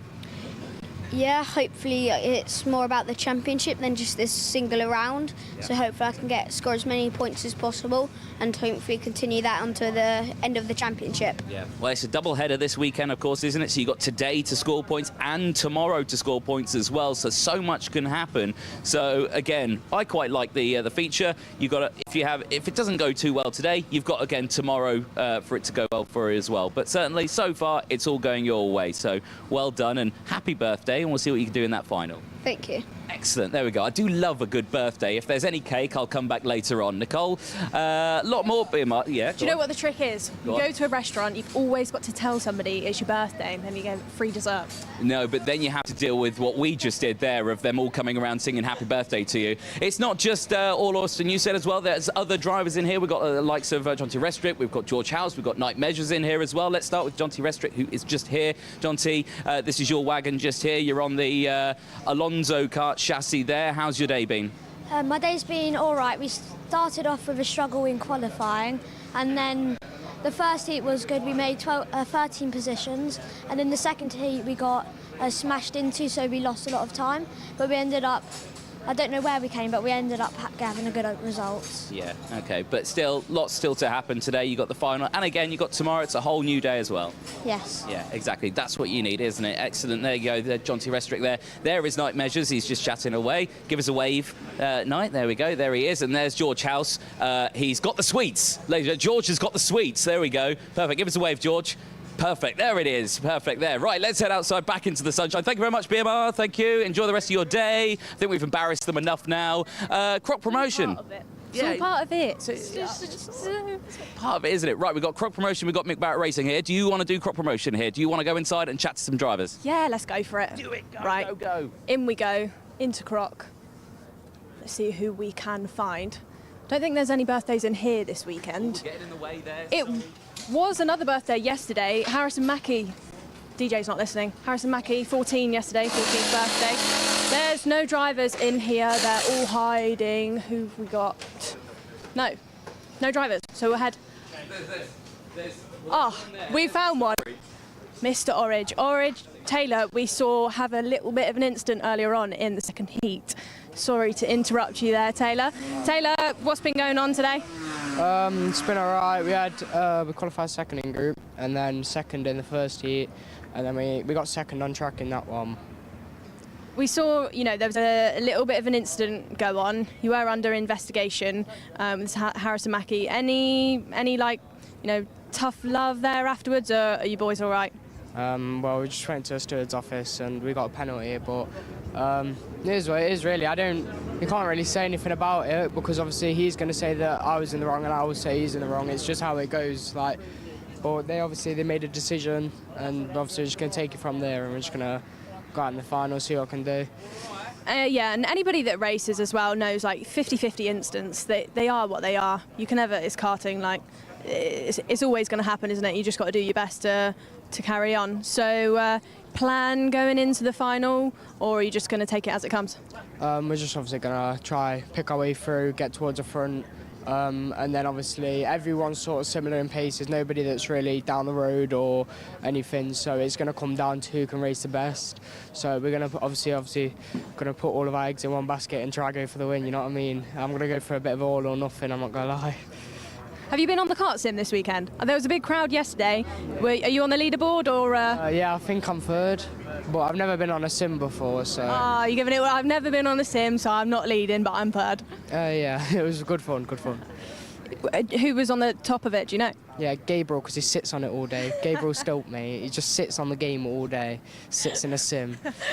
So he's not racing this championship this year, so he's just a full-time kart sim driver. That's all he does. Just not doing the real thing, so he's just going to sit in the kart sim van the whole weekend. No, he just floats about doing nothing really. That's about it. He's not really anything special, but he's there.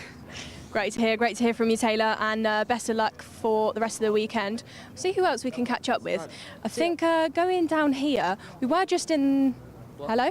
Go on. No, I wasn't you go on. You were. I wasn't interrupting you. I was listening to you. So yeah, I was just. What were you saying? I was just saying we were going to head down because I can see a driver who previously was nicknamed Air Force One is down here, and he's in the Croc promotion awning this weekend.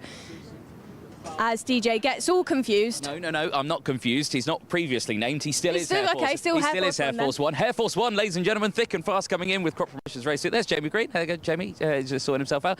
Mr. Air Force One, Harry Platten, how are you? Good, mate. How are you? Excellent. Yeah, how is it? Who are you looking after this weekend? Archie Owen. Archie Owen. How's it been going for him? Yeah, good day today. Yeah. That's what we need, coaching and helping him out and all of that. And he's learning, he's listening. Hopefully. That's what we need. Right, I'll let you crack on because you've actually got your lunch in your hand. So sorry, I'll sort him out there quickly. Yeah, not previously named Air Force One. He is Air Force One, ladies and gentlemen. It is Harry Platten. Yes, let's head back down there. There's Dan Stilp just there. I always like to chat to Dan Stilp because he hates having chats, but we'll leave him alone on this one. Even if I put a microphone near him, he cowers and he's ignoring me. He's straight ignoring me there. He knows I'm there. Yeah, here's some of the Tillertons making their way out from their practice. Of course, we spoke about these a little bit earlier on. Again, just that their first time racing here at Whilton in the British Kart Championships, and again, one-off weekend for them. Chance to head to that Nations Cup. I think as well, you go into the Tillotson awning and you talk to the drivers and the mechanics. Such good atmosphere in there. They were all so friendly. They're competing against each other, but it's a big team effort. I love it. Yeah. I almost want to give it a go. You almost want to give it a go. Well, I can tell you, I have given it a go, and yeah, of course, many people can give it a go. It's a relatively open season. You do need your license, of course, to get into there, but it's such an affordable way of racing. It's really cool. The karts are mega, and I would say get on Google, type it in, Tillotson T4, get involved, and see what you can get out of it. Oh, there's some fresh nose cones going on wagons in there. That's a sign, isn't it? Right. There's a big gaggle of junior karts here. This is a sign of a repechage coming their way. And any driver that is lined up here is a driver who's not had the best of days. Sky Parker, Sky's made a run for it. That's absolutely fine. Mayan Patel is just here. Mayan, let's have a quick chat with you. You're getting yourself ready for a repechage here. Never nice to be in a repechage, is it? But how are you feeling it's going to go? Where are you starting for it? Luckily, we just found out. I just escaped the repechage. Oh, you've just escaped it? Yeah. Oh, right, okay, so you've just peeked yourself through? Yeah. Oh, excellent, perfect. On the final. 16, yeah. Nice stuff, perfect. That is exactly what you need then. So no drama for you then, you're ready to go for your final? Yeah. Are you looking forward to it? Absolutely. Excellent, perfect. You're just a junior in the wrong place at the wrong time there, me thinking you're in the repechage. Perfect. Thank you very much, Mayan. We'll let you crack on with that one. Yes, Sky Parker did do a runner. Here's Mr. Noah Wolf. Sam Fugit's just here. Sam refuses to be interviewed, but if I run really quickly, I might be able to grab him. No, he's gone. He's gone. He refuses to be interviewed. When he wants to run, he does run. Well, while we wait there, let's jump in. Have a chat with Noah, who's just jumping in there. Sorry, I'm just going to jump in here. Noah, you're doing all right this weekend, aren't you? Maybe. Maybe? Depends how you look at it. Well, how do you look at it? Well, I've gone from pole and then I've gone backwards both the heats, so it could be better. It could be better. Well, there you go. It is what it is, but like you say, it's double-header weekend, 2 chances. Do you like that? Do you like that format?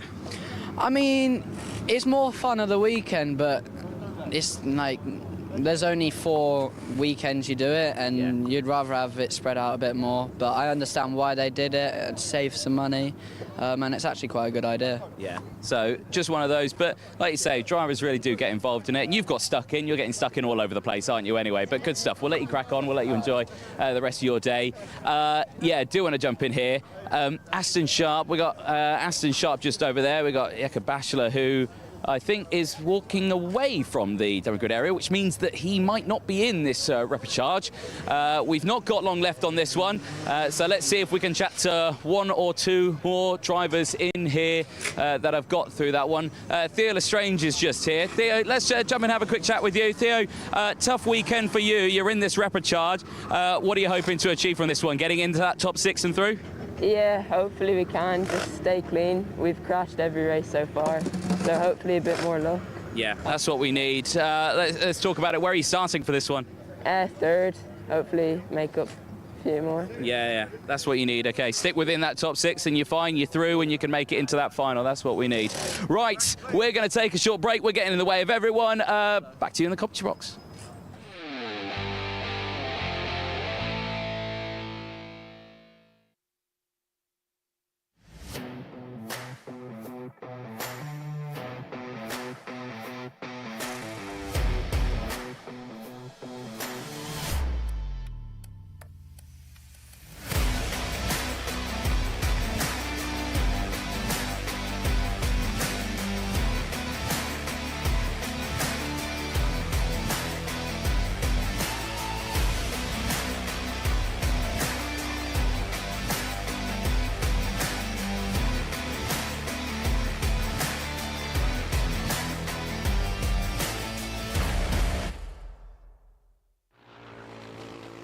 Welcome back to Whilton Mill. Welcome back to the comms box. Getting ready for the repechages and the finals. Tillotson T4 practice going on right now.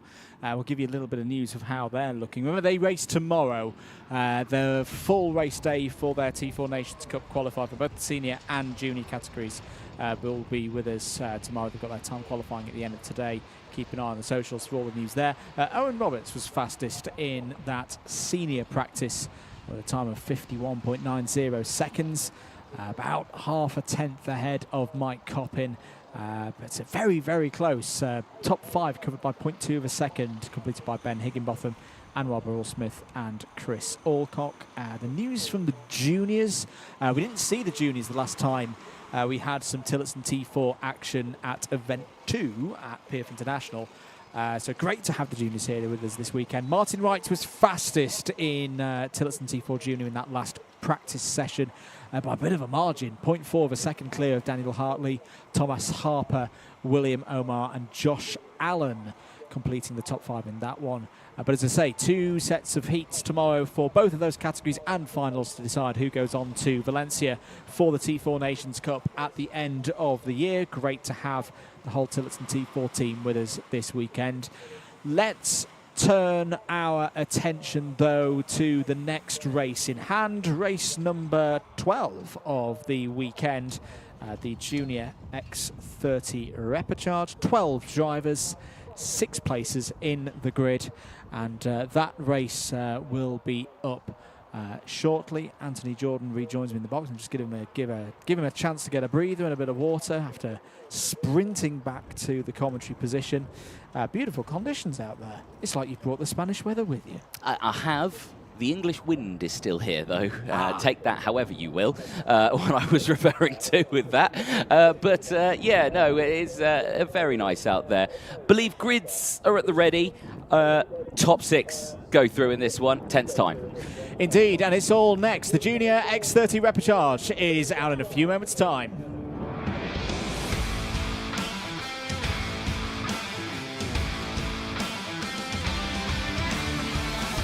28 of the 40 drivers have qualified through to the final. These 12 attempt to get the last of the 6 spots. Zef Nurenberger and Leith Khan.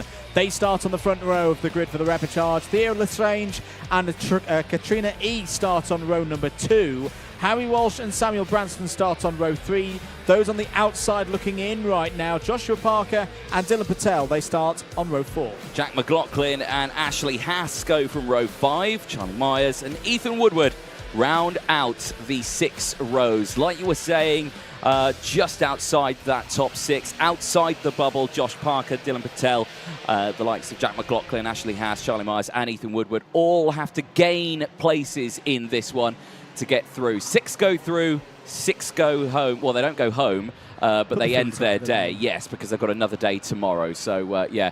Now I'm seeing there a chain guard that's being picked up. So already it's 1 driver out of this.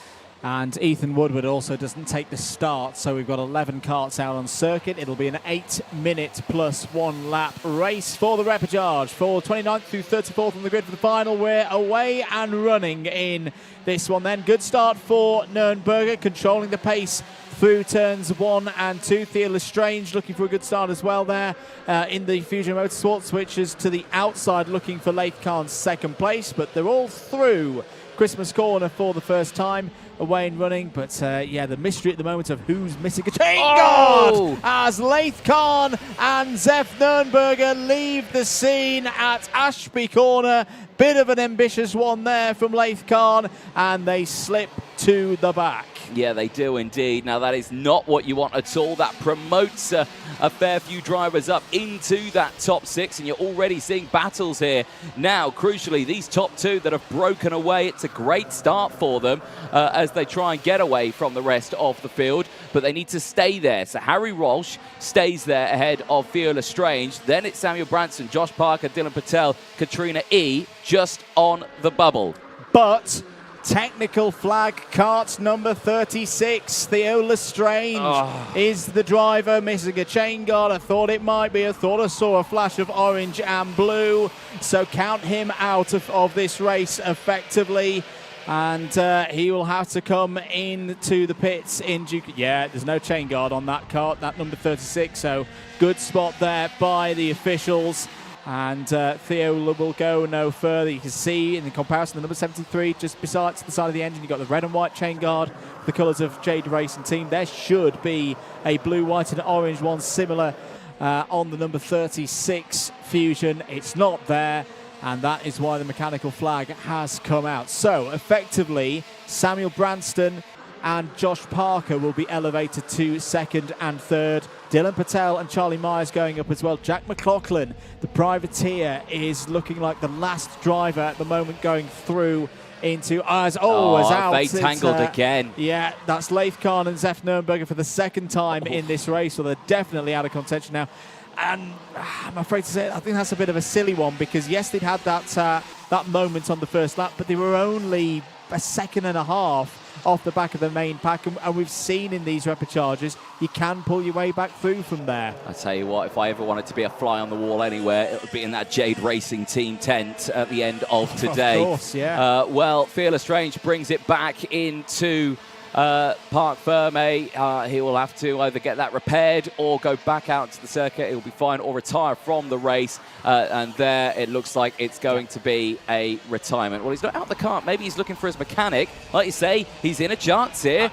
I was going to say, we've seen crazier things in repecharges. If they could get another chain guard on and get it back out without losing a lap, they could still get back in this. Unlikely, of course.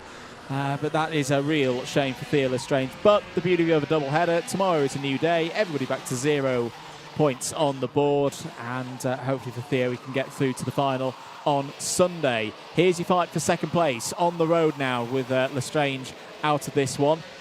Well, that's a pack of 5, which right now, Anthony, are all heading through to the final. So not entertaining for us in the box. We want to see them fight, but the sensible thing to do right now is just keep it calm and run this through the next 4.5 minutes with no issues. No, exactly that. That's Katrina E getting up into P5. That's a smart overtake there for Katrina E, because that puts her not on the cusp of the bubble. At the moment, it's Jack McLaughlin, the number 31, who is right there, right at the back of this queue. He's 7th, so he's outside the bubble. At this moment, he would not make the final. Yeah. So that's actually a key overtake there. Now, crucially, the driver's just ahead of that one. Now, no longer need to fight. They just need to try and break away. But that move there will certainly help out the likes of Jack McLaughlin. Charlie Myers, a mistake through the final chicane. And look at that, how much that spread it up. Myers needs to concentrate now and try and close that gap back up. Yeah, apologies. The back cart of that train was, as you rightly say, Anthony, on the outside looking in, but that's switched now. Key lap here for Patel. And I say this is what can happen sometimes in a repechage, that it all looks calm, it all looks settled, and then you have a moment like that. And there's the problem for Dylan Patel, because the rear end of that kart looks absolutely all over the place through those last few corners. Well, just as I was about to say that top 3 in that group just needed to keep things calm, it changes once again. 3 minutes to go. Leif Kahn under investigation. That's fairly inconsequential right now, because the number 78 is some 13-14 seconds off the race lead and in 9th place. So Harry Walsh, Samuel Branston, they're well clear and gone. Don't need to worry about them. There's Josh Parker with the number 63 coming down from Inkermans now and into Ashby.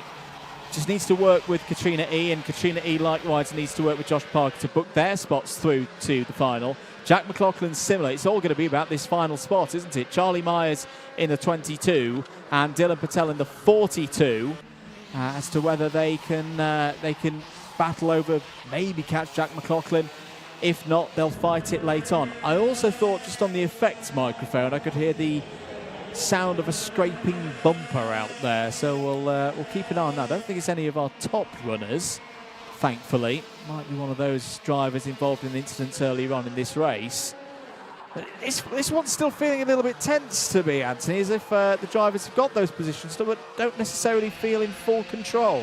Yeah, I'm getting that same feeling here. Now, you've got your top 2 have broken away massively. They have changed position. Branson now leads ahead of Walsh, so that change did happen. This one here, though, Josh Parker, Katrina E. Katrina E wanting to gain those positions here and is going to do so. Down the inside, wheel to wheel, but cannot hold on to it. She's got to be careful here now. She's going to lose a spot. And you know what you were saying about a potential nose cone? I think the answer to that could be yes, and I think it's in the form of the number 31 of Jack McLaughlin. Look at it. It is wobbling all over the place right now, and he is in that cutoff. Katrina E to the inside, retakes that spot and moves back up into P4. But the thing with the front fairing penalty, if, and it's a big, well, I say it's a big if, I think it's fairly consequences that you can see on the screen right now. And, well, you know, he could get 5 seconds up the road from Dylan Patel. This effectively becomes a time trial now for Jack McLaughlin to see if he can get enough of a gap in the number 31. There we're having a little, that's fine on the 43 of Katrina E. Oh yeah, that's got a proper wobble on, hasn't it, in the on the number 31. Charlie Myers has got back up to 6th place on the road. There's going to be 2 more laps of this one. I mean, what's going on ahead either way, you know, the commonality of a +5 is E goes down the inside of Parker for 3rd place on the road. If you're Dylan Patel, you've always got to be thinking there could be a +5 second penalty ahead of me. It's down the inside again. Here comes Parker. McLaughlin's going to try and slip through. Katrina E's on the grass, gets back on circuit. If you're Dylan Patel, you just need to keep pushing here because you just do not know what's going to happen with the post-race results. Close quarters once again between Myers and McLaughlin. Time up on the board. I think the drivers at the very front have got across the line for another lap. Yes, they have. So we'll have 2 more of this, which is probably not the best of news if you're Josh Parker in 3rd place right now, because you've got to do a bit more defending. Yeah, right. Now you've got the move here down the inside. McLaughlin's going to go for it. So that defensive driving has been relinquished already. Is now going to be on the attack once again, or on the outside here. Big send for Josh Parker. Huge, huge moment there. Now, Myers went down the inside. That's brought everyone back in. It's brought Katrina E back in. It's brought Dylan Patel back in. Remember, Patel is outside of the top 6. But there is a question mark over that nose cone if it's dropped or not, but that's not going to help out the situation. It's all gone wrong for Charlie Myers, and now Myers goes back, and just like that, Patel is right in the form as we go on to this final lap of the race. Branston has got the lead from Walsh. They're clear. They're 10 seconds up the road from this battling quintet where only 4 of them can go through. Defensive there from Katrina E ahead of Dylan Patel. They should be safe. They should be gone. They don't necessarily need to fight too hard over this 3rd place on the road because it's the battle behind that we need to keep an eye on between McLaughlin, Parker and Myers. One of these drivers, their race day is going to end here. It could be McLaughlin with that loose front bumper. It could be even others, the likes of Leithcock. Leithcock could still be getting through here depending on how things are applied at the end of the race. Down the inside goes Charlie Myers. Checker flag is out. Branston is through. Walsh is through. Ian Patel will also march on. Josh Parker's going to get 5th place as well. And the 6th spot goes to Charlie Myers. So if there are no necessary changes for front fairings and the like, your top 6 going through from the repechage are Samuel Branston for Croc Promotion, Harry Walsh for Jade Racing Team, Katrina E for Premium Karting, Dylan Patel and Josh Parker both privateers, and Charlie Myers for Optima Performance. Out go Jack McLaughlin in the number 31, Leith Khan and Zef Nürnberger, who came together twice in that race. That's going to be a bit of a discussion between the teammates. Ashley Haza, Theo Lestrange were both retirements. Well, Theo Lestrange with a technical flag, and Ethan Woodward was a non-starter. Well, it always serves up something, does a repechage, and that was the story of the junior repechage for round 3 of the championship. And top 6 will march on. The final 4, the juniors, will be the last race of the day at 5:15. Oh dear, the camera is out, as you were correctly calling there, Anthony. That's going to be +5 seconds for Jack McLaughlin. Isn't going to matter too much, though, because he was already outside the top 6. Yeah, indeed, but certainly that won't help him out at all. And, well, back into the pit lane as well. It's another nose cone that's going to be coming in. That will not be well received at all there for Zef Nürnberger, unfortunately. And, yeah, that's a disappointed look on his face. And you can imagine it's not going to be a friendly chat in that Jade Racing Team tent at the end of this one. No. Not when you consider that they both had the front row of the grid for that one. That's not how things should go. Right, we're into finals now. We'll start with the Water Swift Restricted. Let's head down to Nicole Sutherland, who's with the drivers. Thanks, Andrew. We're down walking onto the grid with Ilyas Sami. Ilyas starting around mid-pack. Ilyas, how's your weekend been going so far? Really good. And you're a rookie driver this year. It's your first year in the championship. What have you thought so far? I hope, I don't know, but You don't know. Are you enjoying it? yeah. Always good to hear. And you've moved to Jamie Green Racing for this year as well. Have you been getting on with the team well? Have they been giving you some good support? Yeah, really good. Great to hear. We'll let you get concentrated and let you hop into your kart then. Good luck. Thank you. Always great to hear from new drivers who are coming into this competition as rookies, finding their feet, and especially when they're moving it to a new team, you know, going into this championship with little to no experience. Ilyas has only been driving competitively since January, so it's a big year for him. And then to see a driver like that go into such a big team that have a lot of pressure on them, it's great to see that they're still enjoying it, you know, so it's all good fun. Also, try and head over to Chester Fawkes quickly if we've got time. Chester having a fantastic start to his year this year, privateer driver. Chester, we'll just speak to you very quickly. You looking forward to this race? Yeah. Great to hear from you then. And are you feeling confident for the rest of the weekend? Obviously it's a double header. Yeah, I think I can win. I just need to get my head down and push. We'll watch you get your head down and push down. Best of luck to you, Chester. We'll clear the grid now as Dan Ashton sends these Cadet drivers underway. Best of luck to them all, and we'll throw back up to DJ in the box.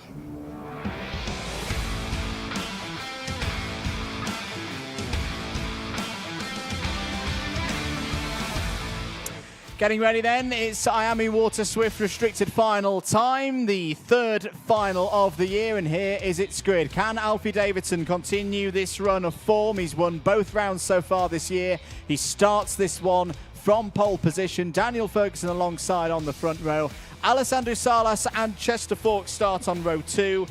It's James Roots and Henry Algar going from the third row of the grid.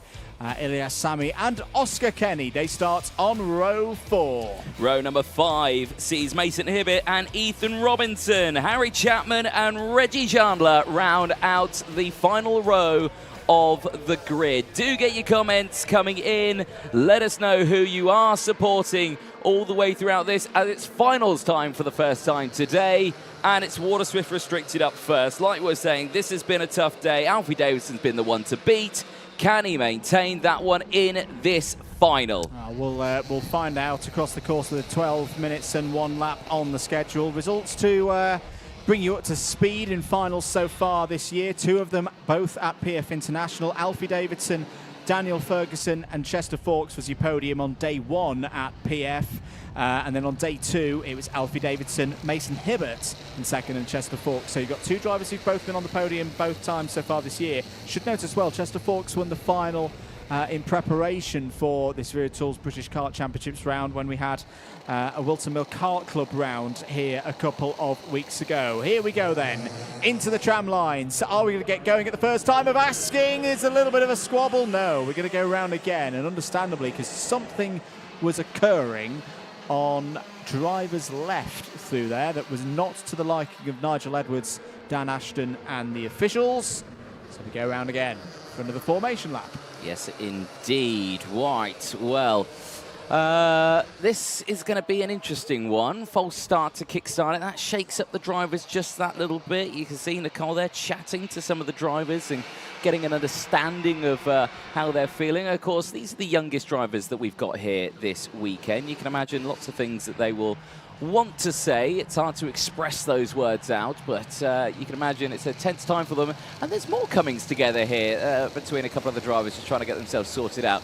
Everyone get formed up, nice and steady. Let's get this race underway nice and cleanly, shall we, chaps? But looking good this time around.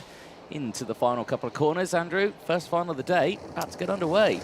Is indeed 12 minutes plus 1 lap on the schedule. Are we ready to go? No, I think we're going to go around again. Lights have not gone green yet. The chevron flag is out. Hopefully third time of asking. If you're just joining us, this is the first final of the day. on this double-header weekend at Whilton Mill for Event 4 of the Wera Tools British Kart Championships. Andrew Mather and Anthony Jordan on commentary duties for you on your live broadcast, brought to you by Alpha Live. Thank you to everyone who's tuned in. If you're enjoying the broadcast, whether you're watching on the Alpha Live channel or the Karting UK channel on YouTube and across Facebook as well, do make sure that you give the stream a like, give it a share, let your family and friends know that we've got some great racing in store for the rest of this afternoon. So we've got comments coming in already. Excellent. We've got good luck to Alfie. Love Nanny Kell, who's watching at home. Good old Nanny Kell, enjoying that one.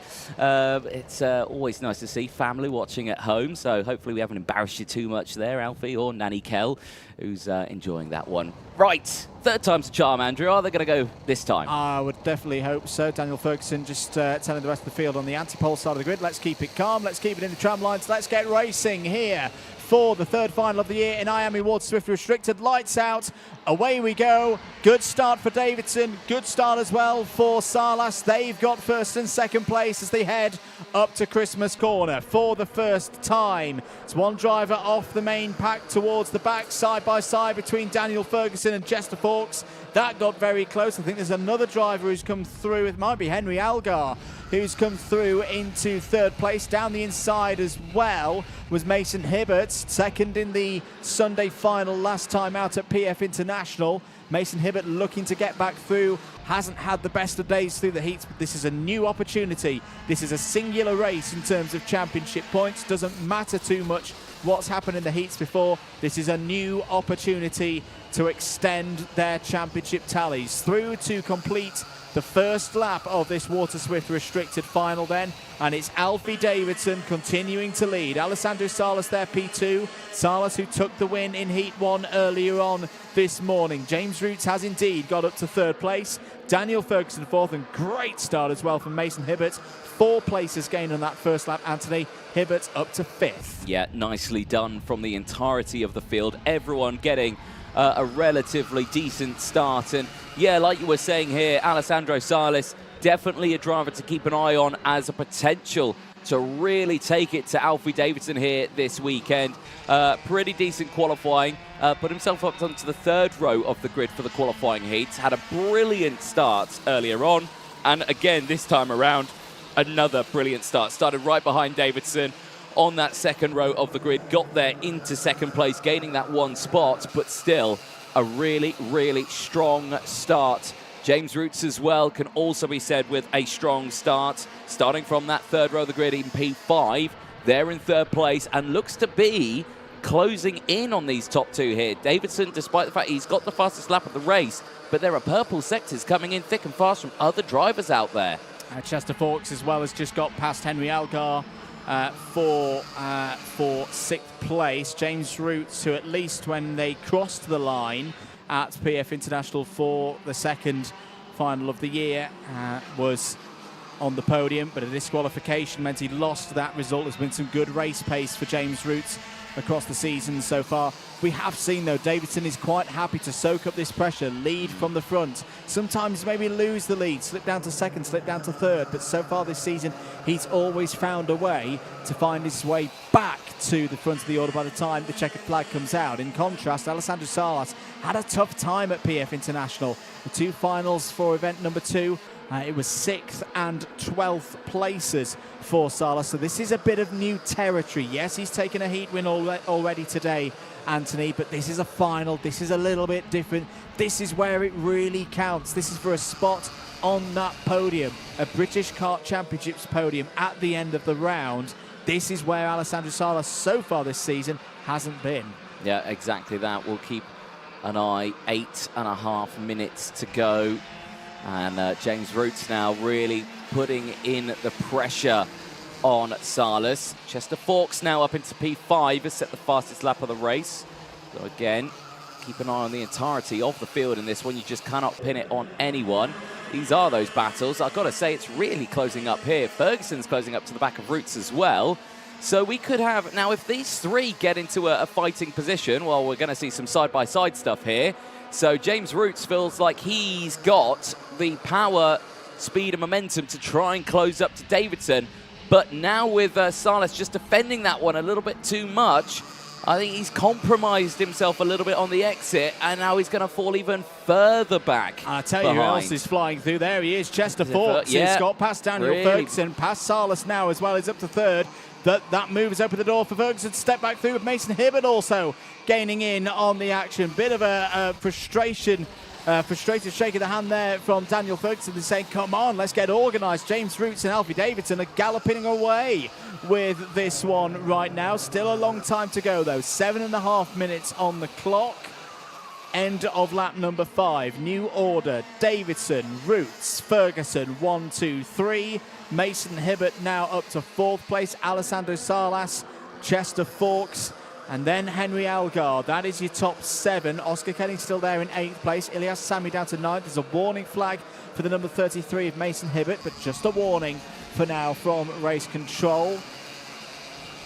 Harry Chapman there in 10th place as well. There are your live championship points. So right now, Alfie Davidson will be putting another 130 points on his tally for today, as through goes Fawkes and Algar past Alessandro Salas.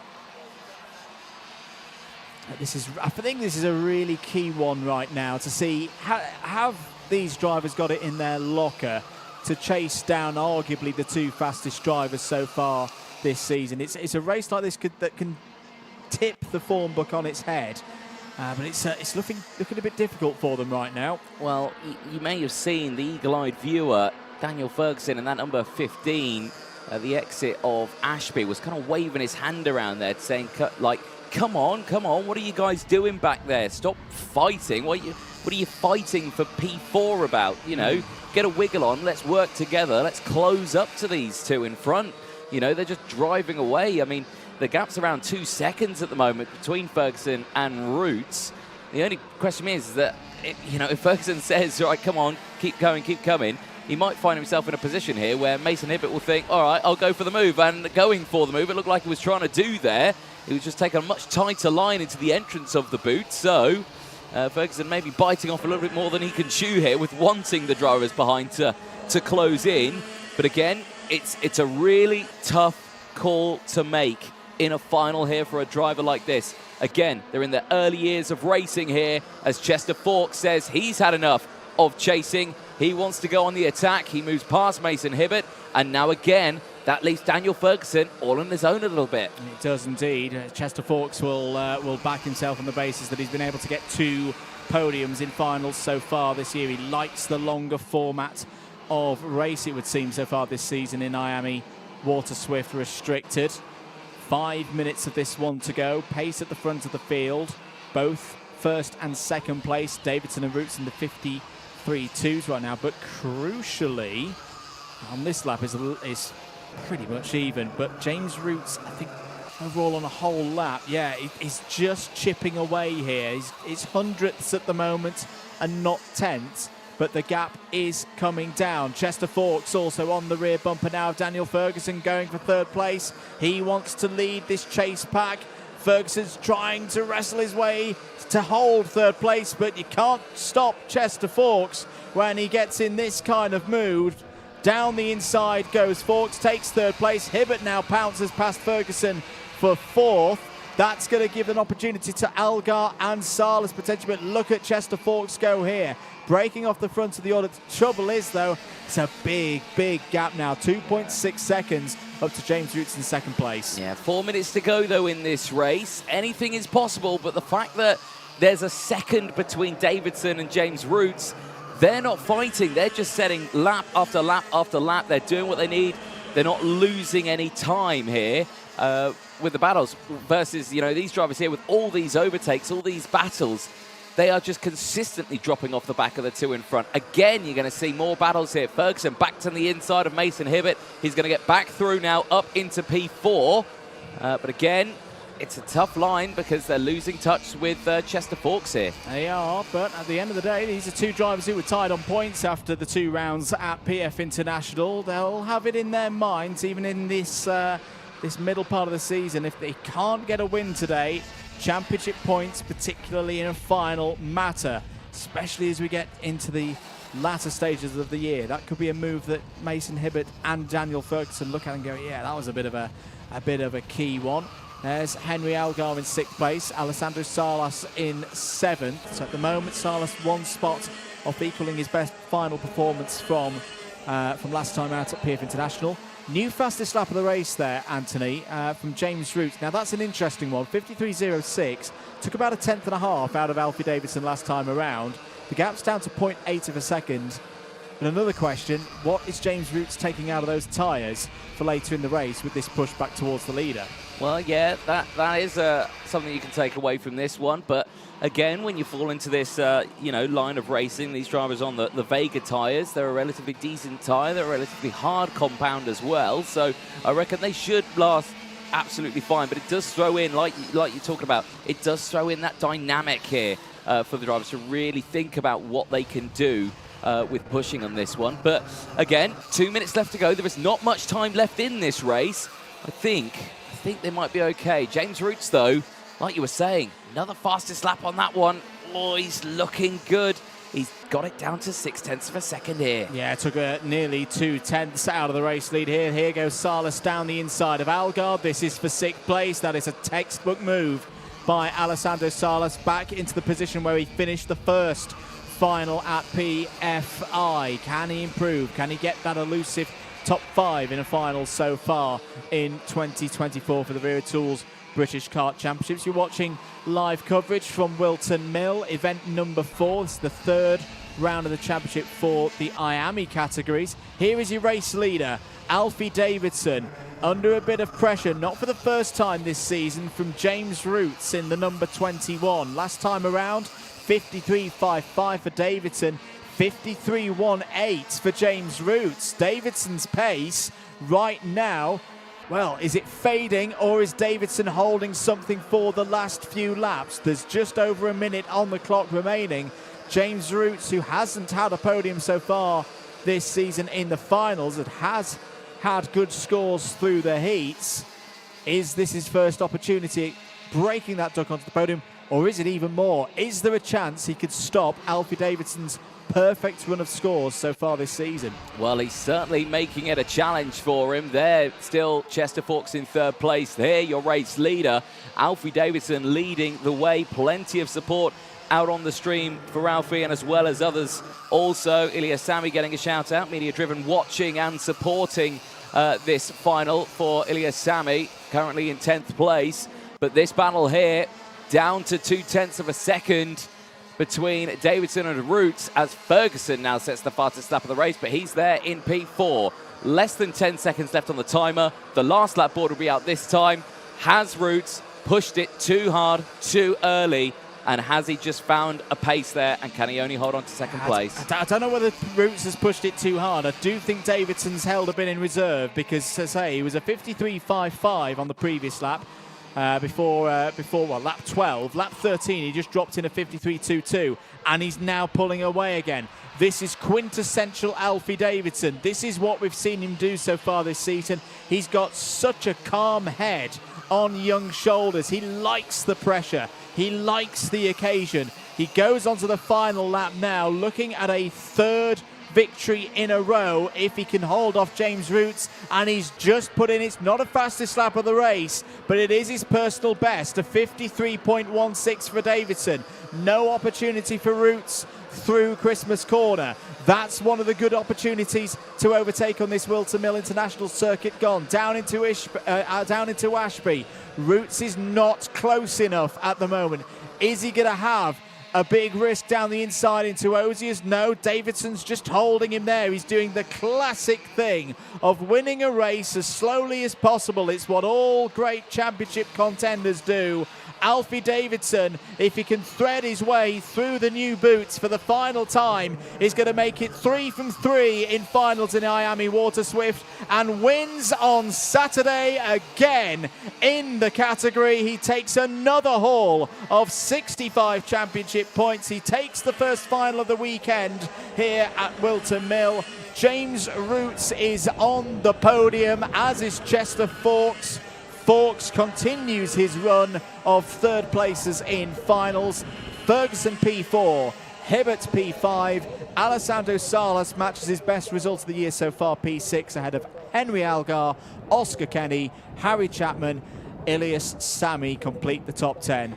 Wasn't the most dramatic race there, Anthony, but you've got to give it to Alfie Davidson. That is another mega performance from him today. Yeah, not dramatic, but controlled.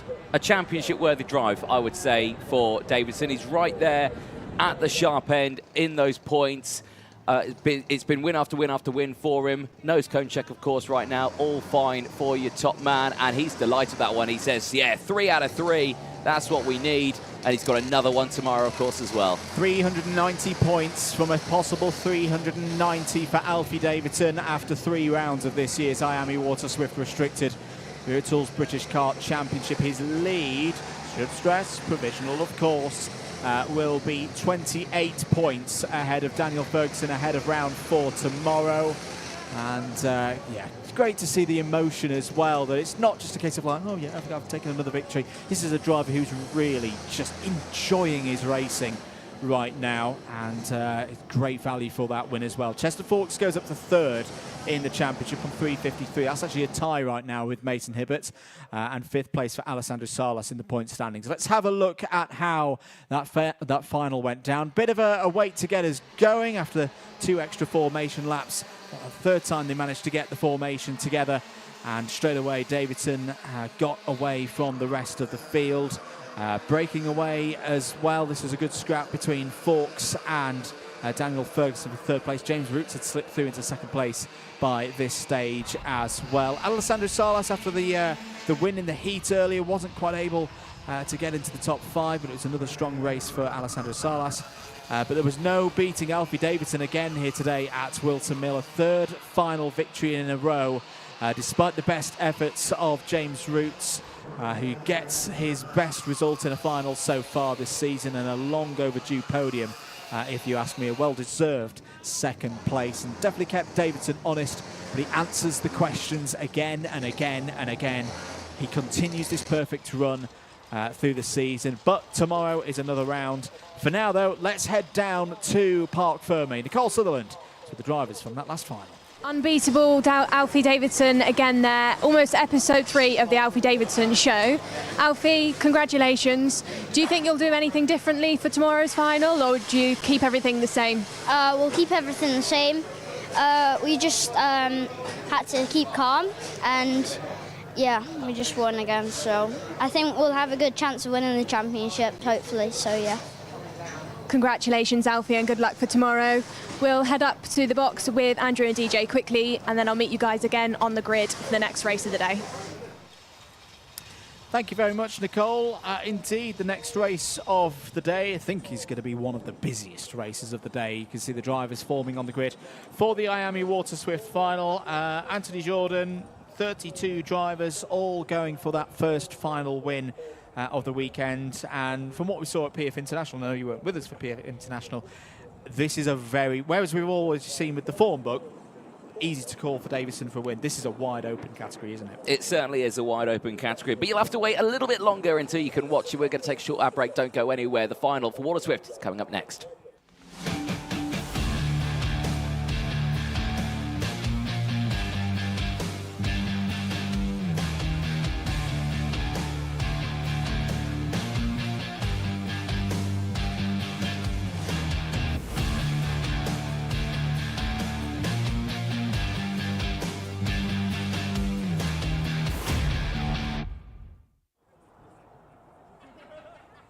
Well, welcome back, ladies and gentlemen. As you can imagine, final getting underway very shortly. We'll be heading down to the grid to Nicole Sutherland in a few moments' time. But like you were saying, yeah, a tense moment for a lot of these drivers. Will Green starting on the front row, and hopefully we can chat to him. Let's head down to Nicole Sutherland, who's on the grid with our drivers. Back over on the grid then, ahead of the next race of the day. We'll just squeeze past Will Green, who will be starting on the front row, alongside Teddy Porter, who we've not caught up with too much in this championship so far, but he's had some great results. PFI had the top 3. Teddy, how are you feeling about this weekend? How's your day been going? I feel like I'm pretty happy about the results so far. I'm hoping we can get first this session and take the win. And you're sitting alongside Will Green, who we know is really strong in both the UK, like the British Kart Championships, out in Europe. Does that change anything you do in these races, or do you just drive to the beat of your own drum?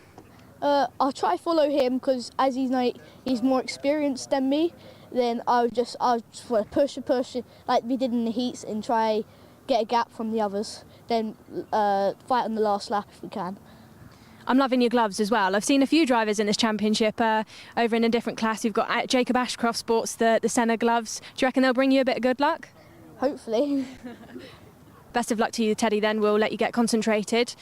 Dan Ashton about to send these drivers underway for the first final, their first final of the weekend. Best of luck to all of them, and we'll go back up into the box with Andrew.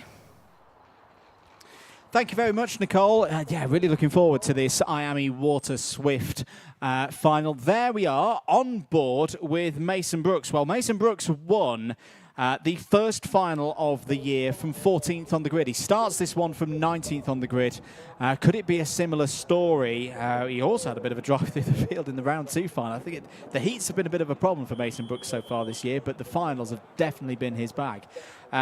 He's actually got the statistic at the moment of the highest starting winner in a final so far this year. Yes, I did say that correctly, from 14th on the grid, because the round 2 final last time at PF, Will Green took it from 16th on the grid. So based on that form book, we're going to be looking at the likes of Austin Gibson, Freddie Wood for our potential winner here. I'm sure there's going to be lots more to talk about. The next final coming up, it is Miami Water Swift.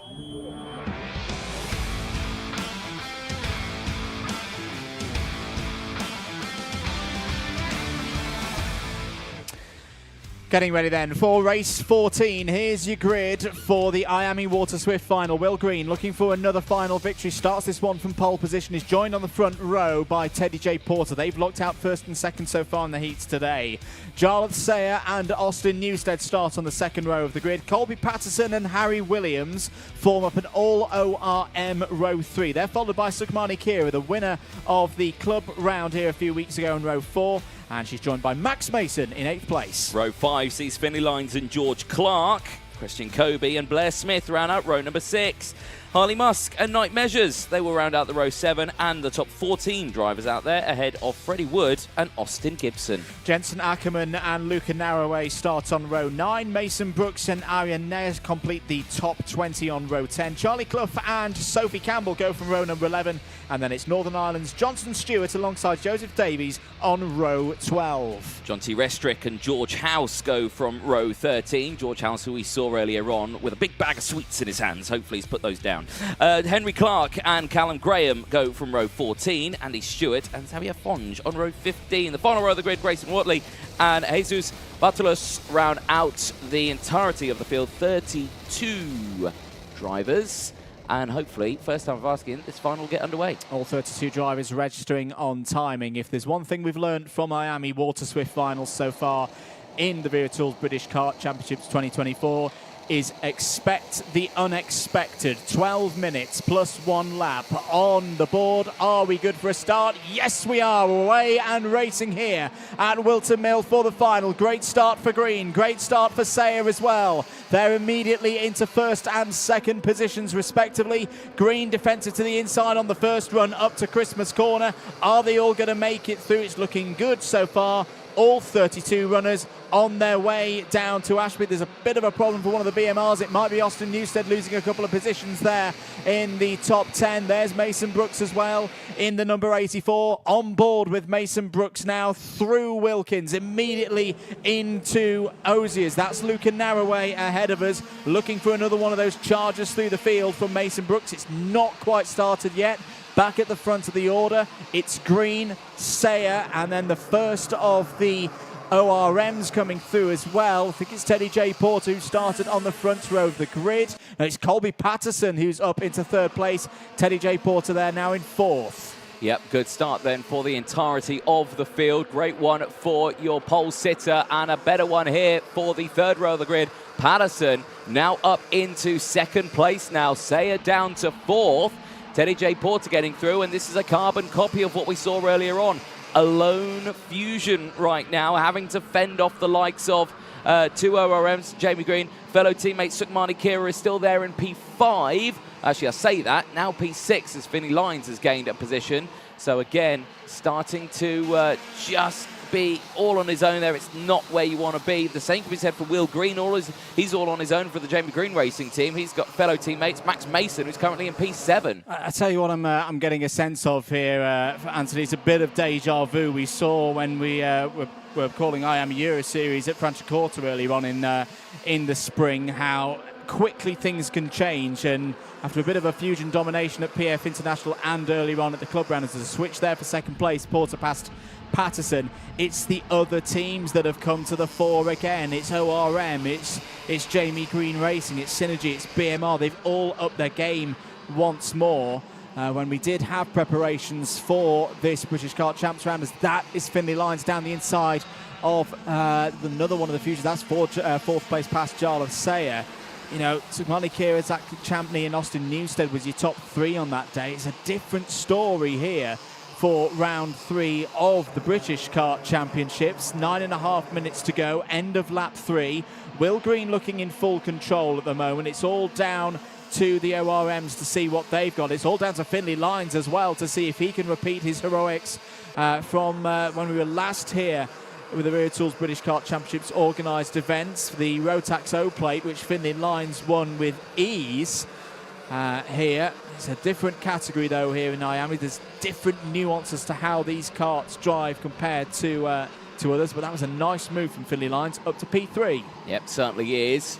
And like I say, pushing that fastest lap of the race as well, looking very, very strong here. These two, Colby Patterson, Jarlath Sayer, those still squabbling away. No changes between these two, though, as they go into the boot then. 8.5 minutes to go of this race, plus that one lap, and still the long train of karts there. You saw two of the OMS drivers going through there. That was Grayson Wortley and Callum Graham battling themselves away. They're currently running in 25th and 26th out there. Another change. Colby Patterson and Jarlath Sayer change for P4. Yeah, a good move there from Jarlath Sayer. He's digging deep right now. In terms of championship points, he is losing the championship lead right now to Will Green. Will Green would go into 362 points if he could win this race. Sayer would be 355. Teddy J. Porter third. Colby Patterson fourth.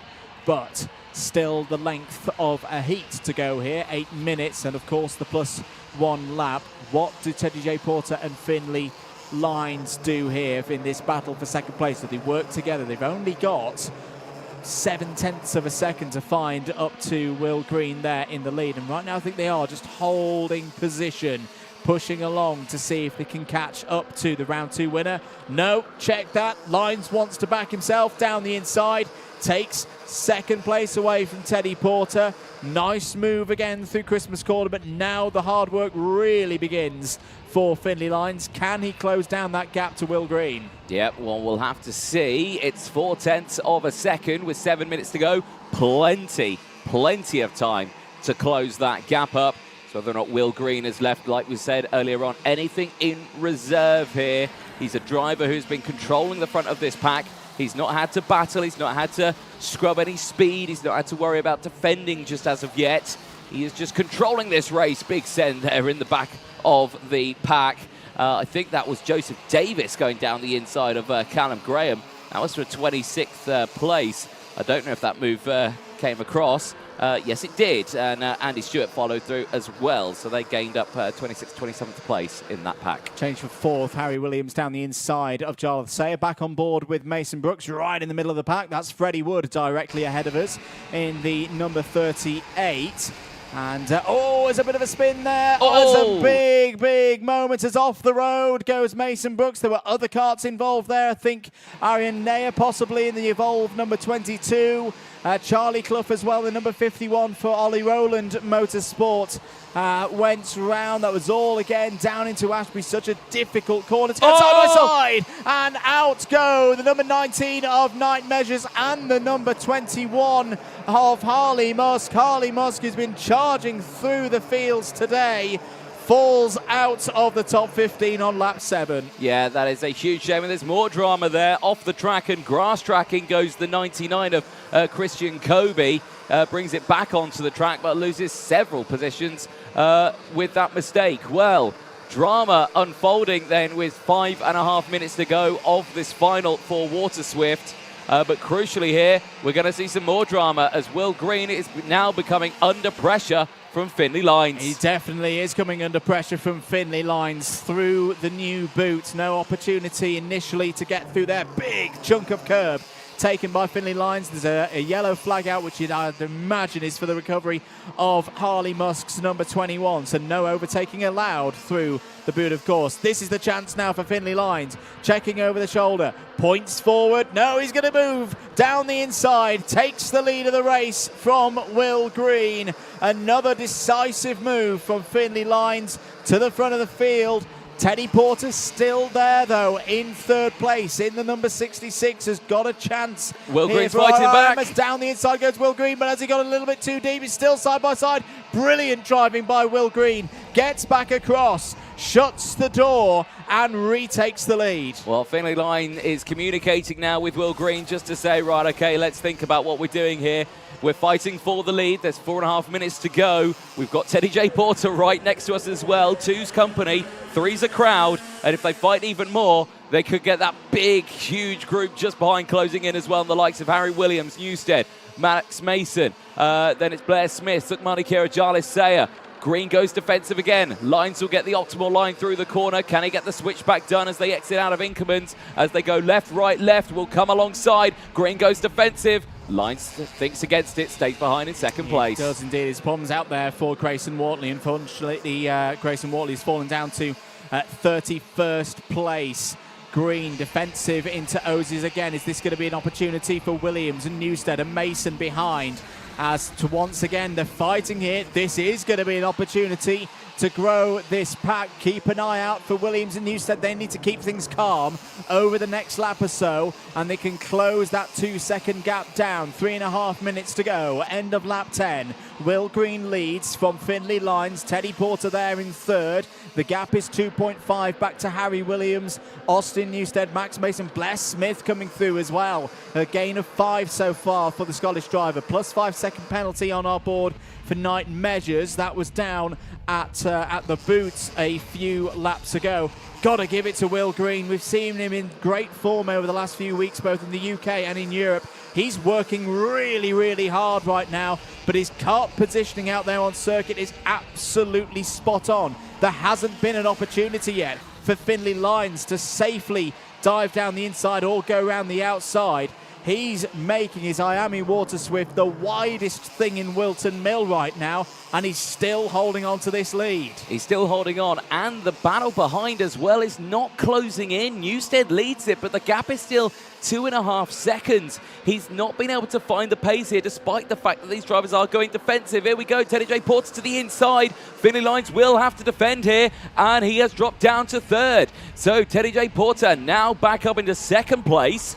They will have to try and calm things down just that little bit here. But again, Will Green, like you said there, Andrew, is making his kart as wide as he possibly can. This battle here for P4, though, Newstead, Williams, Max Mason are all starting to close in. And communication there from Teddy J. Porter just to say, let's go. And this is where they do it for real after the dress rehearsals of the heats earlier on. It's all down to Finley Lines. They're going to work together now, Green and Porter, because they know how much Finley Lines is a threat in terms of race pace around this Whilton Mill circuit.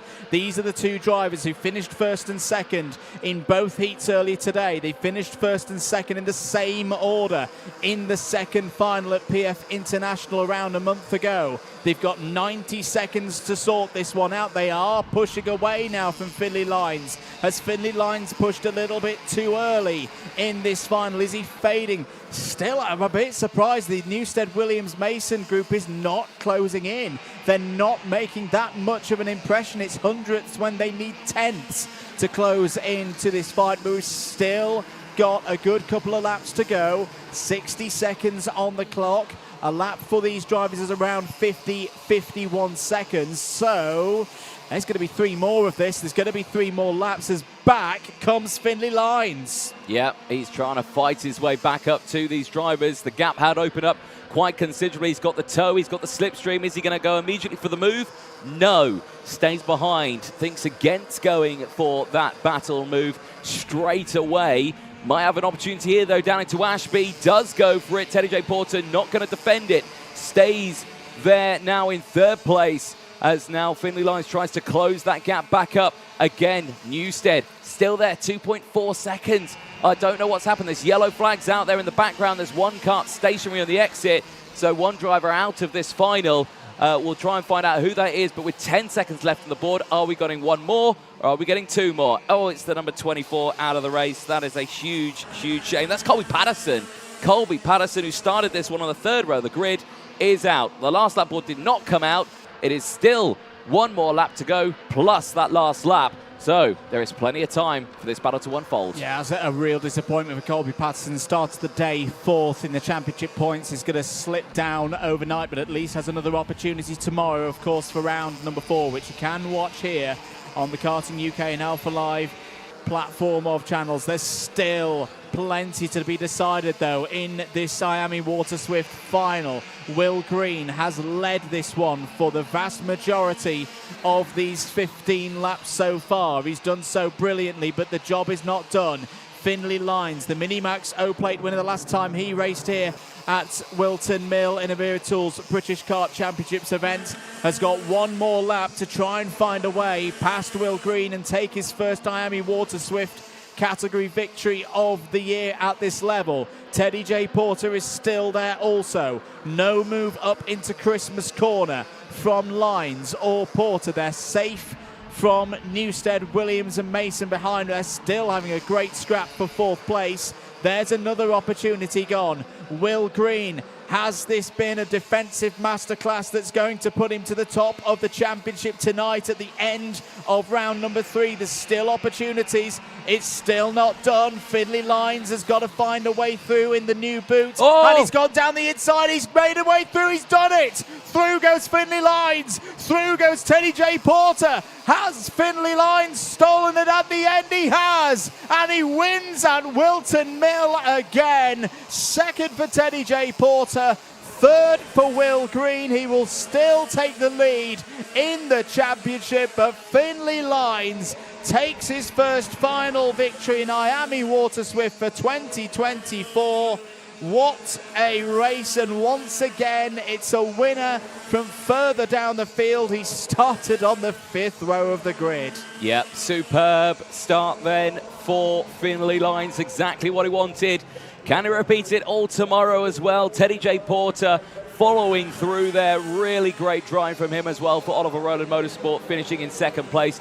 Will Green, despite his best efforts, third place, but he remains the current championship leader, but only by a handful of points now ahead of Jarlis Sayer. Yeah, went into this race tied on points with Jarlis Sayer, but you know, if you'd offered him at the start of the day, he was 5 points behind Sayer. He's now 5 points ahead. It's a good day. Could have been better, of course. It could have been the race victory, but still comes away with a big haul of points. But there's your race winner, Finley Lyons. Well, it wasn't easy. It wasn't easy at all, but not for the first time this year. Finley Lyons takes victory in the final of the Wera Tools British Kart Championships. Back here at Whilton Mill. It's a circuit he loves, of course. He takes it by a 10.5 ahead of Teddy J. Porter. Will Green third. Austin Newstead won out in that battle for fourth place. Fifth for Max Mason, a gain of 3. Harry Williams in some good points there for 6th place. Blair Smith up 5 to 7th. In top 10 completed by Jarlis Sayer, Luca Narroway and George Clark. Great drive from George House, up 15 spots to 11th. He was your biggest mover in that race. Let's have a look at some of the highlights then from that Miami Water Swift final. Very quick start. Will Green leading out from the front. Jarlis Sayer immediately up to 2nd place. Busy grid of 32 drivers. All made it through the first lap with no problems. There would be issues later on in the race. Of course, there were 4 retirements across the course of this race. Finley Lyons knew he had work to do, starting on that 5th row of the grid, but efficiently made his way through the field. This was him getting past Colby Patterson for 3rd. Mason Brooks trying to repeat the heroics from round 1 the last time on a Saturday final. Wasn't quite able to make his way through the field this time. for Fusion Motorsport, but some moments there. This was the real problem for Mason Brooks. Wrong place, wrong time, in an incident that saw a number of drivers, including Arian there, their best efforts of getting a top 20 end. Charlie Clough was also involved in that one. Battle raged on at the front. Lines and Porter, as we've seen across the course of the day, were joined by Finlay Lines. Finlay Lines down the inside of Teddy J. Porter to take second place. And then late on, last lap, the classic on the toe of the boot move, down the inside to take the race win. It would be Finlay Lines taking 65 championship points ahead of Teddy J. Porter, who repeats the second place that he got in round 2 at PF International. Another podium for Will Green. Green takes the championship lead. Certainly does. Well, superb, excellent race that one. We'll throw down to Nicole Sutherland, who's down there with hopefully our race winner. Over to you. Some serious stuff there from our race winner, Finlay Lines. Finlay, can you tell us about that move in the last lap? Well, I was behind Green going down the straight. I saw a yellow flag at the new corner, so I thought this is the only chance to make it, and I thought if it goes well, it doesn't really matter, so I just thought I'd send it, and it worked. Congratulations, Finlay. We'll see you on the podium later on, and we'll see you tomorrow as well. Do you reckon you can pull off some more stuff like that? Hopefully. Congratulations. We'll go back up to the box very quickly before we meet you on the grid for the next race. Thank you very much, Nicole. Good to hear there from Finlay Lines. Lots of activity out there on circuits that Nicole will be down there for shortly. Senior X30 next, Anthony. And yeah, 30 drivers in this one. Lots of quality. This should be another exciting race. It should be indeed. Gus Lawrence starting this one on pole position, certainly wanting to put himself in a good place for this one. We'll have the close company of Freddie Lloyd. Once again, we'll take a short break. Don't go anywhere. Senior X30s coming up next.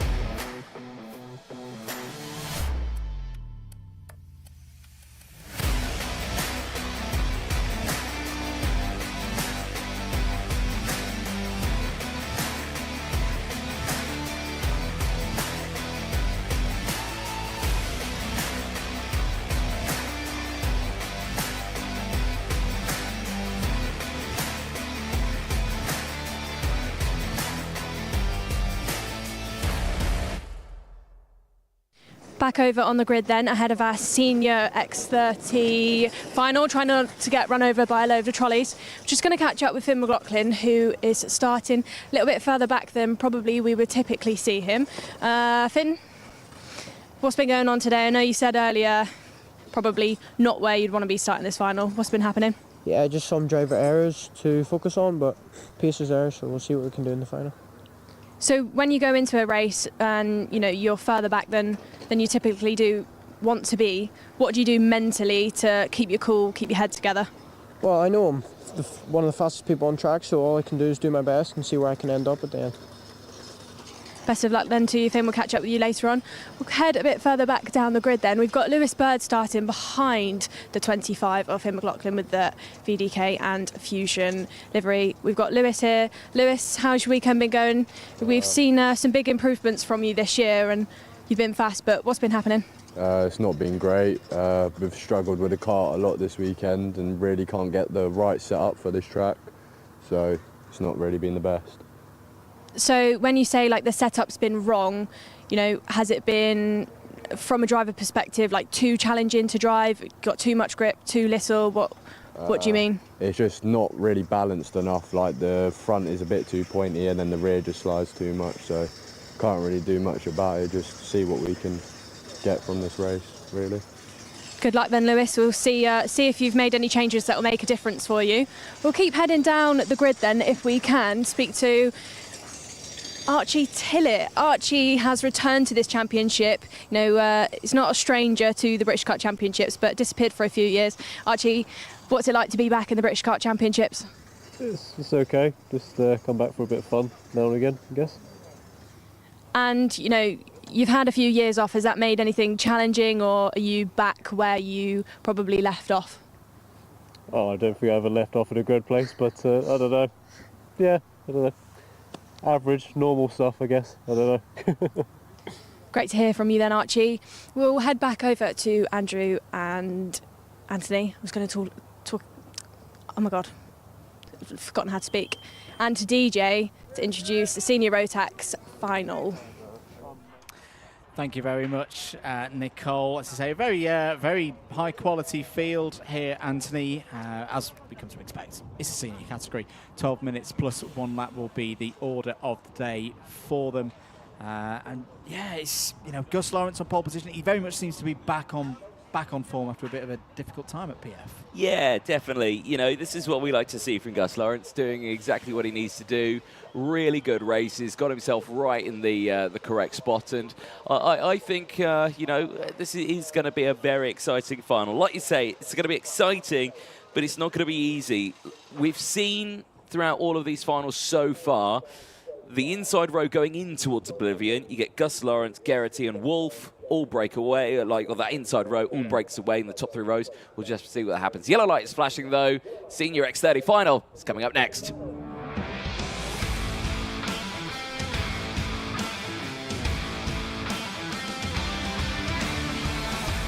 Let's take you through the grid for 30 runners for the Senior X30 final. Gus Lawrence on pole position. Freddie Lloyd, championship leader, alongside on the front row. Cian Geraghty and Henry Gregory start on row 2. Noah Wolf and Fred Green go from the 3rd row of the grid. On row 4, it's Aaron Brown and Rylan Eckberg. Joseph Smith and Oliver Stilp round out the top 10 on row 5. Harvey Roth, who's his birthday tomorrow, so we'll sing happy birthday to him tonight, starts on row number 6. Hayden Eldridge starting alongside. Alistair Cresswell and Finn McLaughlin starting from row 7, ahead of Oliver Rands and Lewis Bird on row 8. Archie Tillett and Ty Stansfield go from the 9th row of the grid. William Smith and David McIntyre complete the top 20 on row 10. Cian Gamio and Harry Ewell start on row 11, ahead of Robbie Buckley and Casper Piecki on row 12. Connor McPollin and David Marshall are on the 13th row of the grid, ahead of Freddie Housley and Dylan Briley. Oliver Harris and Juan Pablo Gerard round out the rest of the field. Drivers making their way to the line. This is going to be an exciting one, Andrew. It is indeed. Reigning champion versus champion-elect, perhaps. Still early in the season, of course. Let's find out what happens in this round 3 final. Great start for Gus Lawrence. Cian Geraghty immediately up into P2, on good form around this circuit. Took the win in the final at the club round a few weeks ago. Into the hairpin Christmas corner for the first time. Looks like all 30 drivers have made their way through, as Geraghty trying to wrestle down the inside of Gus Lawrence to take the lead of the race. Hasn't quite been able to do so. Noah Wolf is up to 3rd place as well. Finished 3rd in the final last time around, as Casper Piecki is in a bit of bother there on the run down from Inkermans. But Gus Lawrence, he does not want to lose control of this category. He knows he needs to score big this weekend, as Lloyd has a look down the inside of Wolf. That was a big attack that came in from Cian Geraghty through Ashby Corner, but Gus Lawrence was wise to it. Certainly was. Saw a brief glimpse there of the field going through. Tillett making good places as well on the end of that opening lap. Who's made the biggest move? We'll come back to that later, as Geraghty gets a 2nd attempt for the race lead, but this time it works in his favour and he moves up into P1. Really good stuff from Cian Geraghty. There's a lot of dust being kicked up there. I think Finn McLaughlin was out wide on the exit of Inkermans on driver's left. What has Cian Geraghty got right now? Can he pull away from the rest of the field? Can he pull away from Lawrence and Wolf? These are all drivers. Oh, down the inside goes Noah Wolf. That was a big one. Takes 2nd place. Had a bit of a tough week out in Europe last week, but has bounced back here, back in the UK, back in the British Kart Championships. That was a decisive move for a driver who at the moment is 2nd in the championship points. It's a good run from Wolf so far. Can he be the driver to take the challenge to Cian Geraghty? Well, that is the ultimate test here. We'll have to see if we can close that gap up. 0.4 of a second is the gap. We'll keep an eye on the sector times as well. And on that last lap, it was Noah Wolf who was faster, setting that fastest lap of that race. And in terms of sector 1 on this lap, identical between Geraghty and Wolf. So this is going to be a really, really close race on this one. Less than 10 minutes to go of this final. Really nice close-ups there of Freddie Lloyd just trying to battle away with the likes of Henry Gregory and Aaron Brown just behind. Freddie Lloyd took a big chunk of time out of the top three through that first sector. This is the kind of race that if he wants to win this championship this year, of course he led a good lead after the 2 rounds at PF International. It's days like today when he's not at the front, when he's not controlling the race from the start. Can he fight his way through? Finn McLaughlin can fight his way through, getting past Joseph Smith there. Racing for MBR this weekend, has got the fastest lap of the race at the moment, has the Irishman. But what can Lloyd do here? Can he find a way in the next 9 minutes past Gus Lawrence, past Noah Wolf, past Cian Geraghty to get back to the front? He's looking very good in the regions of the circuit where you'd expect those overtakes to come through sector 1, but has he compromised on the balance on the setup, because he's not particularly strong through sector number 2? No, he certainly is. Well, we'll keep an eye on these because it's all changing. It's closing in just that little bit more now. Look at this. No one is in a safe spot here. Geraghty's in danger. Wolf's in danger. Lawrence is in danger. Lloyd, I'd say, is in danger, but the first attack's going to come from Gus Lawrence down the inside of Ashby Hairpin, and he gets it done on Noah Wolf. Wolf now down into 3rd. We'll have to retaliate here. It's close to the championship points at the moment, but Lloyd still leads it by about 20 points. He does indeed, and is now going for an attack on his nearest rival. Oh, Loose the rear bumper. Loose rear bumper for Noah Wolf. That is going to be a major problem. That's going to be him out of this race, surely. Look at this dragging on the floor. That's going to get spotted by race control. That's going to be a technical flag and an end of the final for Noah Wolf. Well, that is huge drama. And again, it's such a simple thing. But if it goes, it goes. And we'll have to see what happens because it's still attached on one side. But it's going to be a tense moment here. It's still a tense moment for Lawrence and Geraghty. They have broken away. Lloyd is now up into 3rd place. This seriously helps out his championship fight now. Big send for Lawrence down on the inside of Osiers. Big send indeed, and he made it work. He's taken the lead away from Cian Geraghty. Fred Green's coming into this one as well. There it is. Technical flag. Kart number 45. Noah Wolf is out of this race. And that's another driver out of the race. It's I think one of the PSRs. I think it's Freddie Housley, who also joins his teammate Juan Pablo Gerard on the sidelines in this one. Fred Green, 4th place at the moment, had a terrible time in the finals at PF International. 31st and 29th were his classifications, but he was 2nd here a few weeks ago in the club meeting ahead of this round of the Wera Tools British Kart Championships. He's continued that form. He's found a way past Henry Gregory. Henry Gregory, who knows this place very well, of course, was Junior X30 champion here back in 2022 for Whilton Mill Kart Club. Has been showing that form, that experience so far this weekend. Geraghty gets very sideways over the entry curb into the boot. 6.5 minutes to go. Gus Lawrence leads. There, just a bit of an update on timing. Ahead of Cian Geraghty by under half a second. There, out of the race is Noah Wolf. A real shame for Noah Wolf, who deserved a lot more than a retirement on lap 7 here today. Yeah, it always brings up the question how many times we do see those rear bumpers fall off. Obviously, they're attached by a bolt. And, you know, I've always thought to myself, why don't people put a backup on there? You know, put a cable tie around it to just secure it as well. And if anything goes, if the bolt goes, a cable tie can hold on to it and then it stays there. I don't know if there's against a regulation or anything, but, you know, I wouldn't see anything wrong with doing that, just to make sure it stays there.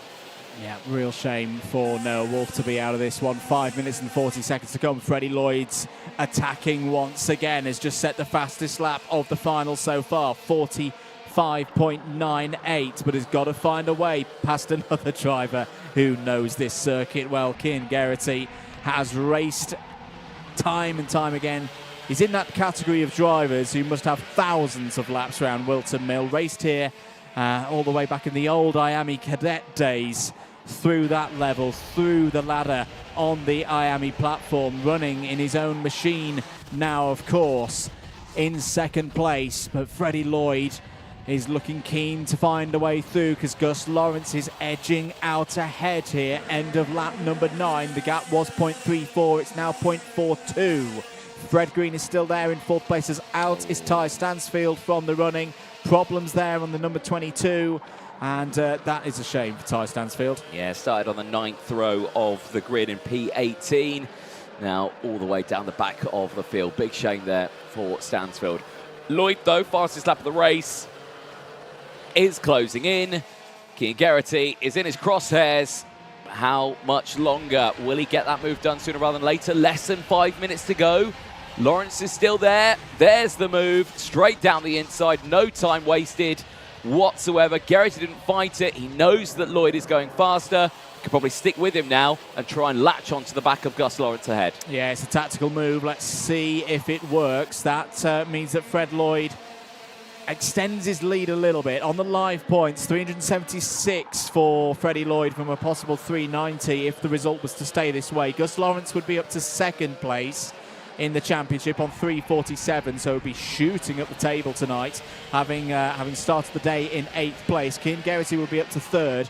Aaron Brown would be holding there in 4th place ahead of Stilp, Gregory, Bird and Wolf. It would all be regulars coming up to the front, because of course there were a couple of international runners in the points the last time out at PF International. But there is Freddie Lloyd. If he wants to win this championship, he's got to beat Gus Lawrence on days like today, because Gus Lawrence has been back in form. This is the kind of performances that we've seen from Gus Lawrence on his way to the 2023 Senior X30 title, to the 2022 Senior X30 title. Freddie Lloyd wants to be 2024 champion. It's still in the first half of this season, of course, as Ty Stansfield obeys the blue flag there, just pulls off to driver's left. But this almost could be one of those turning of the tide moments, that handing of the mantle. What has Freddie Lloyd got here in probably his biggest test so far in 2024? Can he find a way past the reigning champ? Well, that's the ultimate question here. We saw how robust the overtake was a lap ago on Cian Geraghty to get up into this position here, P2. Lawrence running a little wide there on the exit of that final corner. But again, I think Lloyd, I think it could be this lap, you know. I think it could be this lap. He's got a good run on him here up in towards Christmas corner, and it is going to be this lap. Big send for Freddie Lloyd as he takes the lead of this final. That was on the edge stuff from Freddie Lloyd, but he made it work. He takes the lead on lap number 13. This is a big one now. He's got to push. He's got to assert himself ahead of Lawrence, ahead of Geraghty. Fred Green is still pushing along there as well. He's only a second behind. He's putting in some good laps at the moment. Defensive to the inside goes Freddie Lloyd. There's still a long way to go in this one. 2 minutes on the clock. Can Freddie Lloyd, well, he's passed the first test. He's going to get a second one very soon. Can he keep Gus Lawrence behind here for a good few more laps around this 1,200-metre circuit? Up the hill once again. This is where Lloyd's been strong, through sector number 1, but he's not got that slipstream to help him anymore. He's now got to make his kart as wide as possible. Green is approaching all the while there in 4th place. It's going to be a 4-kart scrap for the lead here with 90 seconds to go. This could play in the hands of the likes of the drivers behind as well. Henry Gregory's not that far off this battle as well. He's only a couple of seconds behind. He could close in. There he is, all on his own as well on the Vismo kart. So again, it's all playing into the hands here of the drivers behind, but Lloyd really having to think about every single move he does, where to go defensive, where to hold it on the brakes, where to hit the power. It is an absolute game of chess here at about 70 to 80 kilometers an hour here as they make their way through it, even more actually as they make their way up to Christmas corner. But absolute superb racing from all of them. Gus Lawrence is yet to find a way past, but now he does. Down in towards Ashby, he's back in the lead. Not so penalty. Oh, it's on the inside, and very close there. Lloyd's off. Lloyd off, and Wilkins' corner is out of this race. Well, he'd got a warning flag. It's even worse now, and that's pressure. That's what pressure could do. Gus Lawrence had made the move. He went straight for the attack, the counter-attack, and it didn't work. Lawrence is still there in 3rd, but Cian Geraghty now with 2 laps to go. Can he repeat the victory that he had in the club round here a few weeks ago? The difference this time, this is a British Kart Championships round win at stake. It's a move up into 2nd place in the championship at stake. He's not going to have it easy because Fred Green, Gus Lawrence, they're right there to pick up the pieces of any mistakes. They certainly are. Fred Green is looking really, really cool quick here, though. He has got that toe. He's got the push from Lawrence. Lawrence yet to go for the attack. He's smart driver here, as off the track there is the number 37. That is a retirement there for Rylan Eschberg. Unfortunately, out of this race. He was inside the top 10, but Garrity looking very strong here, very comfortable as we go on to the last lap of this race. It's Cian Garrity from Fred Green and Gus Lawrence in third. Cian Garrity's won many a race round this circuit. Can he add a round win in the British Kart Championships to his illustrious Whilton Mill CV? That's one opportunity gone through Christmas Corner. Down into Ashby, he's still got that gap of around 0.4 of a second. Has Fred Green got anything more to give? He's looking over his shoulder to try and defend his second place from Gus Lawrence. This is great news if you're Cian Garrity out of Osiers. It's only the boot to go now. Surely it's going to be a win. Surely it's going to be a victory. Fred Green still holding on ahead of Gus Lawrence. It's going to be Senior X30 victory for Cian Garrity in round 3 of the Wera Tools British Kart Championships. His first round win of the season. He follows up the second place he had at round 2 with a brilliant win where he kept his cool, kept his calm, and takes it by a second. Fred Green did hold on for second place by 0.02 of a second ahead of Gus Lawrence. Henry Gregory scores well there in fourth, and Finn McLaughlin with a great second half of the race, up 9 spots to fifth. Well, that is a final of finals that we've seen so far. It's only the first out of 2 finals this weekend. Another one tomorrow, of course. But Cian Garrity, a superb performance there ahead of Green and Lawrence. Gregory ahead of McLaughlin at the end of that one, who gained 9 places to finish in P5. A superb drive there.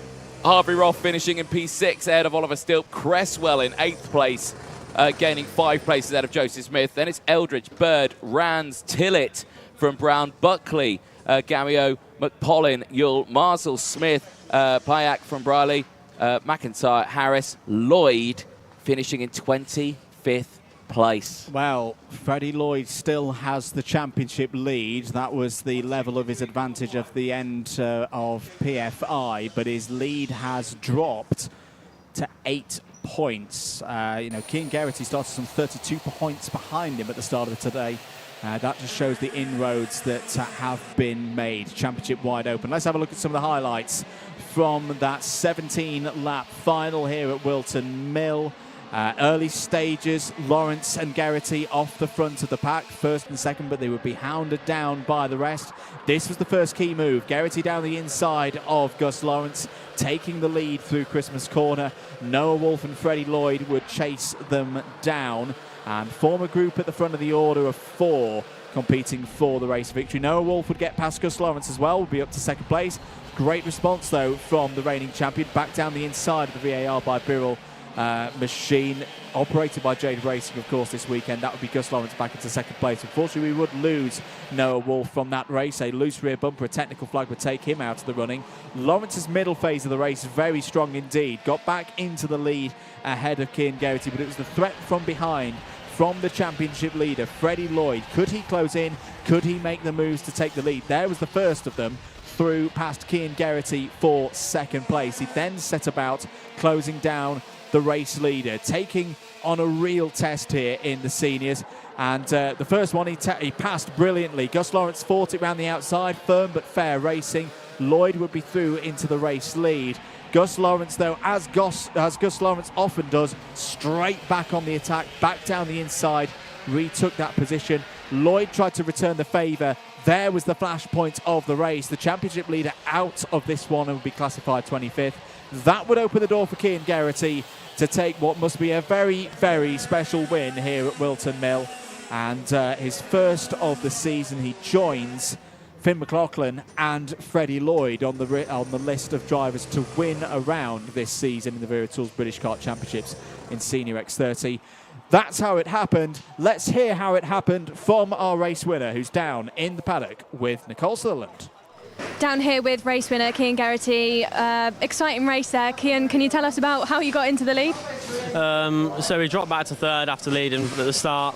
We started coming back strong again, catching the 2 leaders. They were scrapping, and then in the end it was always going to be that they'd trip over each other if it carried on like it did, and then in the end they both touched wheels and that was it. I managed to get through to the lead and then just kind of get away at the end, manage the gap, and they couldn't really get back to me with just 2 laps left. Great, and you reckon you can carry through your momentum into tomorrow? Yeah, I don't see why not. We've got quicker and quicker as the day's gone on, so if we take that into tomorrow, should be on for a good day. Congratulations, Cian. We'll see you tomorrow, probably. We'll just go back up into the box, and then I'll meet you guys on the grid for the next race.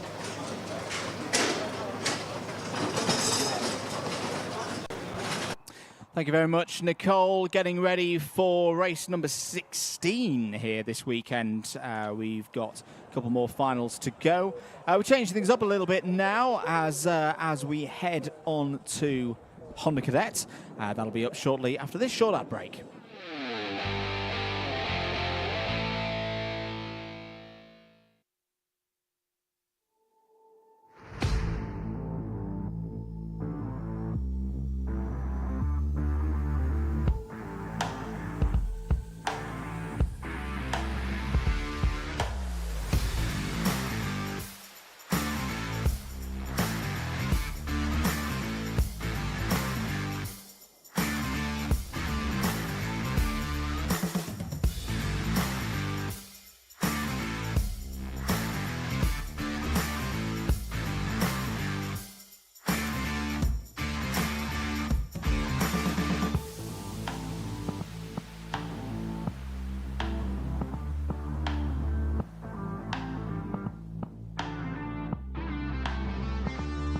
We're over on the front row with Ed Spain, who will be definitely going into this race with a lot of momentum, a lot of strength. Ed, we saw you be very successful at Larkall a couple of weeks ago. Has that helped you going into this weekend? Yeah, hopefully we can do a repeat of what happened last time. And have you been doing anything in between Larkall and now to stay on top of things and keep yourself strong? It's mainly set up and that's about it. So you're starting alongside Kevin. Is there anything that, you know, Kevin's a strong driver. Do you think you'll do anything differently, or do you just treat him as any other competitor? I'll treat him as any other competitor, but I'll beat him. Best of luck to you then, Ed. We'll go over and speak to Kevin, see if he's got anything similar to say about Ed. You know, Ed said that he thinks he can beat Kevin. Kevin, how's your weekend been going so far? How do you feel about this race? I mean, there's a lots of ups and downs, but I'm not trying to be nervous. I'm trying to cool down because there's 2 races, so I'm just trying to cool. Staying nice and cool. And what does that look like for you then? Do you do anything specifically to stay chilled? Just take deep breaths and drive. Just drive. We'll watch you do that then. We'll let Dan Ashton let these Honda Cadets go out for their final. Obviously, like Kevin said, they've got 2 opportunities this weekend. I'm sure there'll be some mixed nerves, but you know, my front row both very, very confident. We'll see how it goes, but looking forward to it. We'll go back over to you, Andrew. Thank you very much, Nicole. As you say, penultimate final of the day here in Honda Cadet and for the whole day. Junior X30 still to come, of course, so do stick around with us for that.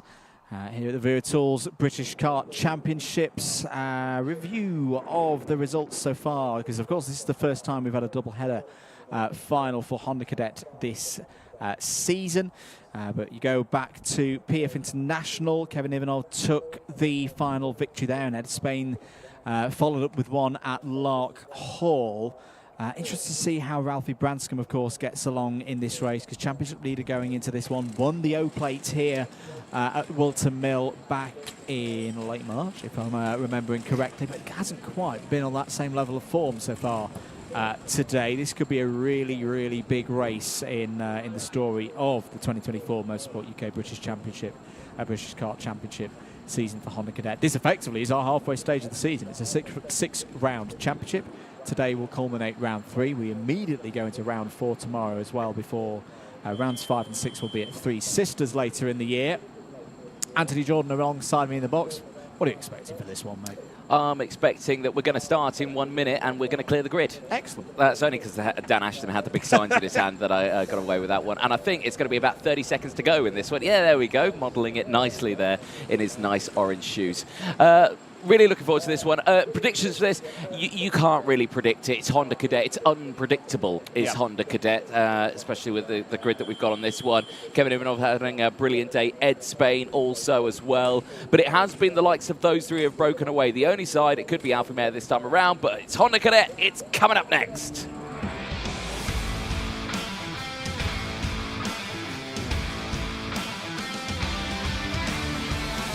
Honda Cadet final, let's whistle through your grid. Kevin Ivanov and Ed Spain on the front row of the grid. Archie Loveridge and Margaris Kvekis start on row 2. Alfie Mare and reigning champion Ryan White start on row 3 ahead of Archie Cannon and Elliot Bork on row 4. Ralphie Branscombe and Luca Baturv on row 5. Then it's Ricky McIntosh ahead of Shane Hilton on row 6. Riley Blakemore and Harry Grant round out row 7. Esme Rosie and Hayden Prakesh rounding out the entire grid on the 8th row of the grid. Drivers on their formation lap then. It, of course, will be a standing start and 12 minutes plus 1 lap for the drivers here today. For their first final of the weekend, straight into the final off the back of the heat. No pre-final for Honda Cadet here today, as we've seen in the 2 previous rounds of the year at Lark Hall a few weeks ago, and of course at PF International for event 1 earlier on in the season. So a little bit of the unknown there in terms of how mentally these drivers are going to be set for this one. Very close in the championship as well. Ralphie Branscombe is still your championship leader, but only by a single point ahead of Archie Loveridge. Kevin Ivanov is a further 8 points back. Ed Spain a further 4 from there. So 13 points currently covering the top 4 drivers. 65 championship points, of course, available for the race winner in this one. Grid forming up of all 16 drivers out on circuit and accounted for, which is great to see. Kevin Ivanov on pole position alongside Ed Spain. Ed Spain's had some great starts from second on the grid so far today. Lights are going to be coming on in a short moment's time. There's 1 light, 2 lights, 3 lights, 4 lights. The Honda Cadet final is go. Good start for Ivanov. Good start for Spain as well. Who's going to lead into turn 1? It's going to be Spain. Spain takes the lead again from second on the grid, as he did in the heats earlier on today. Question is, can he hold onto it into Christmas corner for the first time? Ralphie, was a bit of a moment there for the number 73 of Archie Loveridge. That's second place in the championship going round and losing out there. 3-4 wide on the run into Ashby corner. Yellow flags continue to be out at Marshall Post 3. There you see in the background Archie Loveridge stranded on driver's right on the kink after Christmas corner, but no problems for Ed Spain. The winner from Lark Hall leads again here at Whilton Mill. And it's a carbon copy in the top 3 of what we saw in the qualifying heats. Once again, Kevin Ivanov, Marius Kovic there as well as Ed Spain. So that all 3 of them are in that spot there. There is the recovering driver from the back of it, Archie Loveridge, who's amazingly got back in his wagon and has started rolling again. He's still on the lead lap, but I suspect we might see some blue flags very early on in this race. This time around, though, they've got a 4th driver who's joined them. Alfie Mare has not dropped off the back of these top 3. No, Alfie Mare just building in confidence all the time. Good starts as well out there for Riley Blakemore and for Harry Grant. They've both gained 4 positions. They both started on the 7th row of the grid. So great work there from Riley Blakemore, racing for Ambition Motorsport. Harry Grant, a privateer, runs that number 45 kart effort with his dad, who started the season in one of the little features that we've done with Alpha Live earlier on in the year. Harry Grant described his dad as the worst mechanic in the whole paddock. I'm sure that's absolutely not true, because his dad's done some great work on that kart, and it's currently running there in 11th place. Nice. But it was like, thanks, son. In a loving way. Thanks, son. There we go. That was the first breath of a move there from Alfie Mare. Just looking down the inside of Kvekis then. Not able to get it done. Once again, down in towards Ashby. This time he can get it done. And that's Alfie Mare utilising that fastest lap of the race. Communicates straight away, saying, right, I've got past, thank you, let's close up.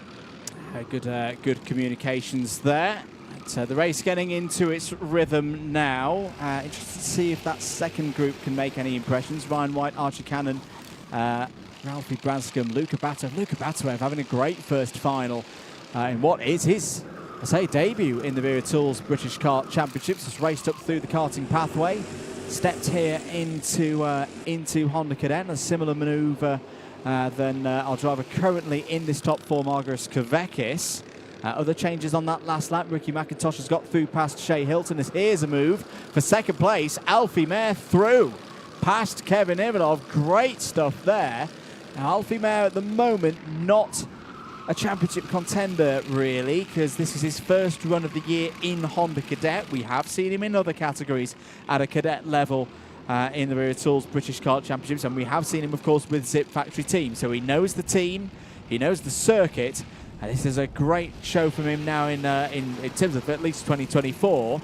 A new power formula, and he's rising to the task, and he's now going for the lead against Ed Spain. Ed Spain wise, driving there, just kept enough room open there for Mare to get through the corner. Here comes the Margus Kavekis down the inside of Kevin Ivanov for third place, but Ivanov will have the switchback advantage for the next corner. Kevin Ivanov gesturing there to Margus Kavekis to say, no, come on, we need to work together to get up to these front two, which has just changed. Alfie Mare through into the lead. Where has this pace come from Alfie Mare? We didn't really see him in the qualifying heats today, but then all of a sudden in this final, he has just come alive in this one. Earl from Zip must be doing something well here, because he's really doing a good job with these karts. He's got 2 Zips up in the top 4. Absolutely. I have seen this before in other scenarios with Alfie Mare. I think there's a confidence thing there, that when Alfie's in the zone, he really, really can rocket up the order, and this is another show here that's been working hard, and it's all coming together right now for this final. That second group is closing in though. Cannon, White and Branscombe. Well, Ralphie Branscombe will know from the final of the O-Plate here a couple of months ago that don't give in. Do not give in with 7 minutes and 10 seconds to go, because you never know what's going to happen between now and the checkered flag coming out. Remember the drama in that one. Race leader receiving a +5 second penalty with 2 laps to go. It meant the battle for second on the road suddenly became for the O-Plate, and it was Ralphie Branscombe who knew the situation inside and out and knew that he was fighting for the O-Plate in that fight for second place, pounced at the right time, and took the title of Open Champion for the next 12 months here in Honda Cadet. 6.5 minutes remaining in this one. Alfie Mare still leading. Spain, Ivanov and Kavekis all quite even pace. Let's check them through this time around. Yeah, all in the 53.9s, but it's that group behind, Cannon, White and Branscombe. They're in the 53.8s. Yep, they certainly are. Big check over the shoulder again. Ed Spain's communicating there with Alfie Mare, saying, no, stop doing these little defensive moves here. Stop checking behind you. Just keep going. We've still got 6 minutes left of this race. If you start going defensive all the way throughout this, like you were saying, those drivers behind will close in. You'll have way more company that you feel comfortable with than the likes of having about 8 drivers all fighting for the race lead. Right now, they've still got more than I think they'd like in the shape of 4 of them, but still, they just need to think about breaking away here, not doing those little micro-defensive moves here, because it starts to bring everyone in. Ivanov looking to attack here. Ed Spain not able to find their way through. They're still scrapping in the background there. You can see Luca Batovic just trying to hold on to his position, but Elliot Bork fights his way through as well. Harry Grant's got up into 11th place. Ricky McIntosh down to 12th. But still no change here. Now they're battling in the background there. Branscombe's battling with Ryan White. That's quite unusual. You've still got 5 minutes left to go, and you were closing in on these drivers ahead. Yeah, and now they're dropping off the back. Archie Cannon's on his own right now there in 5th place. I'm not quite sure what's closer right now. The fight in this race or the fight in the championship is side by side once again between Branscombe and White. Right now, Branscombe has a 4-point championship lead over Ivanov. Ivanov has a 1-point lead over Ed Spain. Ed Spain has a 3-point lead over Loveridge, so it's 8 points covering first to fourth right now. Marcus Kavekis is not too far behind as well on, another 10 points back from Loveridge. Ed Spain, new fastest lap of the race, 53.71. He's just got to hold there, I'd imagine, with 4.5 minutes to go. Try and just reduce the numbers in this front pack at the moment, Anthony. They're getting there. Kavekis is starting to fade, it would seem. Yeah, just a little bit at this point, but not too much, because not dropping off the back too drastically. Is still there in P4, and I would say quite comfortably. Like you say, he's only 3/10 off the back of it. One move from one of these drivers, and he's straight back into it. Yeah, absolutely, and we saw that from Kavekis in the second heat, that he was able to keep within range. Oh, and there we go. Ivanov down the inside of Ed Spain. They're going to be side by side through the toe of the boot into the new chicane, and Spain holds on, and you're absolutely right. That has brought Kavekis back in, but I think it's also brought Archie Cannon closer as well. 1.2 seconds back now from Kavekis. Well, there you're seeing Ivanik or Kavekis there and Ivanov just throwing their hands up in the air there, going, you know, what are you doing? What are you doing? Well, you instigated the move there, Kevin. You know, he defended it. He wasn't just going to let you by. It's a final with 3 minutes to go. He's going to defend that position. Yes, you are going to lose time. That is the penalty. It was what we always talk about. The risk versus reward. It was high risk, and the reward for that was very low. It was indeed. Just looking further down the order, Riley Blakemore up into the top 10 now in the number 68 through the chicane once again. To complete lap number 10. Alfie Mayer, this is a tremendous race from Alfie Mayer. Just looking calm, looking relaxed, just ticking these laps on by, knowing that there's a fair amount going on behind him, but not panicking, which is absolutely the correct thing to do right now, not needing to defend into Christmas corner. He's got 2/10 over Ed Spain there. Just to keep looking further down the order as well, Jayan Prakash, in terms of lap time, is continuing to improve. Running there in 15th place, is into the 55s, a 55.3 now, which I reckon that might be Jayan's fastest lap so far today. So young driver, gaining experience all the time, always with a big smile on his face in the paddock. Good to see Jayan Prakash running there in 15th place. 2 minutes and 10 seconds to go. Still no changes yet, as you'd expect in a Honda Cadet race. It's too early, especially with the close proximity of Archie Cannon, Ralphie Branscombe and Ryan White.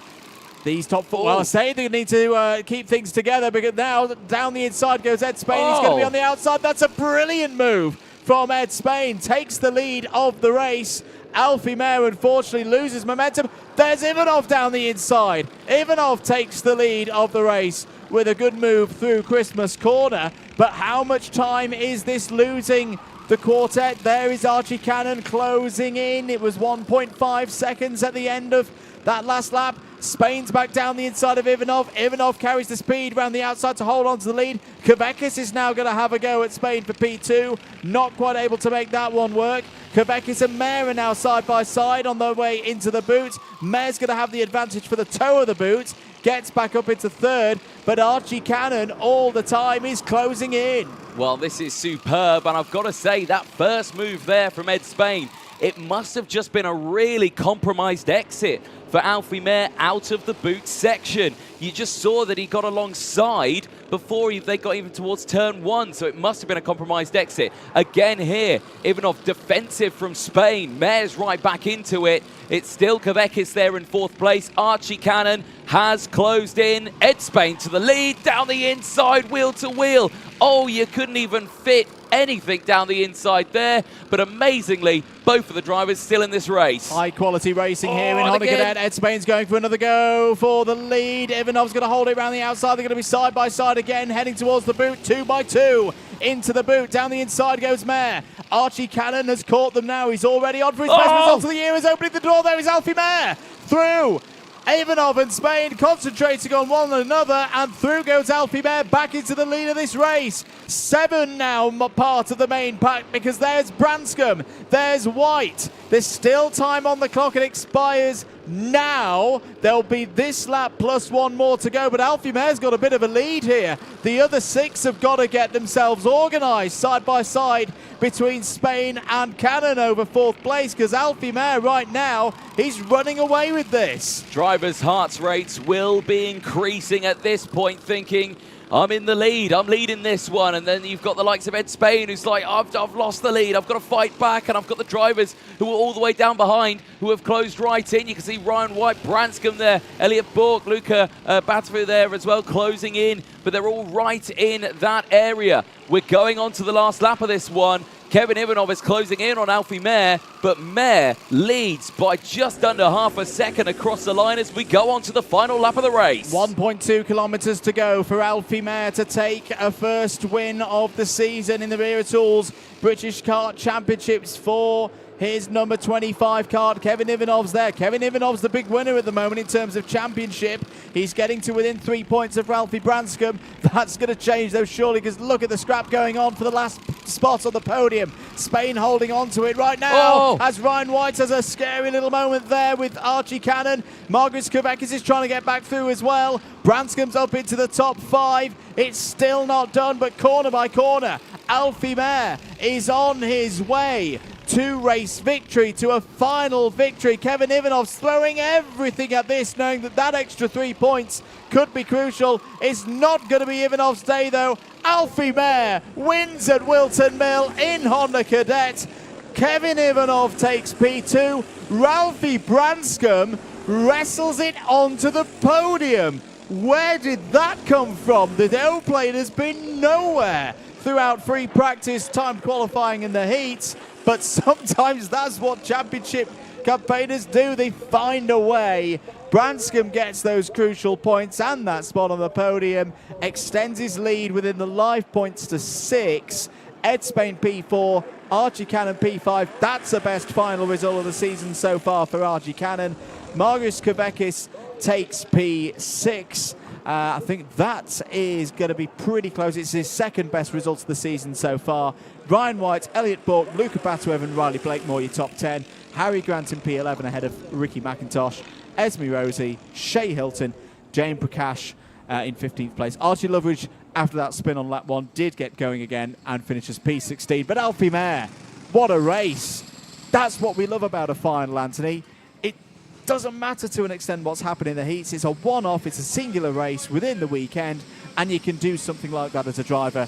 What a great drive from Alfie Mare. Yeah, controlled, calm, but in the right place at the right time. Positioning was perfect, and yeah, a superb drive. Kevin Ivanov as well, again, exactly the same sort of technique, just doing exactly what he needed to do, be there at the right spot, and was only half a second behind. And like you were saying about Ralphie Branscombe, I can tell you exactly where that race came from.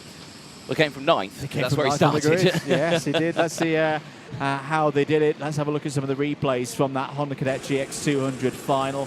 Ed Spain looking for another great run from second place on the grid, challenging Kevin Ivanov for the lead and taking the lead in the early stages of this final. It's Alfie Mare who came through to lead in the middle phase of the race. It was a 4-way scrap, also involving Margaret Kavekis, that went back and forth through the course of those 15 laps. But given the nature of that fighting, others would come into play. This was the move for Ivanov down the inside of Ed Spain for second place. Wasn't quite able to pull that one off. And again, Alfie Mare had so many laps of this race, just kept things calm. He was quite happy to be at the front. Not an easy thing to do here at Whilton Mill. This was Ed Spain going down the inside. It wasn't looking good for Alfie Mare at this stage of the race. He in fact lost the lead and second and third place. Back through would come Ivanov and Ed Spain in all of that one, and Margaret Kavekis, of course. Side by side again between Spain and Ivanov. I don't think that's the last time we're going to see that this season in what really is setting up to be a titanic duel in the championship. That was the key moment for Alfie Mare, not panicking, seeing that opportunity whilst Ivanov and Spain fought over the lead through the boot. Mare got down the inside, and then it really all kicked off behind. Mare could control it through to be at the front of a Zip Factory Team 1-2 as well, with Kevin Ivanov there in second place. Ralphie Branscombe would take the opportunity as well. You could see how happy he was with that third place. That wasn't expected ahead of that final, but all of that squabbling presented the championship leader with that opportunity. For now, though, let's head down to Nicole Sutherland, who's in Parc Ferme. We're down in Parc Ferme with race winner Alfie. Alfie, can you tell us about how you got the lead back?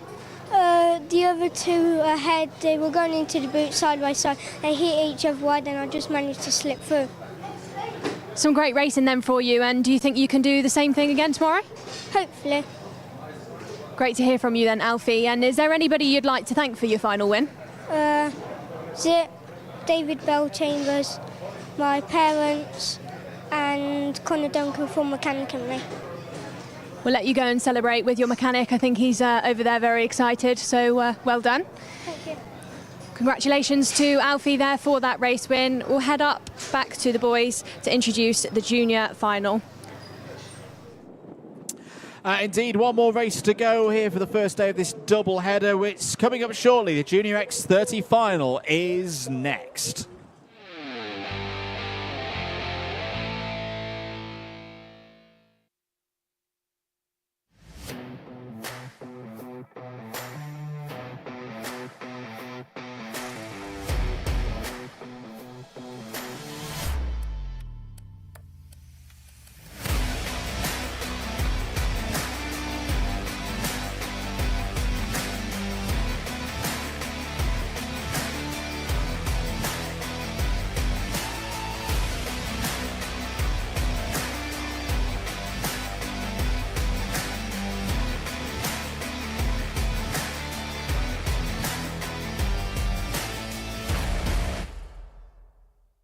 On the grid with our junior X30s then, we'll head up to our front row, who will have Thomas Minspearing and Riley Cranham as the wind gets all the hair in my face. Tom, how's your weekend been going so far? Starting from the front row, how have you managed it? I mean, it's been good. We've just been really consistent with our two heats, which helped us to get on pole. So just hoping for another good result to boost us up in the championship. And obviously this year as well, Whilton Mills had the change with the last corner. You've already driven it in the Rotax, but have you been driving it any differently in the X30? Do you manage the power delivery differently, or is it pretty much the same concept? No, it's not much different. We've done quite a few test days here, so we've got to grips with it quite well. Great to hear from you then, Tom. Good luck for the final. We'll also go over to Riley Cranham as he talks to his mechanic over there. We'll just interrupt them if we can. Riley, very good day so far. Riley, how are you feeling ahead of the final? I'm feeling all right. So I just asked a bit of a technical question to Tom about the last corner, but in your opinion, what do you have to do on this track to be fast? You have to keep calm as always, push as hard as you can, and yeah. Like, from my experience as well, it's one of those tracks where, you know, it's quite easy to make a mistake. What do you do to make sure that, you know, driver errors don't happen? Well, you always try to keep calm, so that's all you have to do your best. Good luck to you then, Riley. We'll head further down the grid then. We've got Taylor Orridge starting behind Riley. We spoke to Taylor earlier on in the mini Paddock show. Always some great entertainment provided by the Croc driver. We've also got Zach Green in here as well. Zach, obviously, family-run team, siblings and cousins doing really well this weekend. Zach, how have you been getting on? How's things been going? So in my first heat, I came 8th because I oiled up at the start, so we had to change the spark plug, which wasn't ideal. But I managed to drive through from the back to 8th, which was quite good. And then the second heat, I just picked my way through and had the pace to end up coming out on top, which was good. From what we've seen from the juniors so far as well this year, you know, it gets quite scrappy, mid-race. Do you think actually starting a bit further down on the grid is actually not so much of a bad thing? Yeah, I'd say so, because you have the momentum of going forward. But obviously, if you do start at the front, then you can sometimes get a gap. So it sometimes works either way. Well, we'll see if you can get to the front then, Zach. We'll catch up with you later on. We'll keep going further down the grid because we've got a little bit more time ahead of this final. We've got Monday here as well. Monday, we caught up with in the Mini Paddock show, who's telling us about one of his new partners. Monday, how have you been feeling after your heats? I'm feeling confident, just hoping to get a good start like Heat 1 and see what happens. So in between heats and races then, what diffusion what support do they give you to make sure that you keep making that progress through a weekend? T4, the driver coach, goes over data, and also he goes over what we could have done better in the race. Then Chris basically goes over the car, see what we need to change. Very best of luck to you then Monday. Whistle has been blown. Final race of the day will be going out now. We'll go back up into the box to head off for this X30 Junior race. Thank you very much, Nicole. Looking forward to this one. Last race of the day, not last race of the weekend, of course. We've got it all to do again tomorrow. Do hope you can be with us on Sunday for the second part of this Wera Tools British Kart Championships double-header there. On-board camera, back in action, Anthony, and Taylor Orridge doing the honours for this one. Yeah, certainly so. Looking forward to this one. You can see there the yellow light flashing, indicating there's around 30-ish seconds before we get started for this one. But very tense time. It's the last final of the day. It's Junior X30. It's coming up next.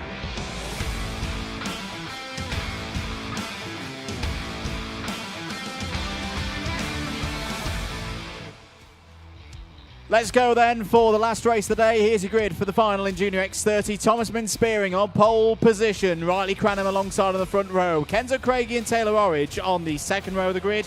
Zach Green won in the club round. Preparing for this one, starts on row 3. He's joined by Harrison Mackie, championship leader. Morgan Moore and Monda Junior Canini starts on row 4. Row number 5 is Archie Owen and Evan Purcell, who's had a brilliant run this weekend in the final, actually making it to the final. Cameron Edmonds and George Edgar go from row 6.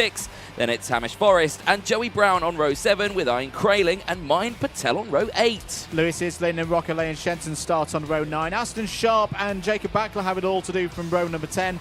Alexander De Benedictis and Harrison Whitacombe start on row 11. Row 12 is completed by Jake Brook and Aaron Richardson. Monty Braithwaite and Sky Parker round out row number 13 ahead of Max Yule and Alex Dodds. Then it's the 6 drivers through from the repechage. It's Samuel Branson and Harry Walsh. Then with Katrina E and Dean Patel, Josh Parker and Charlie Myers round out the rest of the field and the 34 kart grid. Just the last 2 rows there through from the repechage, I believe, as well. So a brilliant race it was earlier on. And the last final of the day, Andrew. 12 minutes plus 1 lap on... Not underway. False start. Oh, you sounded so depressed about that. You sounded really sad that they went round again. Yeah, but it's fine. Tyres, though. No, exactly. More temperature in the tyres. It's all good. The sun is shining. It's a beautiful... Are we still spring? Are we summer? No, we're summer now. Are we summer? Yeah. Mid-June. Early mid-June? Yeah. My hay fever's kicked in. All right, fair enough, yeah. 34 karts. This is the biggest field of the day. Yeah. Busiest track conditions that we'll have are across today. Is your chevron flag, indicating go round again. I've really been impressed with Thomas Spearing, you know. He seems to have stepped up the performance level so far this weekend in what is a very competitive Argentine Motorsport awning. For reference, 17th and 9th were his final results at PF. So he can definitely smash those results in terms of the best so far. Harrison Mackie, to recap, has taken both finals so far this season. Taylor Orridge, Riley Cranham both took a second place each. Kenzo Craigie of the drivers here this weekend was third. Remember, it's Nicholas Schaufler, the other one, who's not here this weekend. Away we go then. No, we're going to go round again. And do you know what? I think there, George Edgar might have a problem with his power output there, because did you see the gap that had opened up between him and the kart in front, which will have been Evan Purcell? He didn't go anywhere, so maybe there could be some gremlins on board that McBat racing kart. Well, we definitely hope not, and this second extra formation lap gets a bit of a moment for those. Oh, now that's a bit more of a problem, as Taylor Orridge, no, not Taylor Orridge, it's number 14. It's Archie Owen facing the wrong way. Gets back in control now. Archie Owen is meant to be starting from the 5th row of the grid. Yeah, that's not gone well at all for Archie Owen, and hopefully he gets back in his position. He'll have a bit of time to do that. You can see him in the background trying to get there. but they will have to be careful because, of course, they'll come to the part of the track where there'll be no more overtaking allowed. But yeah, hopefully, third time's a charm on this one. Hopefully so. Championship situations right now. Mackie 315, Cranham 288, Edgar 279, Craigie 277. Ian Crailing competing the top 5 at the moment on 270. This is looking better into the tram lines. Third time of asking, are we going to go racing? Oh. No, we're not. That is a real mess in the midfield. Couple of drivers off. That initially was looking good, but something happened in the mid-pack there. I don't know whether the mid-pack was just a little bit too eager to get on the gas. And, well, that results in another aborted start. Right, and now that is 3 false starts, so we might have some clipboard action here from our race director, Nigel Edwards. He might stop the field here. Usually they would call it now to stop them, and they've not, so maybe they're going to send them around once more. I suspect we might get some fantastic footage of Dan Ashton doing his best impression of Nigel Edwards as well out on circuit as they head down into the infield section, into the boot. But eyes will be on this grid now. That is 3 false starts, and all 3 of them have been pretty scrappy, so they do need to be careful here. One more, and they will be in trouble, so they do need to be careful. Evan Purcell there in the number 46. Yeah, Dan's been quite clear, like, come on, let's get this one going. Last race of the day, back on board with Taylor Orridge. Starting 4th, starting on the outside of row number 2. There's Kenzo Craigie to our left. Riley Cranham directly ahead, and Thomas Minspearing, as that is not good news for the number 58 of Samuel Branston. One of our qualifiers from the repechage, doesn't look to be going any further in this one. Now, are we good to go racing? Yes, we are. 12 minutes underway. Good start for those on the pole side of the grid. It's the 2 Argentis straight through into 1st and 2nd, spearing ahead of Craig and Shawley. In this early phase, they'll try and work together. Side by side is off the road there. Is the number 11. Is that Joey Brown going for a wild one? Yes, it is. He was starting in the middle of the pack. So that's got not good news there. There's Taylor Orridge. Taylor Orridge has had an okay start. You can see, I think Harrison Mackie has got ahead as well there in the number 21. So Orridge slips down into 5th place, but it's Spearing, Craigie, 1st and 2nd. There's more dramas in the background. One of the Jade Racing team runners was wide there, might have been Mayan Patel through. You can see the commitment there on the first lap through the new chicane. End of lap 1 it is. Spearing from Craigie.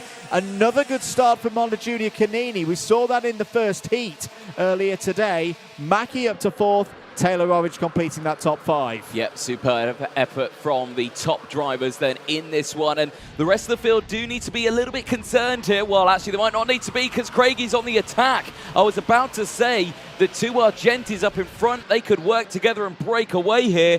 But Craigie is saying, no, I want to lead this final, and moves up into the lead. Monday Junior Canini there has not been able to capitalise on that. He stays behind. He's got Harrison Mackie just behind, and who's just behind him? Live on board, it's Taylor Orridge. I am sure there is no love lost between these 2 drivers from their last race earlier on. Over the curb there was a little opportunity for Taylor Orridge to get down the inside of Harrison Mackie, but a little one only. There's a Kart off in the background on the initial run through the boots. It might be Evan Purcell and Mayan Patel because they're both falling down through the order. Change for 2nd place. Canini down the inside of Thomas Minspearing. Well, the pace that Thomas Minspearing had in the heat seems to be eluding him right now. Zach Green's also on the move down the inside of Harrison Mackie, who's also lost out to Taylor Orridge. So the championship leader is down to 6th place now, but still a long way to go. Craigie leads. Canini P2, Spearing, Orridge, Green and Mackie the top 6, and Riley Cranham not too far behind as well. This is a difficult race, I think, particularly for the Fusion drivers. They had such great performance at PF International. They were a cut above the rest, but here at Whilton Mill, this is really where their championship campaigns start for me. This is where they've got to work hard to get those points on the board. Down the inside, 4th, 3rd place. Orridge on Spearing, good move there. Yeah, indeed. And that live on-board shot there going through Oblivion just shows how harsh it is on a driver, how physical it is on a driver out there. You saw as well there's Zach Green getting past Spearing up to 4th place as well, so another change there. but really, really big showing. Another change as well. Taylor Orridge now up to second place. Mono Junior Canini's gone down to fourth place as Zach Greens gets up into P3. Zach Green looking really good in this one, has come through the field. He won in preparation for this Wera Tools British Kart Championship event. He took the May round of Whilton Mill Kart Club, so we know he's got good pace. We know he's got good pace in these conditions as well. It's been 8th and 4th so far in the finals of the first double header of the year at PF International. Another driver who knows this circuit very well, Rocco Lane Shenton, has just set the fastest lap of the race. Rocco Lane Shenton up 6 spots so far in this one, up into 12th place, and his pace is 3/10 quicker than the leaders right now. The length of this race, 8.25 minutes to go. Keep an eye on Rocco Lane Shenton coming through the field. Exactly that, and we will keep a close eye on it. 8 minutes to go in this race. A little look further down the order as I think there's some drivers' names tumbling down the order there. Who is going down? And one of them's Harrison Mackie. Harrison Mackie and Spearing, they're both down the order. Are they not? No, Spearing's in 7th place, and Mackie, okay, I think it might have been a transponder issue then. As for the lead, Orridge down the inside of Craigie. Orridge takes it. Yep, nice job there. Well timed through the top section of the circuit through, as we've dubbed it, Christmas Corner, and then Inkerman's. Well timed, well calculated, well delivered as well. And Orridge is looking really, really strong in this final. He's putting what happened in that qualifying heat earlier on behind him. He's focusing on this race now, and he leads the way with 7 minutes to go. We'll keep an eye on this battle as it goes through. I want to have a look further down the order just to see what's happening between the rest of the drivers. Any big movers? Yes, there is. Aston Sharp is up 11 positions. He's having a good race. Harrison Whitcomb up 7 places as the drivers make their way up to Christmas Corner. No moves there, just further down. Sky Parker's up 5 as well, ahead of Monty Braithwaite, 6 places gained. Mine Patel has dropped down 11 places in that one. He's battling away with the likes of Alex Dodds. Alex Dodds for MDL Motorsport is up 2 places.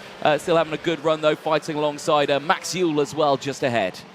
Absolutely. Saw Rocco Lane Shenton on the move yet again there. 6.5 minutes of this one to go. Mono Junior Canini down the inside of Thomas Mintz-Spearing. Wrestling again, been really impressed with Aston Sharp so far in race trim this weekend. Has bounced back from a disappointing qualifying. He's coming back through the field. I think he backed himself with 6.25 minutes of this one remaining. He's only 3 seconds off the race lead. There he is. Aston Sharp with the red suits and the flag of Scotland on the side. As through for second place goes Zach Green, past Kenzo Craigie. So Zach Green up another position, now sets about the Kart Masters champion of 2023, Taylor Orridge. And this is again a continuation of the form that we saw a few weeks ago. A bit further back in the championship positions right now. The virtual championship scores as things stand. Mackie still leading, 374. Cranham, 346.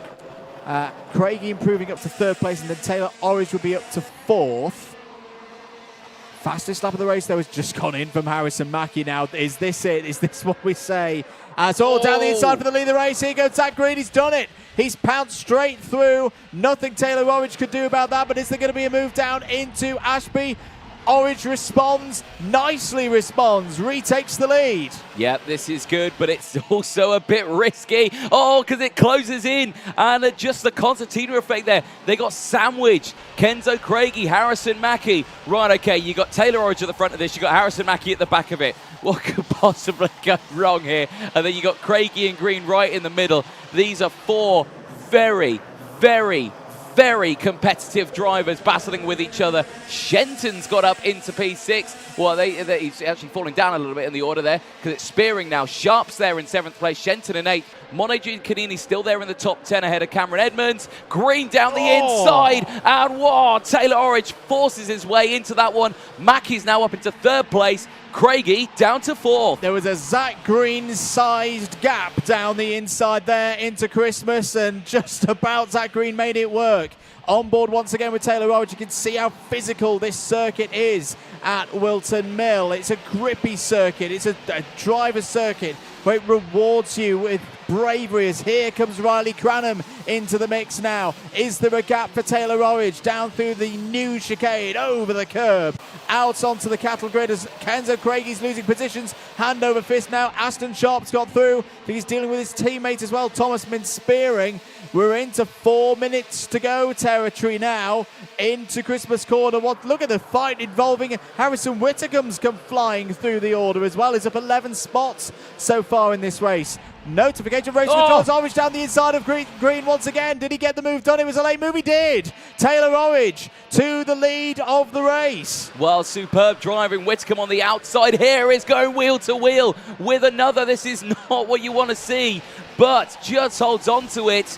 Incredible, incredible racing from the entire field here. Green on the outside, Mackey's got the inside, Sharp trying to get through as well. It's all closing in here, but you just don't know. 5-second time penalty is going out to the 86. That's Rocco Shenton. Rocco Shenton's got a 5-second in-race time penalty. He will not like that at all. Sharp's there in P5, but this race is far from over. Less than 3 minutes left on the timer. It's Orridge from Cranham into second place from Mackey. No change with the top three, but Sharp down the inside of green. He moves up into P4. Aston Cranham trying to get around the outside.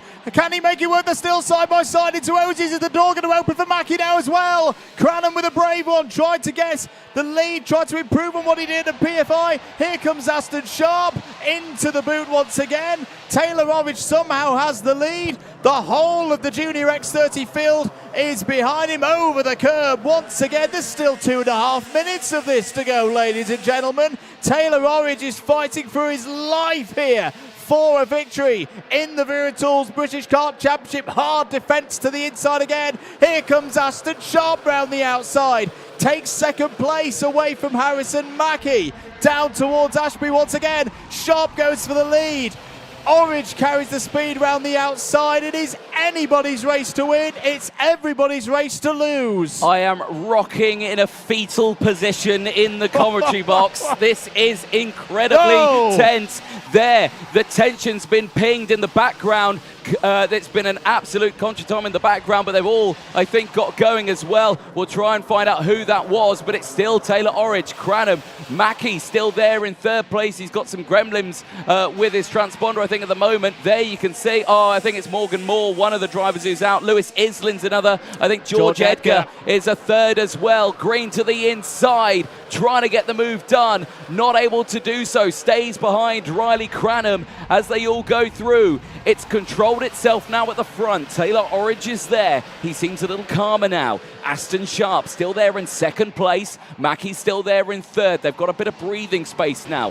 1 minute to go. Everyone needs to focus. Everyone needs to bring it down. The tension's just pulled itself back again. It's building once more as Whitcomb is trying to battle in the background. Green's gone down the inside of Cranham this time around. And now, is that Monday Junior Canini or is it Hamish Forrest, I think, coming through? Not too sure, but there are drivers making moves. No, it was Monday Junior Canini. Back up into P5. It just feels at the moment to me, Anthony, that we're in the eye of the storm right now. Things are calm, but the hurricane's about to hit once again here at Whilton Mill. Not in terms of the weather, but the pure racing action here in Junior X30. Harrison Whitcomb gets past his teammate Kenzo Craigie. This has not been the race that Kenzo Craigie would have expected. Rocco Shenton's there as well in the number 86, but remember he has a plus 5 second penalty out of Oziers on lap 15. This is going to go for another 2 laps, maybe not. We'll see whether the last lap board comes this time around. On board again with Taylor Orridge. Bang! Across the curb once again.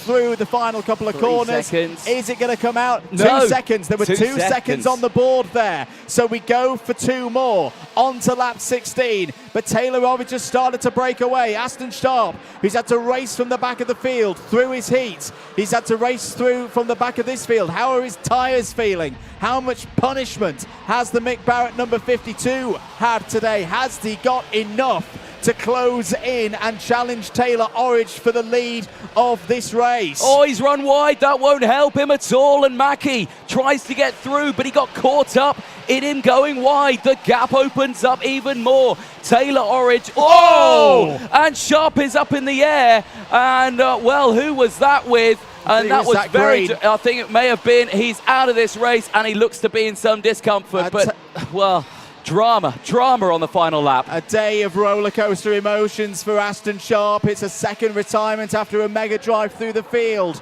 We're on the final lap of the final race of the day. A pulsating day here at Whilton Mill. Taylor Orridge looking to break the winning streak of Harrison Whitcomb in the X30 Junior category that's not just gone through these championships but in Europe as well. Yellow flags out through Osiers. This is going to be for Aston Sharp. This may be it.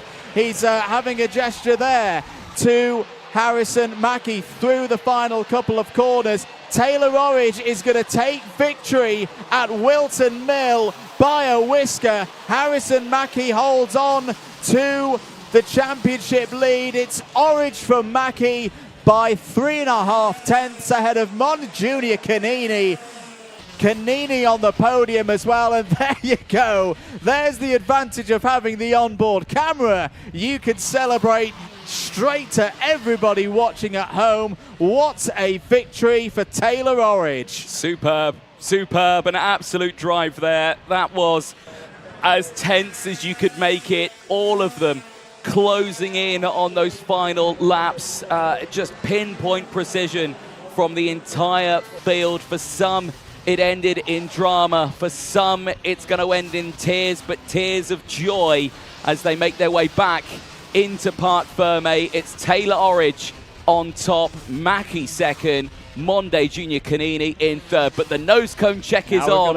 Is it all good for Taylor Orridge? It's good. For Mackie, it's good, I think. Yeah, he's absolutely fine. There's no drama there. Mono Junior Canini in third. Is it all good for him? It looks good from that position. We'll get the confirmation. As long as Dave Hillary doesn't stand up, but he is going to stand up. Oh, third place, Monday Junior Canini. It is a nose cone penalty, and he will tumble down the order.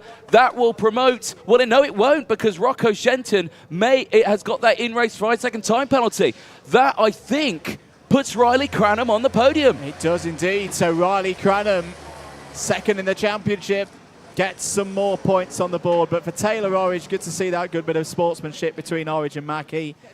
Taylor Orridge, who, well, depending on what you believe and who you believe, nearly retired from the sport at the end of 2023, came back for another go in X30 Junior, and that is why, and you can see how overjoyed he is with this first race victory. It's a hard race. He had to defend very, very hard at points in that one, but also the form that Harrison Mackie has been in these last 8 weeks or so. That is a statement victory from Taylor Orridge. Right, let's take you through the highlights of that one. There's going to be quite a few of them. We had a bit of a wait, a few false starts, but eventually we got going. Good start for the Argentis, Spearing and Craigie first and second. That really would be the highlight of their race, not the kind of race that the Argenti team would have wanted. Orridge down the inside. This was the first move for the lead on Kenzo Craigie. But you always knew with this category in 2024 that the hounds were going to close in and that there were going to be challenges. Aston Sharp had another great race. Real shame to see him retire later in it, of course, but he came flying through the field. Zach Green as well had a good run through the order and took the lead as well. It's all about whether Taylor Orridge could reply. He would. Back down the inside into Ashby Corner. Very good moves, I thought, throughout that race, Anthony. Clean moves as well from Taylor Orridge. Yeah, indeed. Clean, calculated. But again, sometimes, put himself in a situation where I don't think he wanted to be, He was at the front for most stages, but leaving those doors open gave the invitation to other drivers to really think about, you know what, I can go for the lead on this time around and I can take it. It certainly made it interesting. But the checker flag came out. How close could it be? And Taylor Orridge, yeah, like you say, to the camera there, that's a win. I was going to say on the last episode, he was gesturing back to Harrison Mackie. I must take that back. I think he was actually gesturing to the camera, yes, to you at home to say, how about that? That is a race victory. And yeah, that is a really, really good one. That elevates them to 4th place in the championship. Mackie Cranham from Craigie and Orridge, your scores. Let's head down though to Nicole, who's in Parc Ferme. Down in Parc Ferme with Junior X30 final winner, Taylor Orridge. Taylor, bit of a scrappy race, do you reckon? Yeah, the main thing about the race round here is making sure you're in the lead and having that good position, because as soon as they start getting into a bit of a scuffle, you can just get the break, and that's when you need to put in those laps. And were you aware on the last couple of laps of what was going on behind you with Green and Sharp? You know, he's got a fan club over there. If you were... were you aware what happened with Green and Sharp in the last corner? Did you know that was going on, or were you too concentrated on just kind of getting your head down? I kept on looking back every now and again to see, because I didn't want to over push it and then over driving, because it just makes your drive worse. I was trying to put some consistent laps in. I kept having a look back, seeing if I did have to push more or not, and I seen that we were kind of gauging a gap. And then as soon as I seen them start battling, that's when I kind of knew that I just needed to chill for the last few laps, and I had that gap, and then that's why I just bring it home. And then tomorrow, completely new day, different, you know, not a lot really goes into tomorrow other than you can carry the setup over if the conditions are the same. But will you be doing anything, you know, when you go back to the hotel, will you be doing any like post-race stuff to keep that momentum going? I'm actually going home, so I'll probably I think I'm going to have a kebab tonight, watch a film. What kind of kebab? Doner kebab all the way. Or I might... Just meat? Yeah, and chips, and fries. But yeah, just go back home, you know, see everyone, message people, you know, just chill out. And then obviously we've got a bit of a confidence boost from today, knowing that we can and have the pace to win. So we'll carry that into tomorrow and hopefully get another good result. Well, congratulations, Taylor, and enjoy your kebab. Maybe get some salad in there though. So. Hi. Oh, hi, Mum and Dad. I'm not singing a song. Yeah, sing us a song. No. It's not that mood. I wasn't really singing in that one, really. The last few laps, I was just like, keep my cool. And I kept coughing really bad. I've got quite, I don't know what... Man flu? Yeah, I think it's just, I don't know, but I was coughing really bad coming out of the fast right. And the whole way down the straight, and then it kind of sorted itself out for the rest of it. So no singing, just coughing? Yeah, I was coughing, and I was like, it's quite hard. I've got really bad hay fever, so my eyes started watering as well. Yeah, it was quite a rough race, you know what I mean? Rough race. Well, congratulations, Taylor. We'll catch up with you tomorrow, and good luck. Yeah, also joined by my co-commentators, TJ and Andrew. Andrew, we'll pass you the mic because you've not held it today. No, I haven't. I mean, we've got Paddock show coming up. That's going to be good fun. What a first day of racing, though, here at Whilton Mill. A great start to event number 4. Anthony, what did you think? It was all right. It was all right. Yeah, not too bad, that was it? No, I mean, racing, I think, pretty amazing all day. It's a sign of what tomorrow's going to be like. Make sure you set your alarms for that one. You can catch it live.